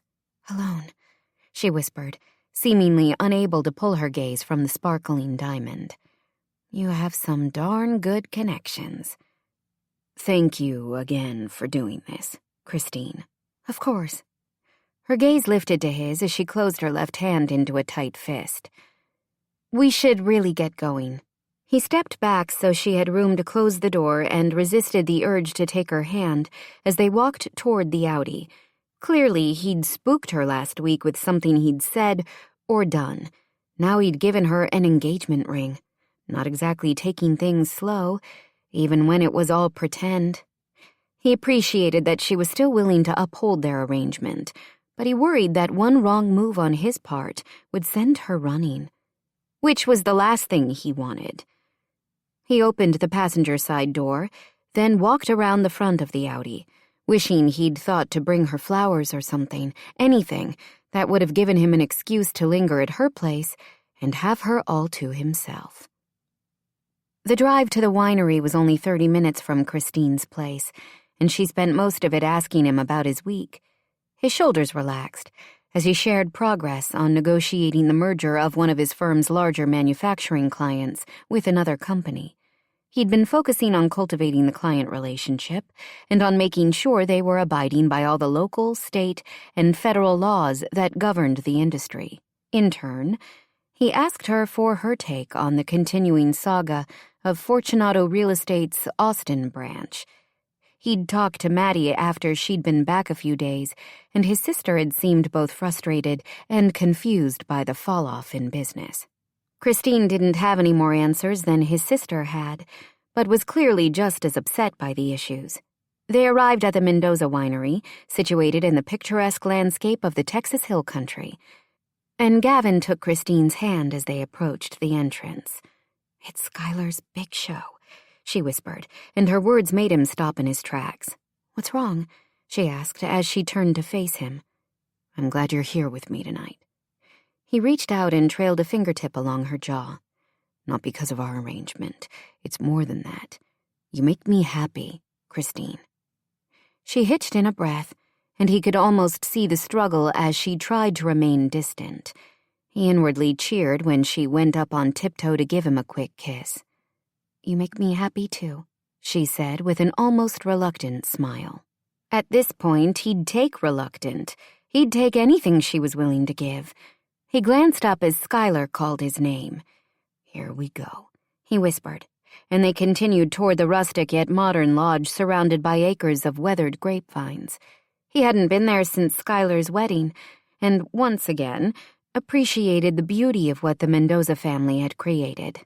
Skylar greeted Christine with a warm hug and a friendly chuck on the shoulder for Gavin. "You're late." "I'm here now." She rolled her eyes. "I bet the only reason is Christine." "Maybe," he admitted.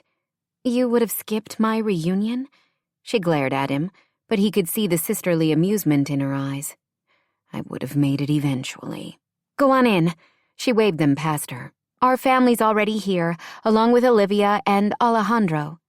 She glanced at Christine. "I wish I had a cheat sheet to give you for keeping all of the fortunes straight. Olivia is one of Gerald Robinson's daughters. She and Alejandro Mendoza first met when he came to Austin from Miami for a wedding. They're pretty cute together." She checked her phone. "Nolan just texted. He and his brothers and sisters are on their way." "Are his parents coming?" Gavin asked, thinking of his father. Skylar's mouth pinched into a thin line. "Their names are Miles and Sarah," she said quietly. "They didn't make the trip from New Orleans. Some kind of prior commitment, according to Nolan." She shook her head. "I don't think that's the truth." "How did Dad respond?" "He's taking it in stride. I think he's disappointed, but hopefully the Robinson siblings will show. That would help take his mind off Miles, as well as the trouble with the agency. Apparently Fortunato Real Estate isn't the only company having problems. Olivia told me her dad is stressed out because of some glitch with a processor manufactured by Robinson Tech. There's talk about a giant recall. It's as out of the blue as the trouble at the agency. I'm hoping this night will help everyone focus on more positive things." "It's so nice that you put all of this together," Christine said. "Family is important, no matter how different the members of it might be." "I couldn't agree more," Skylar beamed. "I'm so glad you're here. We all are." Gavin saw Christine's shoulders stiffen slightly, although not so much that Skylar would notice. He knew what it meant, and quickly ushered her into the winery. "We're going to be okay," he told her in a hushed tone. "No one is going to get hurt in all of this." She smiled, but her eyes remained strained. "I know." Glancing around the interior of the winery, her features softened again. "It's gorgeous." "Weren't you here for Skylar's wedding last year?" It embarrassed him that he didn't remember, but surely she would have been invited. Christine was important to his family. She'd been a constant in their lives for a decade. The thought made guilt wash over him once again. Why hadn't he noticed her before now? She shook her head. I was invited but couldn't attend. My mom had a heart attack last spring, so I spent a lot of time with her. He stopped and stared down at her. I didn't realize. She seems healthy now. She is, Christine said with a nod. It's part of why she's so intent on the family dinners and all of us getting close. She's gotten a new lease on life. You have some explaining to do, son of mine. At the sound of his mother's voice, he turned to see her approach, her arms held wide. Hi, Mom. He bent to hug her, breathing in the familiar scent of the perfume she'd worn since he was a kid. You look lovely. You look like you've been keeping secrets. She pulled away and wagged a finger at him. I'll deal with that in a minute, she said, then turned to Christine. First, let me say hello, and congratulations to this beautiful girl. Hi, Barbara. Christine leaned in to hug his mother. It's nice to see you. You too, dear. Barbara took her hand. Kenneth tells me you're doing great things in Austin. He had such fun working with you last week. It seemed like old times, Christine admitted. I'm surprised he was willing to hand the reins back over to Maddie and Zach without a fight. Barbara laughed. Don't let him fool you. He's loving every minute of retirement. Probably because he gets to spend more time with you, Christine said, and his mother looked pleased at the compliment. Seriously, how was it that Christine hadn't been snatched up before now? Beautiful, sweet, smart, and possessing one of the kindest hearts he'd ever met. Some man was going to be lucky to have her as his wife. The thought that it wouldn't be him made Gavin's stomach turn like he'd just eaten food that had gone bad. But he knew she deserved someone better, someone who could give her the kind of devotion she deserved. Speaking of spending time with people, his mother turned her knowing gaze back to him. Why was this relationship kept a secret? Gavin opened his mouth to answer, but Christine placed a hand on his. It was my decision, she told his mother. I wanted a chance for us to get to know each other, just the two of us, before we shared it with the family. His mom smiled. We can be a bit much. In the best way possible, Christine said, and Barbara gave her another hug. We're thrilled for both of you, his mom said. She held up Christine's hand. It's a beautiful ring, lovely and classic, just like the woman wearing it. I hope this means... Mom, Gavin grimaced. Please don't give us pressure about planning a quick wedding like Skylar and Maddie have been. We're taking our time. She took Gavin's hand and squeezed. I was about to say, I hope this means you'll be spending more time in Texas, and not that we're going to lose Christine to Colorado. I'm in Austin until the end of the month, he said, choosing not to directly answer the question. Of course, his mother already knew his plans for the next couple of weeks, but he wasn't about to address his future with Christine, not when his hold on her at the moment felt tenuous at best. His mom inclined her head to study him before her attention was drawn to the front of the room. Our New Orleans guests have arrived. I'm going to collect your father and go say hello. Christine moved to his side as his mother crossed the room. What is it about the Fortunes, legitimate or not, being so darn attractive? You have some mighty gorgeous genes in your family. He chuckled, despite the tension running through him. Each new leaf uncovered in the mess of a family tree Julius Fortune had planted added additional complications to all their lives. Of course, last year the Fortunato branch had been the ones complicating everything. As Gavin watched his parents greet the new arrivals to this odd family reunion, he had to agree with Christine. 7 of the 8 newcomers to the party were clearly related, he assumed, based on how they resembled each other, much the way he and his siblings looked alike. He'd done a bit of research on Miles Fortune and his New Orleans family. Nolan, who was the youngest son and a recent transplant to Austin, looked the most comfortable. Gavin guessed that had something to do with the woman on his arm, a brunette with long hair and a sweet smile. The rest of the group seemed hesitant to join the party, and Gavin didn't blame them. They were all making the best of a difficult situation. "None of us got to meet Julius Fortune," he said tightly, "but by all accounts he was a sorry excuse for a man." "Yes," Christine agreed, shifting closer so that the length of her body was pressed against him. Was it an unconscious move on her part? Or could she possibly know how much comfort he took in her nearness? Despite that, his sons have good lives, and from the looks of it, amazing families. I think that says something about all of you. If nothing else, remember you have that in common with your new relatives. "Thank you," he whispered, placing an arm around her shoulder. "You make everything better." She tipped up her chin to stare at him, as if his words surprised her.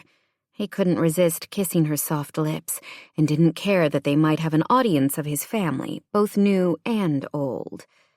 "Ah, young love," his brother Connor drawled as he gave Gavin a hearty slap on the back. "You two are damn adorable." Gavin threw an elbow, but Connor dodged it with no problem. "And you're a pain in the—" "Hi, Connor," Christine said, breaking apart from him. His brother leaned in for a quick hug. "Hey, lovely lady. It's great to see you." He hitched a thumb in Gavin's direction. "How did you get mixed up with this clown?" "Just lucky, I guess," Christine answered, taking Connor's teasing in stride. He winked. "Well, let me know if he gets out of line. I'd be honored to step in as your overprotective brother." Gavin snorted. "You realize the two of us are actually related? What happened to you being too busy to come down for this?" "Blood relations can't be helped," Connor answered. "And I wouldn't have missed this reunion. What do you think of the new crew?" "I think we can all appreciate what they're going through, dealing with the knowledge of our shared family history." He shrugged. "I also think it's interesting that Dad's half-brother isn't making an appearance tonight." "I don't see any of the Robinsons here tonight, other than Olivia," Connor added. "I'm a little surprised at that. They've all seemed fairly open to this bizarre turn of events." "I'm sure it's been tough with Gerald and Charlotte separating. Maybe that changes things for some of them. I couldn't imagine Mom and Dad ever breaking up." "Thank heavens for that," Connor agreed. "I've heard that Charlotte hasn't taken the separation well." "Can you blame her?" Christine asked, and Gavin realized there were things she didn't understand about the situation. He shrugged. "Apparently she knew about her husband's infidelities and kept some kind of a dossier on the illegitimate kids he'd sired." Christine's big eyes widened. "That's awful." "No doubt. I'm going to grab a drink, then head over to introduce myself to the newcomers," Connor told them. "Can I get either of you something?" "I'm fine for now," Christine responded. Gavin shook his head. "Me too." When Connor walked away, she took Gavin's hand. "It means a lot to Skylar that all of you are here." She glanced to where his sister and Carlo were talking to Nolan Fortune, tall and lean with dark brown hair. He held tightly to the hand of the woman at his side. "I think we should join them." He nodded, unsure of why he felt so out of sorts, or how to explain the way having Christine at his side soothed him. They approached the foursome, and Skylar smiled gratefully. "Let me introduce you both to my brother," she said. "This is Gavin and his fiancée, Christine Briscoe." She inclined her head toward the other couple. "Gavin, meet Nolan Fortune and his fiancée, Lizzie Sullivan." "Thanks for coming tonight. I heard you've moved from New Orleans to Austin recently." The man nodded, his brown eyes warm. "I'll always love Nola, but my heart's in Texas, so this is where I belong." He leaned in and dropped a gentle kiss on the top of Lizzie's head. "It's good that we all get together." "I couldn't agree more," Gavin answered. "Carlo and I are going to check on the food," Skylar said. "If you or any of your siblings need anything, Nolan, just let me know." "Will do." The man glanced around as Skylar and Carlo walked away. "I think I could use a glass of the Mendoza wine I've heard so much about." Gavin motioned to one of the servers holding a tray of wine glasses. "I can help with that." Each of them took a glass of wine, and after thanking the server, Gavin lifted his glass. A toast to new family and friendships. Sometimes the best endings come from the strangest starts. Nolan and Lizzie shared a long look. I feel like we should ask how you two met, Christine said. There's a story there. Lizzie smiled. It's a strange start, she admitted. I saw Nolan playing in a jazz band in Austin the holiday season before last, and we struck up a conversation from there. Nolan draped an arm over his fiancée's shoulder. But we didn't reconnect until this past December. I tried my best to mess things up, but she gave me another chance. Best moment of my life. Gavin watched Christine's eyes light as she listened to the other couple. For all of her practicality, he realized she was a romantic at heart. And how had he honored that? With deals and arrangements, boundaries and timelines. What a fool he'd been. How about the two of you?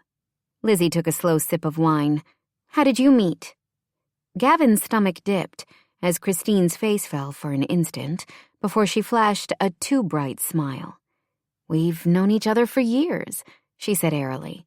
It's the classic friends first scenario.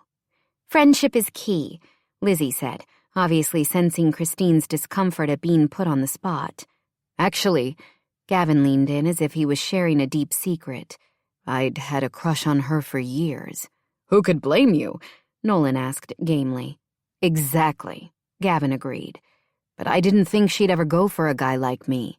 He has a bit of a reputation, Christine offered, then added in a stage whisper, as a player. No. Lizzie patted a hand on her chest, feigning shock. But I knew I'd have to be a better man to earn my place at Christine's side. Gavin twirled the stem of the wineglass between two fingers, the truth of that statement hitting him like a Louisville slugger to the chest. So You became one, Lizzie finished. Working on it, Gavin clarified. Most of us are a work in progress. Nolan lifted his glass to study the burgundy liquid inside. This wine is fantastic. Gavin was grateful his new relative was giving him an out on a subject that cut a little too close to home. It's a private vintage. They only bring it out for special occasions. I'm sorry my dad wouldn't... Nolan cleared his throat. Couldn't be here for this. I know my parents would love to meet him. What about the other brothers? Gavin felt his mouth drop open. What other brothers? You don't know about Gary and David? He shook his head. Nolan ran a hand over his jaw. Our fathers weren't Julius Fortune's only illegitimate sons. He had two more. I wondered about that, Skylar said, rejoining the group. I heard Ariana Lamont, or I guess Fortune now, the reporter who married Jaden of the Paseo triplets, made a reference to there being others. Why didn't you say anything? Gavin asked, his gut tightening once again. From what I could tell, the Paseo Fortunes were ambivalent about all of this. It was before Gerald and Deborah had reconciled, so Jaden seemed to care more about protecting his mom from being hurt again than uncovering any more fortunes. I think Ariana dropped it out of respect for Jaden's wishes. Our dad has known about his birth father for a while, Nolan revealed, leaning in closer to his fiancée. He's done some research on his own over the years. Julius Fortune was a real piece of work, Gavin muttered. Quite true, Nolan agreed. Skylar shook her head. We've got to stick together in all this. There's too much stressful stuff going on already, and we can't let Julius's mistakes continue to haunt us. I only wish the rest of the Robinsons had been able to make it. As if on cue, Olivia hurried over to them. She held her cell phone in front of her like it was a poisonous snake. Glancing around wildly, her gaze settled on Skylar. What's wrong? Skylar asked as Olivia took a shuddery breath. Conversation in the lodge fell silent as everyone's attention focused on Olivia. She swiped her hands across her cheeks. A fire, she whispered. Someone set fire to our family home. The Robinson estate has been destroyed. Chapter 12. Christine registered the collective gasp that went up in the room at Olivia's words. Skylar wrapped her arms around the other woman's slim shoulders as the Fortunatos and New Orleans fortunes moved to surround them. "What happened?" Kenneth asked, making his way through to the two women. Olivia blinked several times as Skylar released her. Alejandro Mendoza took his wife's hand, and Olivia leaned into him, clearly needing the support. Christine knew Olivia's courtship with Alejandro had been a whirlwind, and she'd even heard whispers that the engagement had been a sham at the beginning. Clearly the two were soulmates, and she couldn't help but wonder if she and Gavin might also have a happy ending to their strange beginning. Olivia shook her head as Alejandro pulled her closer. "We don't know exactly how it got started, but my brother Wes overheard the fire chief talking about suspected arson. Dad's the only one living at the estate at the moment, although Deborah is there quite a bit, and each of us stops by when we can." She glanced at Skylar. "We were all getting ready to come here. I think if someone did this purposefully, they must have known the estate would be empty tonight. In fact, things would have been worse except—" Her voice broke off as a sob escaped her lips. "What is it?" Skylar demanded. "Is everyone okay?" Olivia shook her head. "I asked Ben to stop by the house and pick up a couple of photo albums. Apparently he got there when the fire was really raging. He called 911, but tried to fight it on his own before the firefighters arrived. She paused again, placing a hand over her mouth as she shook her head. Christine automatically reached for Gavin's hand. Kenneth placed a gentle hand on Olivia's arm. "Tell us," he whispered. "Is your brother okay?" She gave a small shrug. "We don't know. He's on his way to the hospital.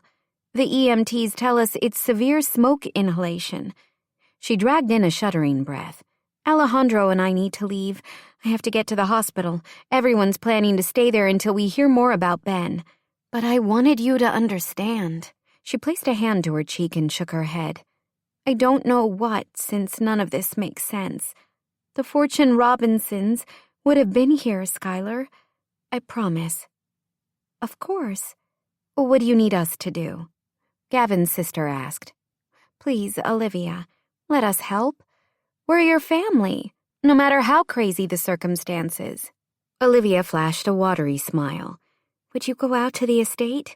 It kills me that there's no one from the family there, but our priority is Ben.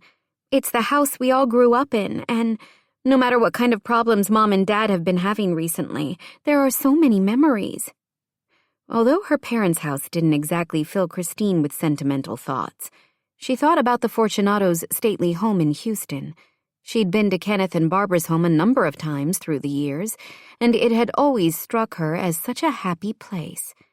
As if the walls held on to the memories of children growing up there, and of the bond among the Fortunato children. If the Robinson estate was anything like that, the loss of it would be far greater than simply physical property. "Of course," Skylar said, and the entire room seemed to nod in unison. "I've got to go," Olivia whispered. "Do you need someone to drive the two of you?" Gavin asked, stepping forward. "With the shock and upset—" "Thank you," Alejandro interrupted, "but we'll be fine." Olivia nodded. "My family and I appreciate your willingness to help. We're grateful for each of you." With that, she and Alejandro turned and walked out of the winery. There was a moment of heavy silence before the room exploded in shocked murmurs and muted conversations. Gavin quickly grabbed a chair from a nearby table and climbed up. He shot Christine a grateful smile when she lifted 2 fingers to her mouth for a sharp whistle that drew everyone's attention to him. "The fire at the Robinson estate is a tragic turn of events," he began, "especially if the cause of the blaze turns out to be arson." He drew in a breath, as if he felt the shocking possibility like a blow. "But the Fortune Robinsons need us now. All of us. We may not know each other well yet, but this is the time when we become one family." Pride bloomed in Christine's chest as she glanced around to see all eyes riveted on Gavin as he spoke about the importance of solidarity and support. Even though most of his work was done in boardrooms with company leadership, she could imagine him in a courtroom, commanding the attention of judge and jury. He tasked Valine and two of the New Orleans fortunes, the oldest brother, Austin, and the baby of the family, Belle, with rounding up blankets, snack baskets, clean clothes, and toiletry kits to take to the hospital for the Robinsons during the time they were keeping vigil for Ben. He asked Everett, his doctor brother, to head directly to the hospital to use his connections to facilitate whatever he could for the family. Skylar volunteered to coordinate meals, and Maddie offered to secure a furnished rental house for Gerald Robinson and stock it with groceries and other household items before he got there. Christine smiled and nodded as Gavin met her gaze across the sea of fortunes. How was she supposed to do anything but fall in love with this man? Oh. She placed a hand on her chest as panic washed through her. She was in love with Gavin. It was more than a crush or infatuation. So much for guarding her heart, so she wouldn't be hurt at the end of this. The knowledge that the end was inevitable did nothing to stem the tide of emotions she felt for him. The week of keeping her distance was forgotten like yesterday's news. After easing herself away from the group as Gavin mobilized everyone who was left to head to the estate, she hurried to the bathroom and splashed cold water on her face. Nothing had changed about her outward appearance. She saw the same blue eyes and red hair holding its style, thanks to a truckload of product, pale skin that looked a bit pastier than normal, thanks to her panic-inducing revelation. But inside her was a tumbling avalanche of doubt and fear. It was difficult to believe that her heart, which was so sure and full at the moment, could be in grave danger of shattering at the end of the month. She took a few steadying breaths, then headed back out. Gavin waited in the dimly lit hallway. "You don't have to do this," he said quietly, his face a stark mask. Had he somehow read her mind? As if she had a choice on what her heart wanted, who her heart wanted. It had always been him. She swallowed and tried to figure out how to explain her emotions to him without sending him running in the other direction.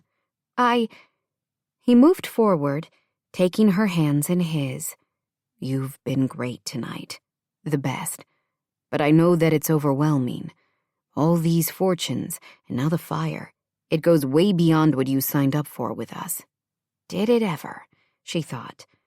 "I can drop you at home before heading to the estate. I totally understand that you might not want to be a part of this mess. We're not your problem, so stop." She shook her head. He'd completely misread her reaction, but she couldn't blame him. She'd tried to pull away this week. Look where that had gotten her. "I'm going with you to the estate, if you want me there." "Of course," he answered without hesitation. The intensity of his gaze made her breath catch. "You've been the most amazing sport about all of this." She choked out a laugh. So much for his devotion. A good sport? It was as if she could feel her heart splintering into 1,000 pieces. She swallowed and tried not to let her emotions show. This was her chance. He'd given her an out. She should be smart and take it. "It's all part of our deal," she answered with forced cheer. His brows drew together, and he opened his mouth as if he wanted to argue with her assessment, then snapped it shut again. "Are you ready?" She nodded and followed him out of the winery. The only people left were servers, cleaning up the deserted party. "You did an amazing job of rallying everyone," she told Gavin, as they pulled away from the curb. "We attorneys like to hear ourselves talk," he said with a wink. "You do that too much." He chuckled. "Talk? Downplay the good things you do," she clarified, and saw his knuckles tighten on the steering wheel.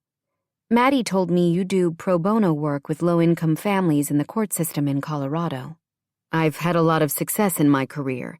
It's easy to give back in some small way." According to her, "You devote a ton of hours to the cause. I have time on my hands when ski season ends." "Gavin." She adjusted the seatbelt strap so she could turn toward him. "This is what I'm talking about. I'm not sure why you want everyone to see you as this cavalier party guy, but it's a mask." "Hiding my insightful thoughts in hidden depths. Yes, she answered simply. You're a good man. I wish you could see yourself the way I do. A muscle worked in his jaw as he accelerated onto the interstate. I wish I could be the man you see, he said after several long minutes. They drove the rest of the way to the Robinson estate in silence, although it was more comfortable than awkward. At some point, Gavin reached across the front seat and laced her fingers with his. She was coming to expect the way he seemed to need to touch her, as if she grounded him in the midst of the chaos swirling around them. They exited the highway and drove through an upscale neighborhood of mansions. Christine gasped when the estate came into view. She hadn't seen the house in person before today, but given Gerald's success in the tech industry, she'd imagined it as spectacular. It probably had been prior to today, but now she could only describe the scene in front of her as horrific. Fire trucks still lined the driveway, although the fire had been out long enough that the remains of the building were no longer smoking. The west section of the mansion, which clearly housed the garage, was still intact for the most part. As for the rest of the building, the walls that were left were no more than a blackened shell. Most of the structure was rubble and ash. Do you really think it was arson? Christine asked, as they parked behind Kenneth's Mercedes. Gavin seemed as stunned by the scene as she felt. I can't imagine who would do something like this. I've never heard rumblings that Gerald has any sworn enemies. If a person set a fire intent on doing this much damage, they must really hate him. It's unbelievable. They got out of the SUV and joined the rest of the family who had assembled on the driveway in front of what should have been the front door. Has someone talked to the fire chief? Gavin asked his dad. Not yet. Kenneth shook his head. I think we're all paralyzed in the face of this much destruction. They're lucky Ben was the only one injured in the blaze.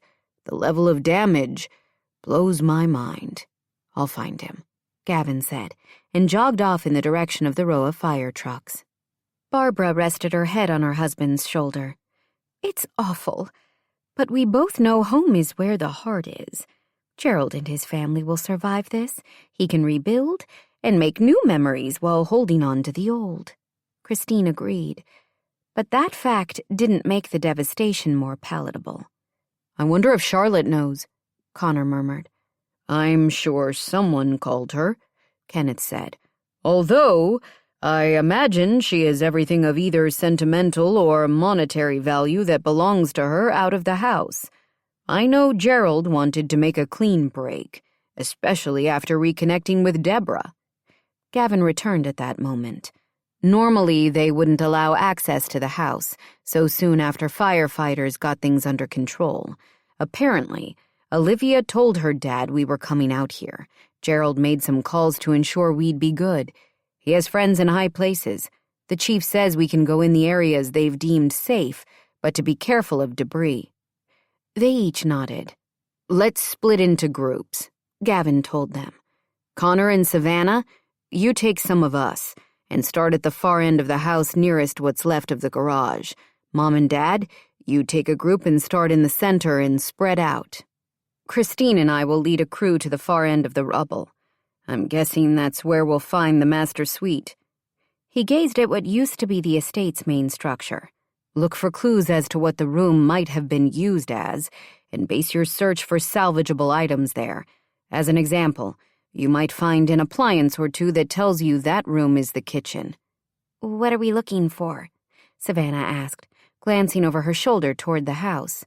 Anything of value, either financial or sentimental. Don't worry too much about pedigree or authenticity on any of the pieces we collect. This day is going to haunt the Robinson family, and I'd like them to know we were able to save something.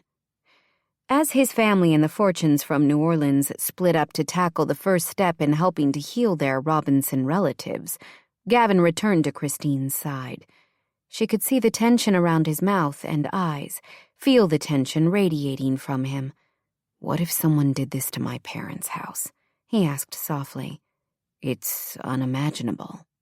Once again she tamped down her doubts and wrapped her arms around his waist. We're going to get them through this, she promised. You're one family now. That matters. He blew out a breath and kissed the top of her head. "You have no idea how glad I am that you're here with me." "There's no place I'd rather be," she assured him, and together they followed his family into the wreckage. Chapter 13. It was almost midnight before Gavin walked Christine to the door of her condo. "This was not the night I'd planned," he told her, rubbing a hand over his eyes. They'd stayed at the Robinson estate until darkness made it dangerous to pick through the destruction. Although the house had been effectively torched, they'd managed to find a number of personal mementos that remained undamaged. They'd put the items into boxes and driven them to the rental house Maddie had secured. It had seemed a sorry collection pushed into one corner of the empty garage, but Gavin hoped they'd bring some comfort to Gerald and the rest of the family. They'd gone to grab dinner with Maddie, Zach, Skylar, Carlo, and Connor. Somehow Gavin needed the tangible reminder of his connection with his siblings. With everything going on from new fortune revelations to the trouble with the family business to the fire, being able to laugh with his family was a balm to his soul. Had he been wishing for life as an only child just a couple of weeks ago? What a fool he'd been. His family was a gift. Just like this time with Christine. He'd taken both for granted. That was his problem, and why he knew he had to let Christine go at the end of all this. He didn't have enough inside him to give her what she deserved. "No one can plan for tragedy," she said, pulling a keyring out of her purse. "It's how a person handles it that shows what they're made of." She turned to him. "You were strong, articulate, and compassionate tonight. It says so much about you as a person." Damn. He wished he were a better man because walking away from Christine was going to hurt like hell. "Right back at you," he said, then did a mental eye roll. He must have used up all his decent words earlier, because he couldn't seem to form a coherent thought at the moment. She unlocked the door and opened it to allow Princess Di onto the small porch. The dog's tail wagged enthusiastically as she greeted first Christine, then Gavin with a headbutt to the legs, before trotting down the steps to do her business in the bushes. "Do you need to walk her?" he asked, smiling at the dog. He really needed a pet. Maybe having something to come home to would help his outwardly exciting life feel not so lonely on the inside. "I could." "One of my neighbors took her out earlier." Christine leaned inside and flipped on a light. "She'll be ready to hunker down for the night after her potty break." "Right." Gavin rubbed a hand along the back of his neck. "I guess I should." "Would you like to come in for a bit?" she asked, almost hesitantly. "Yes," he breathed, thanking the heavens for her invitation. It was ridiculous, this constant need to be with her. Reckless to allow himself to depend on her in any way, but he couldn't help himself. She was like a cool drink, and he'd been in the emotional desert of his own making for far too long. She whistled for the dog, and Diana came loping back up the steps and into the house. "Let's talk about your mad whistling skills," Gavin said as he closed the door behind them. She grinned. "What can I say?" His insides tightened as a blush stained her cheeks when she added, "I'm good with my mouth." If she'd smacked him over the head with a sledgehammer, he couldn't have been more shocked. He felt his mouth drop open, and desire pounded through him, flooding his veins with a sharp yearning. Before he could get his muddled brain to form a response, she turned away. "Would you like a drink?" she asked over her shoulder. "A glass of water?" "Sure." She toed out of her strappy heels, and just that innocuous movement made another wave of need crash through him. Once again, her pink-painted toes were the sexiest thing he'd ever seen. She continued to the kitchen, hanging her purse over a chair. She took a dog biscuit from the cookie jar on the counter and then tossed it to Princess Di, who expertly caught it. The dog padded over to her bed, while Christine pulled 2 glasses from an upper cabinet and filled them. All the while, he stood rooted in place, every cell in his body tingling with awareness and, Lord help them both, unbridled lust. "Gavin?" She stared at him with wide eyes from the kitchen, as if he were a hungry lion and she was the proverbial lamb invited to his feast. "I was joking about the mouth comment," she said with a hesitant laugh. "I went too far. I'm sorry." Her apology jarred him from his lust-filled stupor. He ate up the distance between them in 3 long strides. "You never need to apologize," he said, cupping her face in his hands. "Yours is the most tantalizing mouth in the universe." He kissed her, nipping at the corner of her lips. "I thank my lucky stars each time you kiss me." She moaned in the back of her throat as he ran his tongue along the seam of her lips. "Open for me," he whispered, and she did, her tongue mingling with his until his mind was swimming once more. He ran his fingers through her hair, the way he'd been longing to all night, plucking out the thin pins that held the style in place. At this moment, he didn't give a damn that she was too good for him. He couldn't find it in himself to care about anything except the feel of her pressing into his chest, her curves, her scent, the sweetness of her very essence. Then she pulled away, and Gavin wanted to growl his protest. Was she going to send him away? Close herself off the way she had in the past week? He wasn't sure he could take that distance again. "Why haven't we had sex?" she blurted, her eyes a little hazy but otherwise focused intently on his. Just when he thought she couldn't surprise him anymore, another inadvertent blow sent him reeling. I'm trying to respect you," he said, the words ringing false, even to his own ears. Her delicate brows drew together until she wasn't so much frowning as glaring at him. "You only sleep with women you don't respect." "No," he answered quickly. "I didn't mean that. What I'm trying to say is—" Oh, hell. What was he trying to say? "You don't want me like that," she supplied, and it took a moment for her words to register in his muddled mind. Right now, the majority of his brain cells had gone on hiatus, allowing the lower half of him to take over the controls. That half wasn't exactly known for its good judgment. "I want you in every way possible." He moved forward, and she stepped back as if putting distance between them was an unconscious response. No, he couldn't let her put up a wall between them, not tonight. He softened his tone and let his need for her flood his gaze. His career, and the choices he'd made to keep himself closed off in his personal life, had made him a master of the poker face. He wondered if he'd ever been like Christine, whose beautiful emotions were written on her face. "You agreed to help me because of the pressure from my family," he said slowly, needing the words to come out right. Knowing this moment mattered. "I don't want to take advantage of that, of you." One side of her mouth kicked up.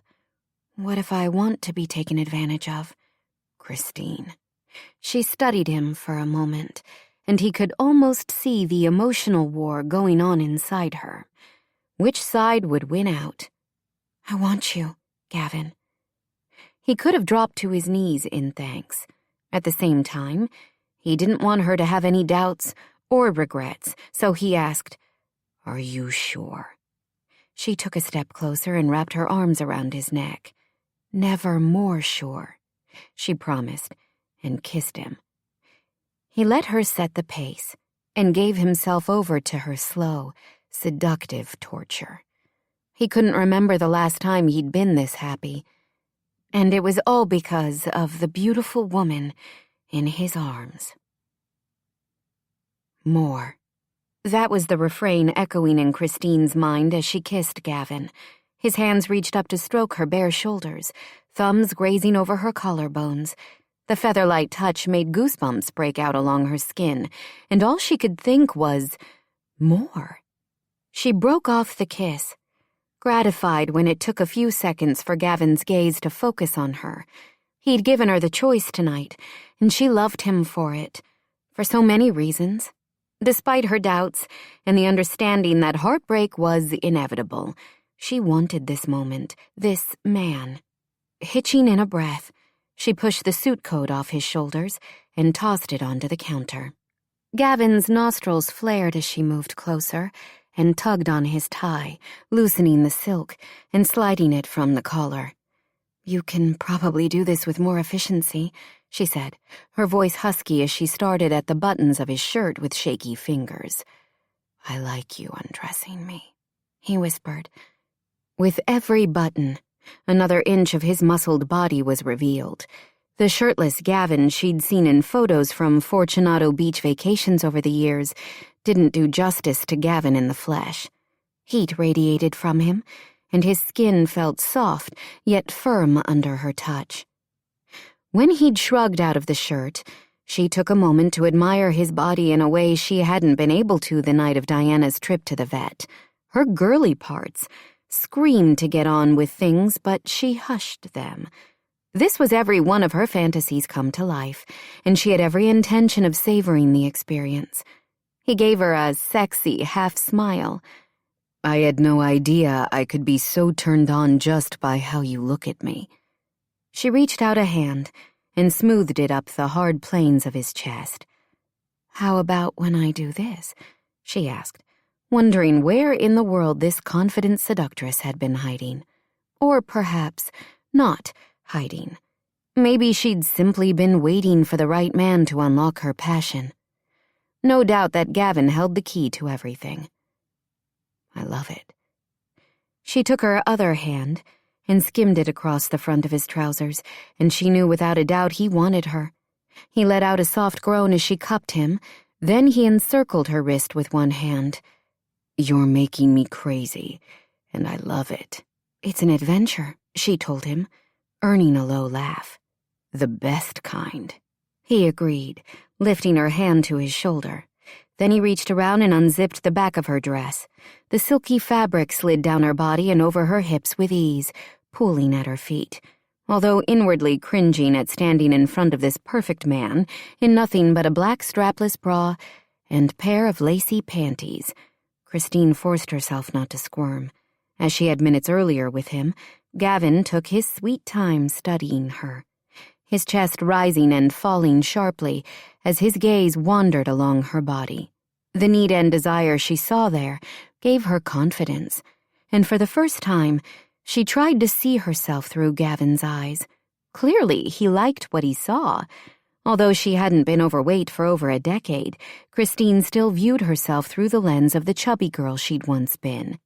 The misfit. The loser. But she was a different woman now, and it was past time she started embracing who she'd become. She refused to allow herself to be stuck in her old insecurities. Biting down on her lower lip, she reached around her back and unclasped the bra strap, tossing the thin piece of fabric to one side. Then she hooked her thumbs into the waistband of her panties and slid them down her hips. All the while, Gavin's gaze remained on hers as his breathing grew more ragged. "You have too many clothes on," she whispered.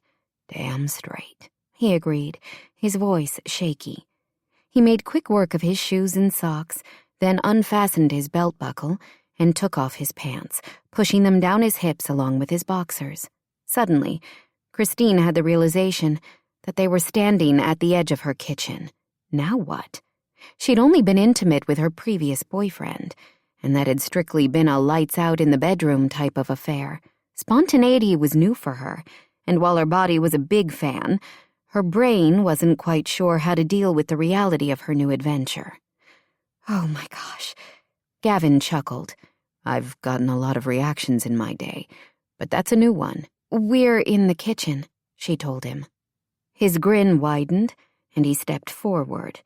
"You've never christened your kitchen?" he asked with a wink. She shook her head. He moved closer, reaching for her. "I like watching you try new things, and I've lots of them planned for tonight." "You have a plan?" Her voice came out in a squeak. "Do you trust me?" He whispered against her mouth, licking across the seam of her lips. "Yes," she breathed. "Good," he said, and lifted her into his arms. She gasped. The feel of his body was even more amazing than she could have imagined. Then she gasped again when her backside hit the smooth wood of the kitchen table. Gavin trailed kisses along her jaw, then down her neck, and lower. He cupped her breasts in his big hands. When he took the tip of one, and then the other, into his mouth, she moaned from the pleasure of his mouth on her body. One hand moved lower, grazing her hips before gently pushing apart her legs and inching closer to her center. She thought the attention to her breasts was enough to drive her mad with desire, but this was something else entirely. His fingers found a rhythm that had her craving more. The pressure in her body building with excruciating sweetness until she finally cried out. It felt as though 1,000 stars were crashing over her, bathing her in a bright light that was like nothing she could have imagined. Gavin kissed her, deep and slow, as the pulsing release subsided. "I'll never look at this table the same way again," she whispered when he pulled away. "I'm going to take that as a compliment," he answered with a husky chuckle. "But you didn't—" Christine cleared her throat. "We aren't finished." "Not by a long shot." He gave her a sexy half-smile that made her toes curl. Then he bent and took a wallet from his pants pocket, pulling out a condom wrapper. "The next part of my master plan is moving to the bedroom." "I like that plan." She went to stand, but before she could get to her feet, Gavin picked her up, one arm under her knees and the other cradling her back. "Down the hall?" She nodded. "You're pretty good with your hands," she told him, placing a hand on his bare chest. "But you haven't turned me into so much contented jelly that I can't walk." "Pretty good." He made a sound low in his throat. "That sounds like a challenge, and I could carry you for miles." She bit down on the inside of her cheek when a denial popped to her lips. She might not feel confident about her body, thanks to years of being overweight, but she knew enough not to point out her flaws to Gavin. He seemed as enthralled with her as she was with him, and that thought only served to open her heart to him even more. "I can hear you thinking," he told her as she entered her bedroom. She laughed softly as he tugged down the comforter and sheet and placed her on the mattress. "Then you'd better distract me." Exactly what I had in mind. He opened the condom wrapper and, a moment later, skimmed his hands up her body until he was leveraging himself over her. She could feel him between her legs, but he held still as he smoothed his thumbs along the sides of her face, gazing into her eyes with an intensity that stole her breath. "You're amazing," he whispered. She automatically shook her head. Christine knew she was many things: smart, loyal, dependable. Okay, that sounded more like she was describing her dog, but it was difficult to argue with the truth. Gavin gripped her head and said again, "You are amazing." Oh no. She blinked several times. There was no way she was going to cry in front of him, because he'd said something nice, and she wanted desperately to believe him. She lifted her head and kissed him.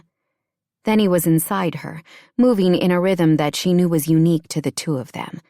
It was everything, and she still wanted more. Pressure built again, consuming her. But this time she wasn't alone in giving in to the pleasure. Gavin stayed with her, in her, until they lost themselves in the moment, and all the things she felt but couldn't put into words. And Christine knew the emotion. This night, this man, would change her life forever. Chapter 14. The next morning, Gavin blinked awake, disoriented for a moment by his surroundings. The bedrooms at both his loft in Denver and the Driscoll, where he was staying in downtown Austin, were decorated in a neutral color palette and dark wood furniture, so the pale blue walls and creamy white furniture he woke up to weren't what he expected. The woman curled against him, still fast asleep, was another unexpected occurrence. Well, not exactly unexpected. He'd spent most of the night making love to Christine, which had been better than he ever could have imagined. But Gavin didn't typically spend the night with the women he dated. More than typically. He didn't ever stay over an entire night. He also hadn't had a woman stay overnight with him since, well, Christine's sleepover in his hotel room after Maddie's wedding had been the first. It was part of his unwritten list of relationship rules not to complicate things. Simple was easier when it came to women, but Christine and their unorthodox arrangement were changing everything, especially his self-control. He thought about sneaking out quietly, but couldn't quite force himself to move. Her bright auburn hair was messy thanks to him, most likely, and he loved how relaxed and unguarded she appeared in sleep. Scratch that last bit. He liked it very much, not loved. He wasn't a man who threw around the word love in any capacity with the women he dated. Dangerous territory that led to expectations he couldn't possibly meet. Maybe that was why it was so easy to let down his guard with Christine. Their built-in end date was a safety net for his heart. So why did it feel like he was walking on an emotional tightrope, with nothing but cold, hard ground beneath him as a landing? He shifted away as a reality he wasn't willing to accept pummeled at his defenses. A tornado of doubts and long-held beliefs tearing at his walls. Christine sighed, then opened her eyes, her gaze soft and sleepy. Damn if he didn't want to pull her close, bury himself inside her and try to give her everything he'd never thought himself capable of offering a woman. The mental reminder of his own shortcomings was enough to have him jerking away and climbing out of bed as if she'd just tried to bite him. He was a damn coward. She sat up, lifting the sheet to cover her beautiful breasts. Now that he knew firsthand the sweet taste of her skin and the way she fit with him, he had to force himself not to crawl under the covers again. "Good morning," she said, and he hated himself for the doubt that clouded her eyes. "Hi. I've got to go." "Oh." The smile she gave him was shaky at best. "I understand." She couldn't possibly, because he was fumbling around with no playbook for this moment. Clearly, since he was making a complete mess of it. "I had fun last night," he said, even as he pulled on his trousers. At some point during the night, he'd brought his clothes into the bedroom and put on boxers to sleep. Now he fastened his pants and reached for his shirt, even as he shoved his feet into his loafers.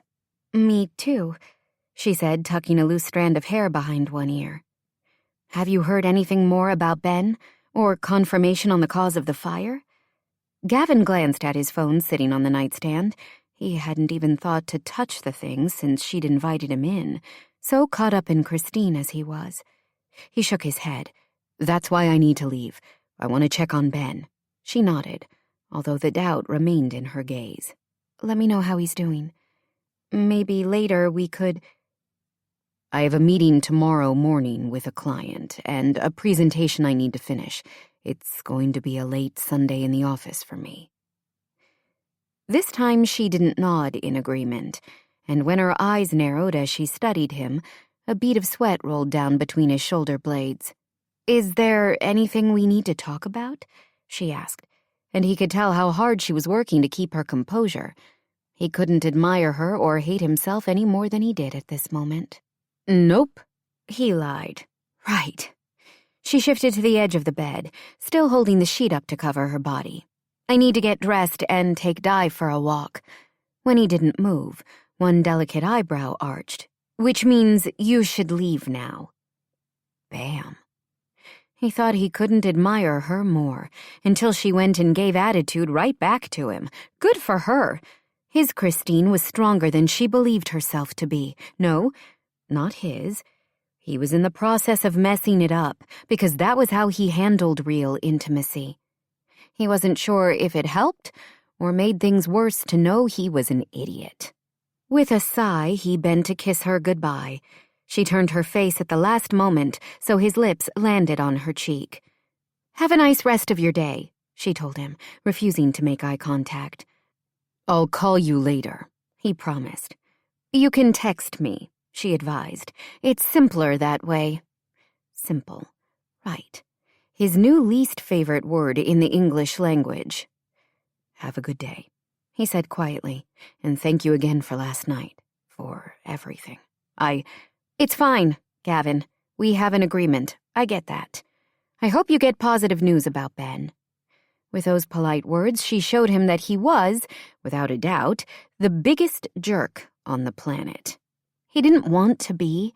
He didn't want this arrangement or the way she made him feel more than anyone ever had, but he couldn't find the words to make it better.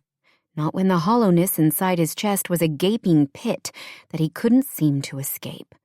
So he gave her a charming smile, even knowing she saw through that tired mask, and walked away. "You look like hell." As Gavin climbed into the passenger side of his brother's car, Everett studied him over the lenses of his mirrored sunglasses. "Just drive," Gavin muttered, buckling the seatbelt. Everett chuckled and pulled away from the hotel's entrance. They were heading to the hospital to check in with the Robinson branch of the family. Gavin had spoken to Wes Fortune Robinson earlier. Ben's twin had reported that his brother was in stable condition, but they were still monitoring him to ensure there was no additional injury to his lungs. Gavin's sisters had taken care of the rental house for Gerald, as well as baskets of snacks at the hospital and a meal service for each of the Robinson siblings for the next week, while they were still in the early days of processing the tragedy of their family home being burned to the ground. Gavin couldn't imagine what they were going through, losing so many precious memories and family heirlooms. And all that on top of the troubles at Robinson Tech. He still had trouble processing that the fire had been ruled arson, as Wes had confirmed earlier. The tech industry might be cutthroat, but who would have it in for Gerald so much that he or she would be willing to burn down the man's house? Couple that with the recall of one of their processors, and Gavin couldn't imagine things getting much worse for the tech company tycoon. There was no doubt that Gerald had a crack legal team in-house or on retainer, but Gavin wanted to offer his help in whatever capacity was needed. Everett had offered to pick him up so they could drive over together. His brother had a friend on staff, so he was monitoring Ben's recovery. "Don't tell me you've already messed up things with Christine?" His brother gave a low chuckle, even though Gavin didn't find any humor in the question. "She's fine," he said through clenched teeth. Everett shook his head and turned onto the boulevard that led to the hospital. "You messed it up. Did she dump you and give back that pretty rock she was wearing?" "It's not like that. What's it like?" How was he supposed to answer without lying? He'd been lying from the start, but his feelings for Christine didn't feel fake. Spending the night with her hadn't been part of their arrangement. The relationship was real and not real, and yes, he'd messed it up. "I still don't get why everyone cares so much about my love life," he muttered. "We want you to be happy." Everett gave him an annoyingly perceptive big brother glance. "We love you, man." Gavin pressed 2 fingers to his suddenly pounding head. Christine made him happy.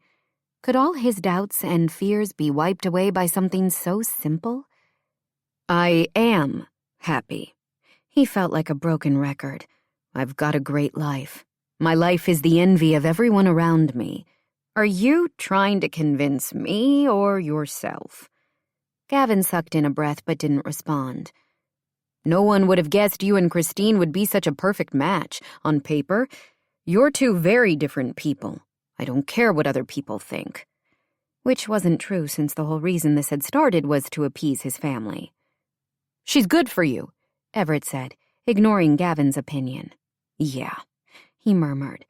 "She's amazing, which means she should be with someone who can appreciate and take care of her the way she deserves. I'm not a great bet when it comes to long-term." "That doesn't have to be true." "But it is," Gavin countered. "We both know it. Since I've been in Austin, I think every single member of this family has warned me about hurting her. There's a reason for that. We're not used to seeing you like this, but we believe you can make it work." "Right. You can make it work, Gavin. Just stop being an idiot." Gavin laughed softly. "Easier said than done." "Maybe," Everett agreed. "The right woman makes it worth it. I can't imagine my life without Lila." "Speaking of you and Lila," Gavin arched a brow, "are you ready to talk about the new adventure you 2 are embarking on?" Everett slanted him a look that answered the question without words. "You're more perceptive than you look." She wants to wait a few more weeks before announcing the pregnancy. I won't say a word. Gavin reached out a hand and squeezed his brother's shoulder. But congratulations. Thanks. The smile Everett flashed was so full of love and happiness, it made Gavin's chest pinch. Would he ever feel that way? It was suddenly so easy to imagine a daughter with Christine's bright hair and sunny smile, but not if their relationship stayed in the pretend realm. Everett pulled into the hospital parking lot a few minutes later. They weren't able to see Ben, but they talked to Wes and Gerald. The police still had no suspects, but the fire investigator had determined that the blaze originated in the master bedroom. It was strange, especially since Gerald hadn't been home at the time. Although he didn't know the Robinsons well, Gavin still felt an overwhelming anger on their behalf toward whoever did this. There's no rush. The story will wait. For now, let the music ease your mind and bring you into a calm rhythm. Thank you for being here with us.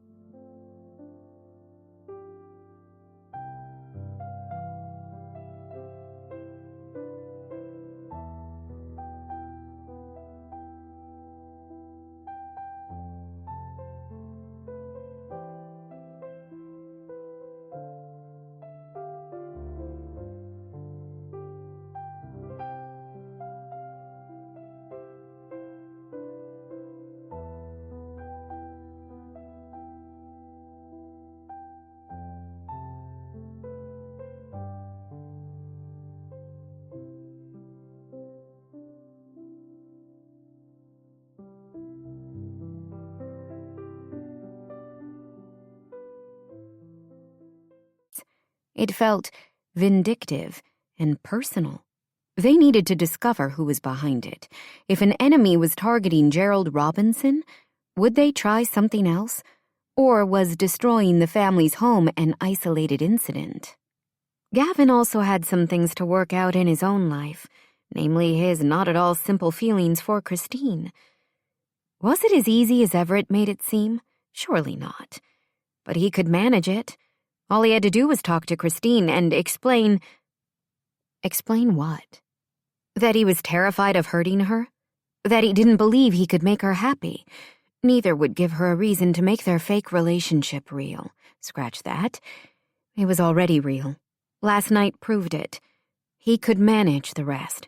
After all, it wasn't like he needed to drop to one knee. He'd be going back to Denver at the end of next week.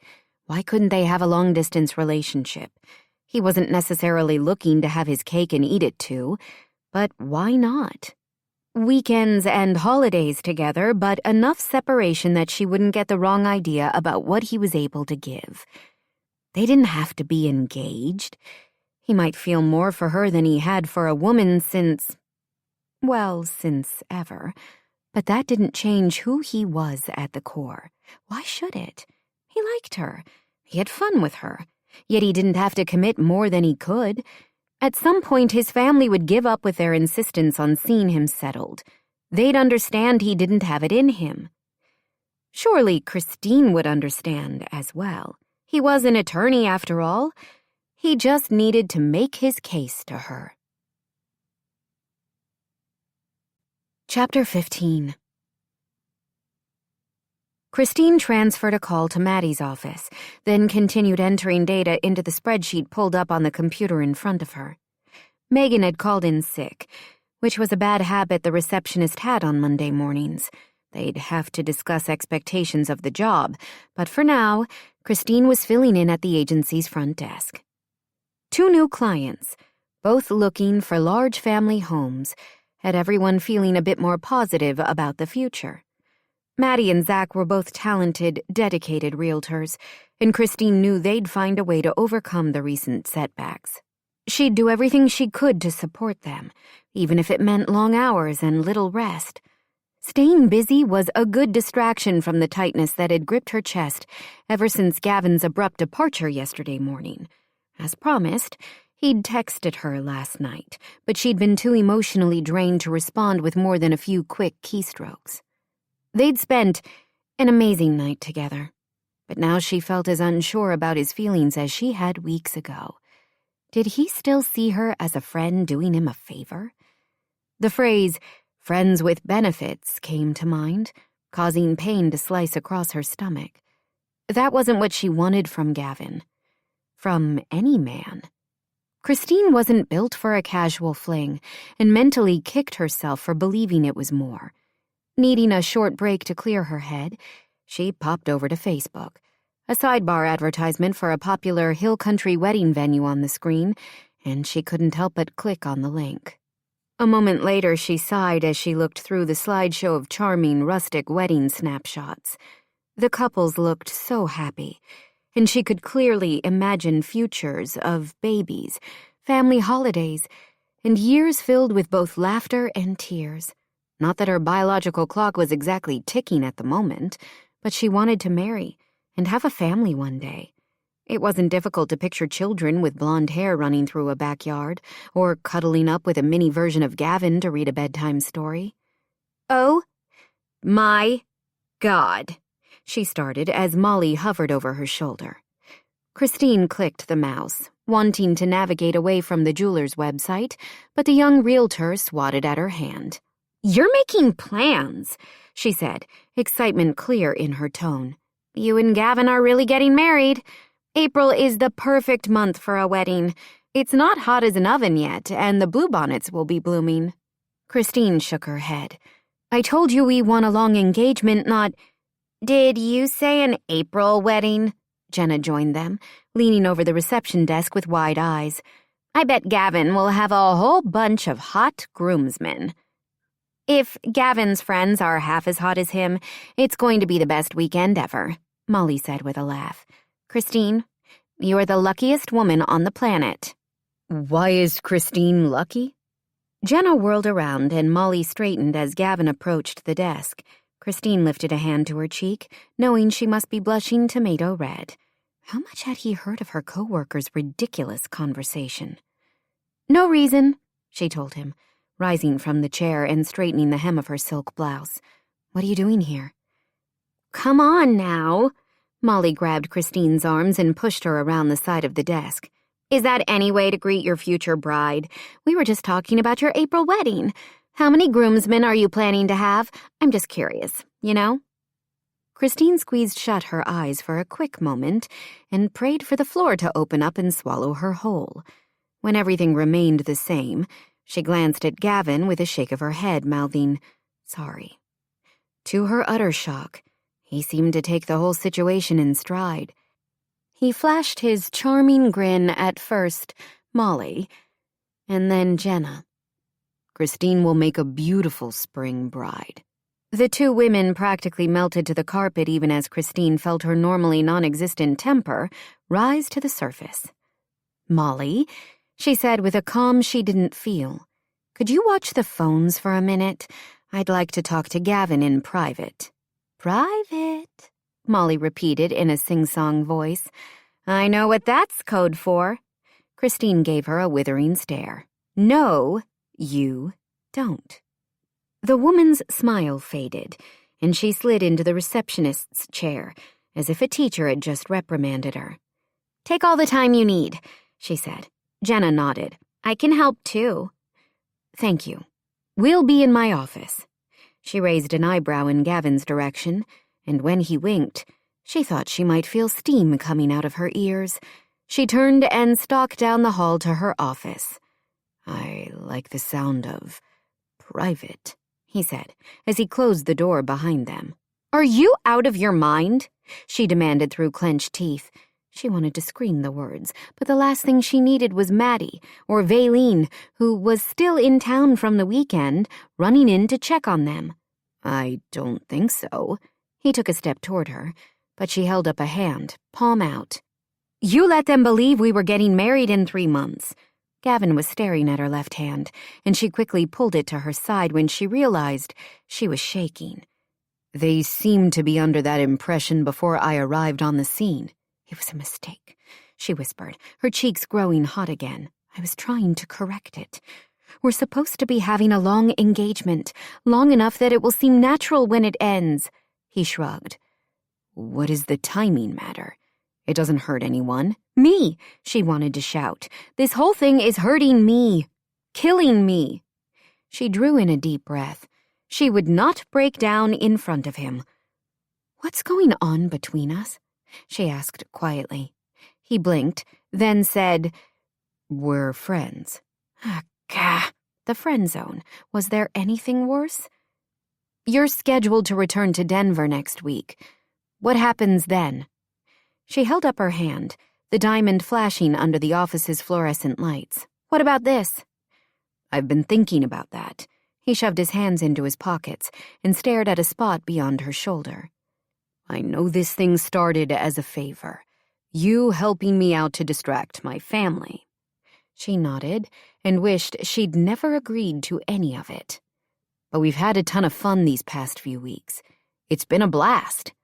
A blast. A blast right through her heart. "What are you saying, Gavin?" He met her gaze then, but she couldn't read the expression in his eyes. He smiled, all easy charm, and it was like looking at a stranger. "Austin's a quick flight to Denver. We can still hang out. Long weekends, holidays. I come down to Texas often enough." "So we'd keep dating." Christine pressed a hand to her chest. Somehow she thought she'd be overjoyed at his words. He didn't want their time together to end, but the ache in her heart grew deeper with every passing second. "That's the plan. Of course, we'd have to deal with the pretend engagement, but you'd be my boyfriend?" He lifted one hand and massaged the back of his neck. "If you want to put a label on it." Her eyes narrowed, and he must have realized that was the wrong answer, because he flashed a sheepish smile. Getting out of the doghouse smile. "We spent the night together," she told him. "It was wonderful," he agreed. "When I think about you in my arms, it makes me want—" "Then you left," she interrupted, needing to keep this conversation on track, even if she felt like the two of them were stuck on a runaway train heading for certain disaster.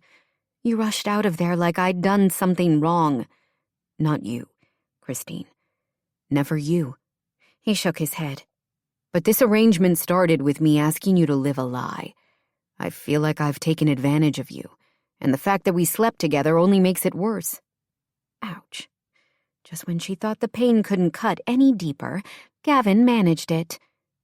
"I've got my life in Denver," he continued, running a hand through his hair. "You're here." "A quick flight away," she muttered, repeating his words. "I never imagined things would go this way. I care about you, more than I ever thought possible." It was difficult to focus on his words over the roaring in her own ears.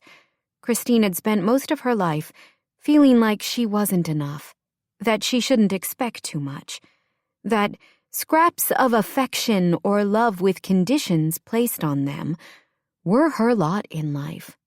Being with Gavin had changed that. She'd changed. And even if it meant losing him, she wasn't willing to go back to being the doormat she'd been before. "I love you," she said quietly, and the words felt right on her tongue.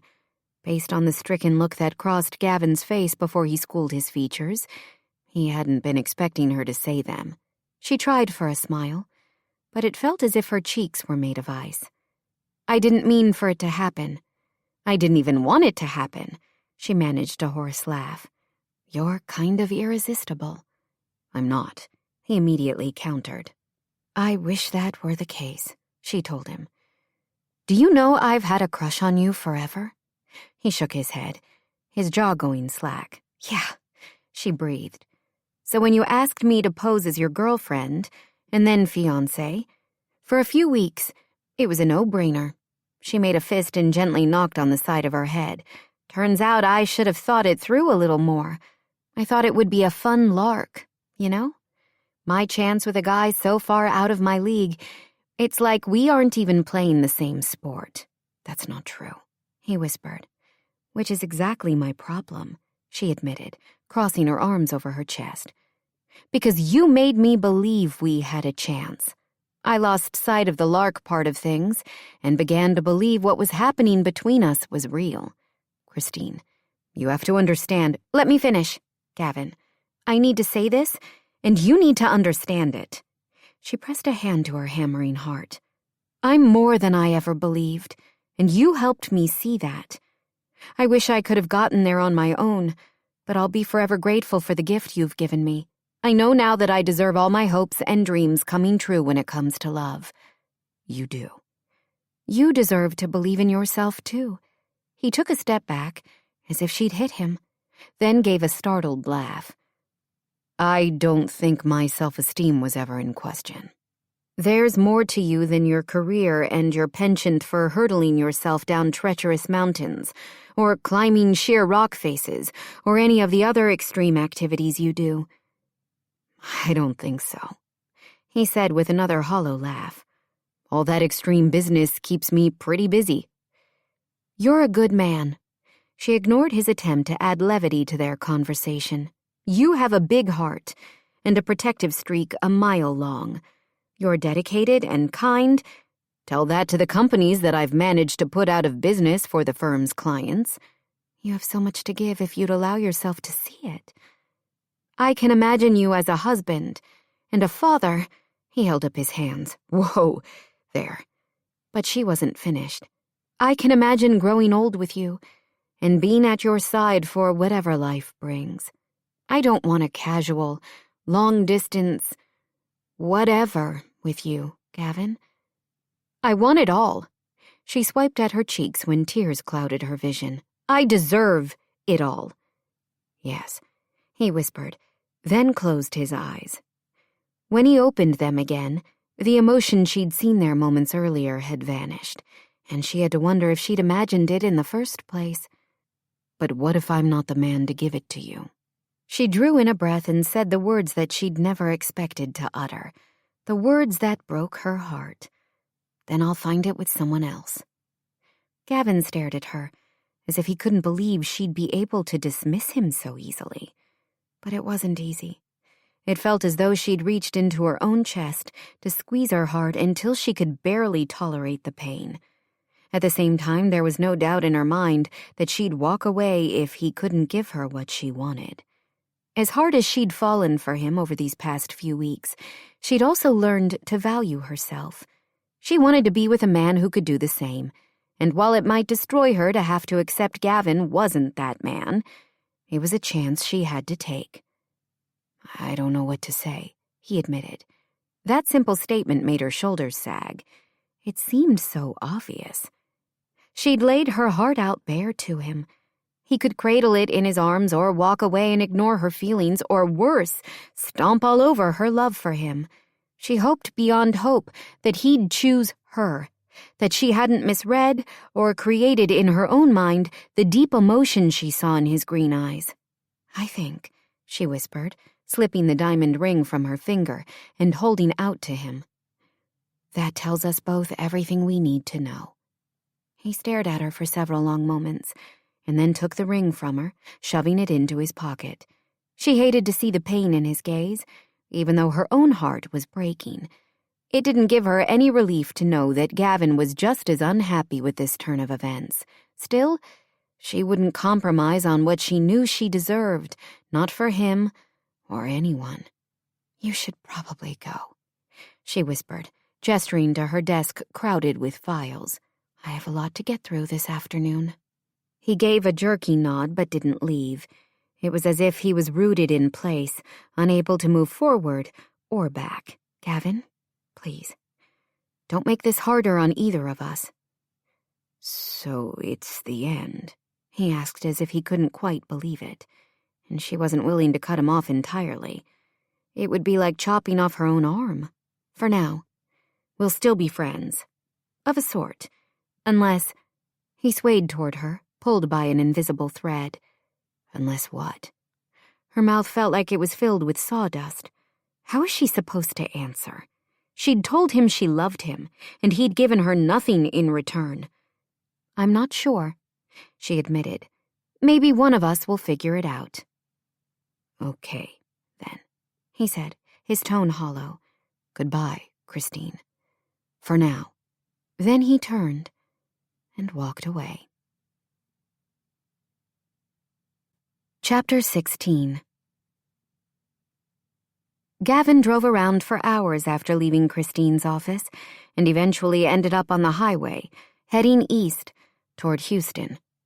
He'd turned off his phone after 5 calls in a row from Maddie, 4 from Skylar, and 1 last call from Valine. Obviously, word had gotten out that he and Christine were over. He still couldn't quite believe she'd... What? Broken up with him? Yes, they'd spent the past several weeks together, but could it really be considered dating, given how their relationship started? His heart stuttered at the thought of losing her, offering a clear answer that his brain was trying to ignore.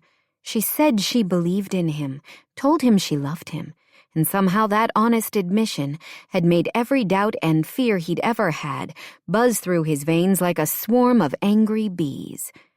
It was one thing to be a part of her life within the confines of their arrangement, quite another to truly open himself up to her. He might be a success at plenty in his life, but he'd never been able to handle personal relationships for more than a short time. His belief that he wasn't built for lasting love now felt like a cop-out. He could be fearless on the slopes or in his job, but he was a coward when it counted. The pain in her beautiful blue eyes had been like a knife to the chest. He wanted to be angry with her. They'd had a deal, and she'd gone and changed everything with her sweet honesty. He turned up the radio, trying to drown out the voices in his head, telling him he was an idiot. 2 hours later, he pulled into the long, winding driveway that led to his childhood home. Once again, he thought about the charred shell of the Robinson house. He couldn't imagine that kind of tragedy befalling his parents' home. He parked and started up the walk to the front door, which opened before he'd made it to the top step. "What a wonderful surprise," his mother said, opening her arms. He enfolded her in a tight hug, probably taking more comfort from his mom's embrace than a grown man should. He was too emotionally spent to care. "I wanted to see you before I head back to Denver." She pulled away, patting his arms. "I thought you were in Austin until the end of next week." Yeah. Looks like I'm going to be leaving earlier than planned." He followed her into the house as she glanced over her shoulder. "Any special reason?" she asked, and something in her tone made him stop in his tracks. "They got to you," he muttered. "Who?"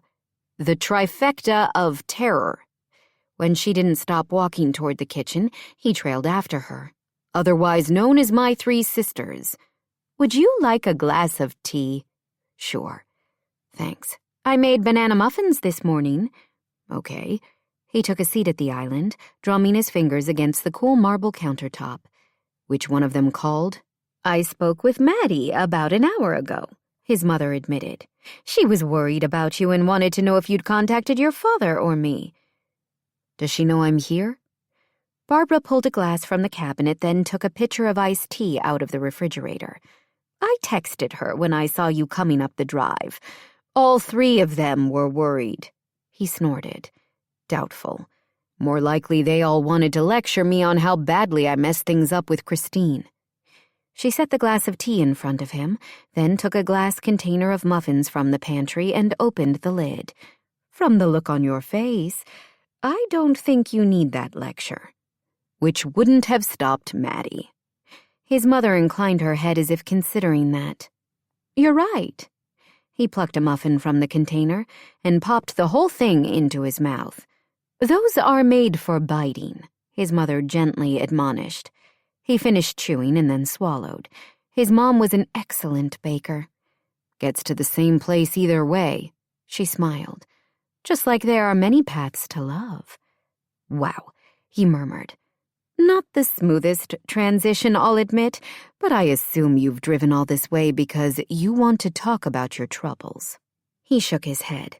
"I want to eat muffins, drink iced tea, and find a stupid action movie to watch on TV. I don't want to talk." When Barbara said nothing in response, Gavin sighed. "Can I have another muffin first?" "Bring it into the family room. We'll be more comfortable there." He grabbed a muffin and his tea, and then followed her into the wood-paneled family room. Dropping down on the overstuffed couch, he placed the glass on the coffee table and ate the muffin, again in one bite. "It was all fake," he blurted, rubbing a hand across his eyes. His mother's gentle gaze didn't waver. "Your relationship with Christine?" The engagement, the ring, everything. He nodded. Skylar was pushing me about my love life at Maddie's wedding, trying to set me up with every single woman she knew. It's been like that for a while. I'm not sure why everyone cares so much about me settling down, but I got sick of having people in my personal business. Who cares if I don't date seriously or stay single forever? Your sisters want you to be happy, Barbara said. Gavin leveled a look at her. It's not just them. You and Dad are the same way. No one believes I can manage my own happiness. I know you mean well, but it makes me crazy. Did you ever think that I'm just not cut out for a committed relationship? Not once. His chest constricted at her quiet confidence. You're wrong, he whispered, clearly. Just ask Christine. It doesn't sound as if your feelings for her are fake. Not now, he admitted. I guess not even at the beginning. I always liked her. He closed his eyes for a moment. I'm embarrassed to admit I never really noticed her before Maddie's wedding. She was the nice girl who worked for Dad. She was more than that. Yes, well. Condensation pooled around the lip of the iced tea glass, and he ran a finger across it before taking a long drink. Tell me how this fake yet not so fake relationship started. I lied to Skylar at Maddie's reception, told her I had a girlfriend so she'd stop with the matchmaking business. Did she stop? She didn't believe me, he said, shaking his head. Your sister knows you well. Lucky me. True. He felt the wisp of a smile curve his mouth. Neither his sisters nor his mother would let him get away with much, and he loved them for it. Mostly. She was pushing me on the identity of my mystery woman and why I hadn't brought her as my +1. I'd been dancing with Christine earlier in the night and told her how annoyed I was with the pressure to settle down. I'm not sure why, although I was grateful at the time. But she stepped in with Skylar and claimed that she was my girlfriend. Skylar believed that. His smile grew as he thought about Christine coming to his rescue that night. It had been refreshing, spontaneous, and sexy as hell. Christine is a great office manager. But she might have missed her calling with acting. She convinced Skylar. She convinced me. Do you know she's always had a bit of a crush on you? Not at the time. He frowned. How did you? Oh, sweetie. It's a mother's job to understand those kinds of things. That's part of the reason it made me happy to hear you two were together. She's got such a good heart, and you deserve someone like that. I don't, he whispered. I hurt her. Mom. Because your feelings weren't the same as hers? I saw the two of you together. It didn't look fake.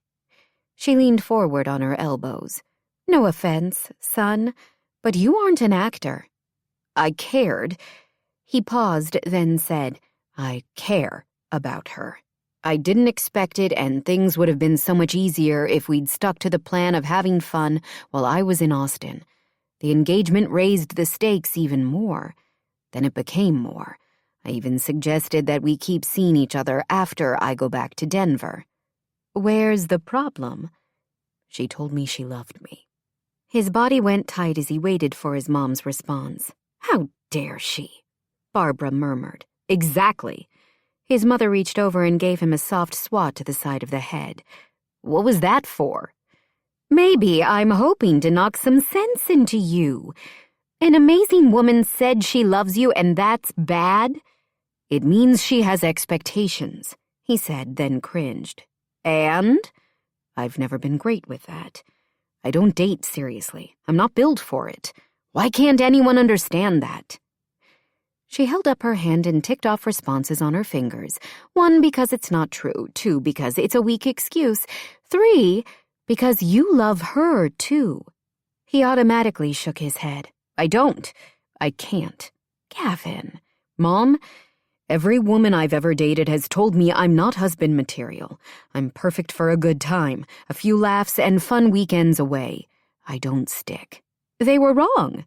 I've dated a lot of women, he said quietly, embarrassed at having this conversation with the woman who raised him, but needing someone to understand just the same. I'm aware, she answered. I've messed up with plenty of them. Not on purpose, but in the same way I ruined things with Christine. You only have to get it right once. He shook his head. I don't. He closed his eyes and let the truth wash over him. I love her, he whispered. Yes, his mother answered simply. But what if I hurt her? And his lungs burned as he drew air in. What if I'm not enough? What if I can't be the man she deserves?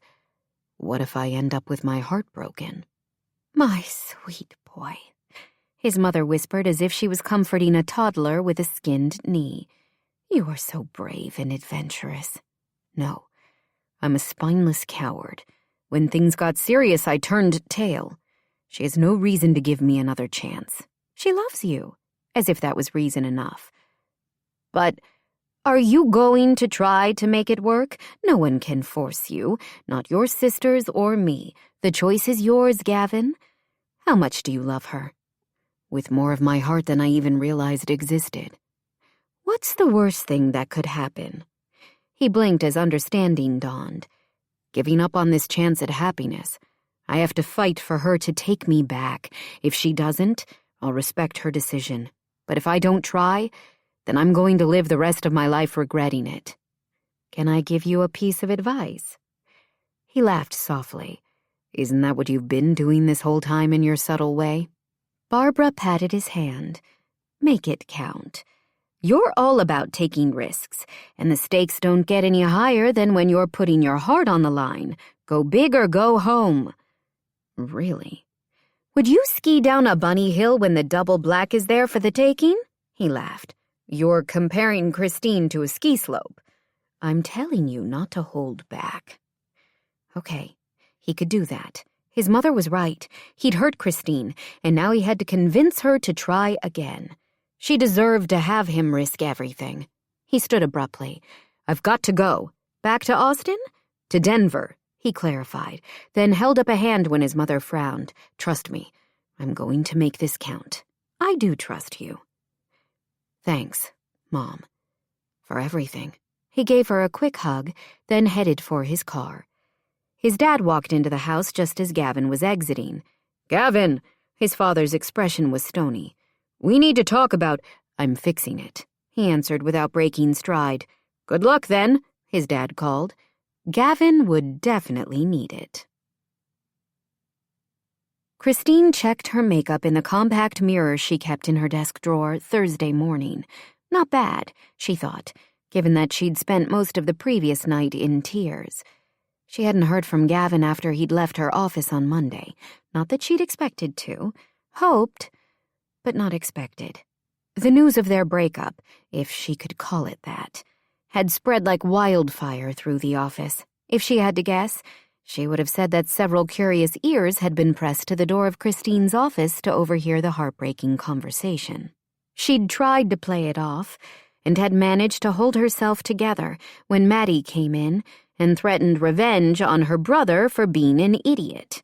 Christine had claimed ending the engagement was a mutual decision, and in a way, it had been. She simply hadn't been willing to take the scraps of affection Gavin offered, not when she loved him so deeply. It was his own fault. He'd been the one to help her see that she deserved more than she normally expected.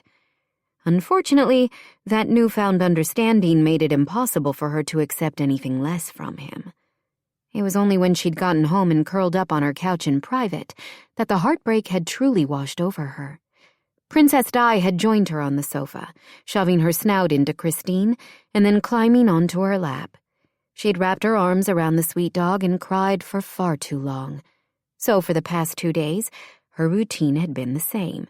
Game face at the office, then allowing her mask to crumble once she returned home. Today she'd woken up with the equivalent of a broken heart hangover. It would have been nice to call in sick and curl in a ball on the couch with a carton of Haagen-Dazs and the TV tuned to some reality television marathon, but she had to pull herself together. So she'd applied makeup, slipped into her favorite dress, and then headed for the office. She'd stopped to buy a dozen donuts on the way in, hoping the offering of dough and sugar would somehow prove to her coworkers that she was moving on. As if. She shoved the mirror into a desk drawer and headed for the conference room. Maddie had called an all-staff meeting in order to go over the latest sales figures and strategies for salvaging their declining business. All eyes turned to Christine as she entered the room. "Am I late?" she asked, tucking her hair behind one ear. "Right on time," Zach answered from his place near the projection screen at the front of the room. When Christine went to slip into a chair near the door, Maddie, who stood next to Zach, gestured to her. "We've got a place for you up here." "Okay," Christine agreed, hoping no one expected her to speak at the meeting. When she was seated, Maddie clasped her hands in front of her chest. "Now that we're all here," she announced, "we've got a special presentation today. Could someone dim the lights?" Christine frowned as she glanced around. No one else seemed surprised at how oddly the meeting was starting. Maddie took the seat across from Christine and hit a button on the laptop that sat in front of her on the conference table. A background of a tropical scene with the words, "Love is the adventure," superimposed on top of it displayed on the wide screen. "It doesn't matter to me where I am." Christine froze as Gavin spoke into the silence of the room. "As long as I'm with you." She darted a quick glance at Maddie, who grinned broadly as she hit the computer's keyboard. A digitally edited photo of Gavin and Christine appeared on the screen. She recognized the original photo. It had been taken at the Fortune family reunion. Gavin had an arm slung over Christine's shoulder, pulling her tight to his side. She was leaning in, her head resting on his shoulder, and they both were smiling broadly. The happiness radiating from her in the photo was undeniable, and a fresh wave of pain stabbed at her heart. But what surprised her was that Gavin looked just as happy, at peace, and content in a way she thought she'd imagined during their time together. Instead of the background of the Mendoza winery, it looked like they were standing in front of the Eiffel Tower. "Whether we're traveling to the great cities of the world," he said, his tone both tender and deliberate, "or to a tropical beach." Maddie winked at Christine as she clicked a button on the keyboard. Christine couldn't help but smile as her face, along with Gavin's, appeared superimposed onto the bodies of people lounging on the beach. The next photo showed them skiing, and in the following one they were traversing the Great Wall of China. She laughed, as did many of her co-workers, as the photos became an unofficial "Where in the world are Gavin and Christine?" montage. Gavin continued to narrate all the adventures they could have together, and hope bloomed in her chest like the first crocuses of spring pushing through hard ground. That was the life she wanted, filled with fun and adventure, and most of all with Gavin at her side for every moment of it. When the original photo popped up on the screen once again, someone in the back of the room flipped on the lights. Christine's breath caught as Gavin came forward. "But in the end," he said, pinning her with his gaze, "I don't care where we are or what we do, as long as we're together. I thought I had things all figured out, but you changed everything for me. You changed me." She shook her head automatically. She was the one who'd changed over these past few weeks. How could he— "I love you, Christine," he said softly as he came to stand in front of her chair. "I can't imagine my life without you. I don't want to be half in or to put any limits on us. I want it all. I want to be the man you deserve." He reached out a hand, and she placed her fingers in his, the warmth of his touch sending sparks shooting along her skin. It had only been a couple of days since she'd seen him, but she'd missed this like he'd been gone for months. When she'd heard through the office grapevine that he'd returned to Denver, she figured it was the end. But now he was offering her a new beginning. He pulled her to her feet and lifted her hand to his mouth, brushing a soft kiss across her knuckles. "You deserve to be loved for exactly who you are. You're beautiful inside and out, kind and generous, and you make everything in my life better." He squeezed her fingers. "You are my life." "Oh," she breathed. She wasn't sure she could put together any actual words without bursting into tears. "If you give me another chance," he continued, and she felt her eyes widen as he dropped to one knee, "I'll spend the rest of my life showing you how much you mean to me." There was a collective gasp in the room as he took out a small black box, opening it to reveal the sparkling diamond solitaire she'd already come to think of as hers. "I don't want to wait," he told her with a hopeful smile. "I can't imagine losing you, and I promise I'll never give you a reason to doubt me again. I love you so damn much, Christine. Will you marry me?" Words. She needed words. Around the galloping beat of her heart and the blood hammering through her brain, she managed to nod. "Yes," she finally whispered, and Gavin let out a pent-up breath that told her he hadn't been confident in her answer. But she had no doubt she'd love this man forever. "I love you," she said as he slipped the ring onto her finger. "I'll love you for all of my life, Gavin." As he stood and kissed her, a cheer went up throughout the room. Christine only had eyes for Gavin. She knew her life would never be the same, and she wouldn't have it any other way. In the past month, she'd discovered a strength in herself she hadn't known she possessed, and a love with a man who made her happy in ways she could never have imagined. She planned to hold on tight for whatever adventure life brought her way. Epilogue. "I touched a fish," Christine said with a wide smile. "You must be sick of hearing me say that, but I still can't quite believe it," she giggled. "I swam with fish in the ocean and I didn't drown. It was like I was the Little Mermaid. Everything was beautiful. I can't believe I missed out on that for so long." Gavin leaned in for a quick kiss, tucking a loose strand of hair behind her ear. They sat on 2 lounge chairs at an exclusive resort outside Cancun, watching shades of pink and gold streak across the evening sky. "I'm glad you enjoyed snorkeling," he said. "Are you ready for parasailing tomorrow?" "I'm ready for anything with you," she confirmed, then placed a hand on her stomach. "But let's not talk about it, or I might lose my nerve." "You can do it," he told her, taking her hand as he leaned back in his chair. "I believe you can do anything." She bit down on her lower lip as tears pricked the backs of her eyes. Would she ever get used to his unwavering support? She watched the waves curling against the shoreline for several minutes, letting the sound of the surf relax her. "I still feel a little guilty leaving Austin when things are so tumultuous with the agency and the fortunes." Gavin squeezed her fingers. "We're here for the weekend, sweetheart. Maddie and Zach totally support you taking a couple of days off." Christine nodded. Gavin had suggested the spontaneous trip to the beach over dinner with his family the evening after he'd proposed to her. Her first instinct had been to say no, but both Maddie and Kenneth, who'd driven over from Houston with Barbara for the impromptu celebration, had agreed it was a fantastic idea. Skylar had taken her on a quick tropical vacation shopping spree since Christine's only bathing suit was one she'd owned since college. Her new life would take some getting used to, but she wouldn't change a thing. Every day with Gavin would be an adventure, whether he was at her side as she conquered her fears, or they were settling into a normal routine in Austin. Gavin seemed to enjoy being back in Texas, opening his law firm's Austin branch.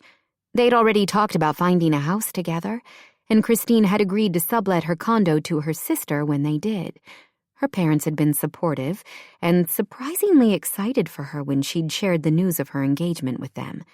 Amy hadn't said much, but she'd shoved a wedding magazine toward Christine and mumbled that she'd marked the pages with "not hideous" bridesmaid dresses. She hadn't bothered to reveal the details of how her relationship with Gavin had actually started. No one seemed to doubt his feelings for her. After years of feeling like she didn't fit, Christine had discovered that believing she was worthy of being treated with love and respect made all the difference. They had a long way to go to become the close-knit family her mother hoped for, but Christine actually believed they had a chance of getting there. So much of that had to do with how she'd changed and grown in the past few weeks. She was becoming exactly who she was meant to be, and felt more confident than ever. She credited Gavin for helping her to see herself in a different way. "I don't think I've ever enjoyed the ocean like this," Gavin said, his thumb tracing small circles on the center of her palm. "Come on," she chided. "You don't have to pretend like this is something new for you. I know you've been to beaches all over the world." Yes, he agreed slowly. But I was always moving, looking for the next thrill. Now I'm content. You're the best adventure I can imagine, and I don't need anything else. He tugged on her hand and scooted to one side of the cushioned chair. She moved next to him, resting her head on his chest as he wrapped his arms around her. Thank you, he said against the top of her head, for seeing something in me that I couldn't see in myself. I love you, Christine. I love you too, she whispered. The connection they shared meant everything to her, and she was excited for a lifetime of both big adventures and tiny moments with Gavin. Her heart overflowed with happiness as they watched the sun dip below the horizon. Each day would be a new beginning, and she'd cherish every single one. We hope you have enjoyed these unabridged productions of Snowfall in Cold Creek by Rayanne Thane, performed by Stacey Gonzalez, and A Deal Made in Texas by Michelle Major, performed by Carly Robbins. Presented by Harlequin Bestselling Author Collection and Harper Audio. These programs were produced by B Audio Limited. Executive producer Jennifer Lopes. Snowfall in Cold Creek. Text copyright 2006 by Rayanne Thane. First published as Dalton's Undoing. A Deal Made in Texas. Text copyright 2018 by Harlequin Books S.A. Production copyright 2021 by Harlequin Enterprises Limited. Used under license with Harlequin Books S.A. All rights reserved. Thank you for listening.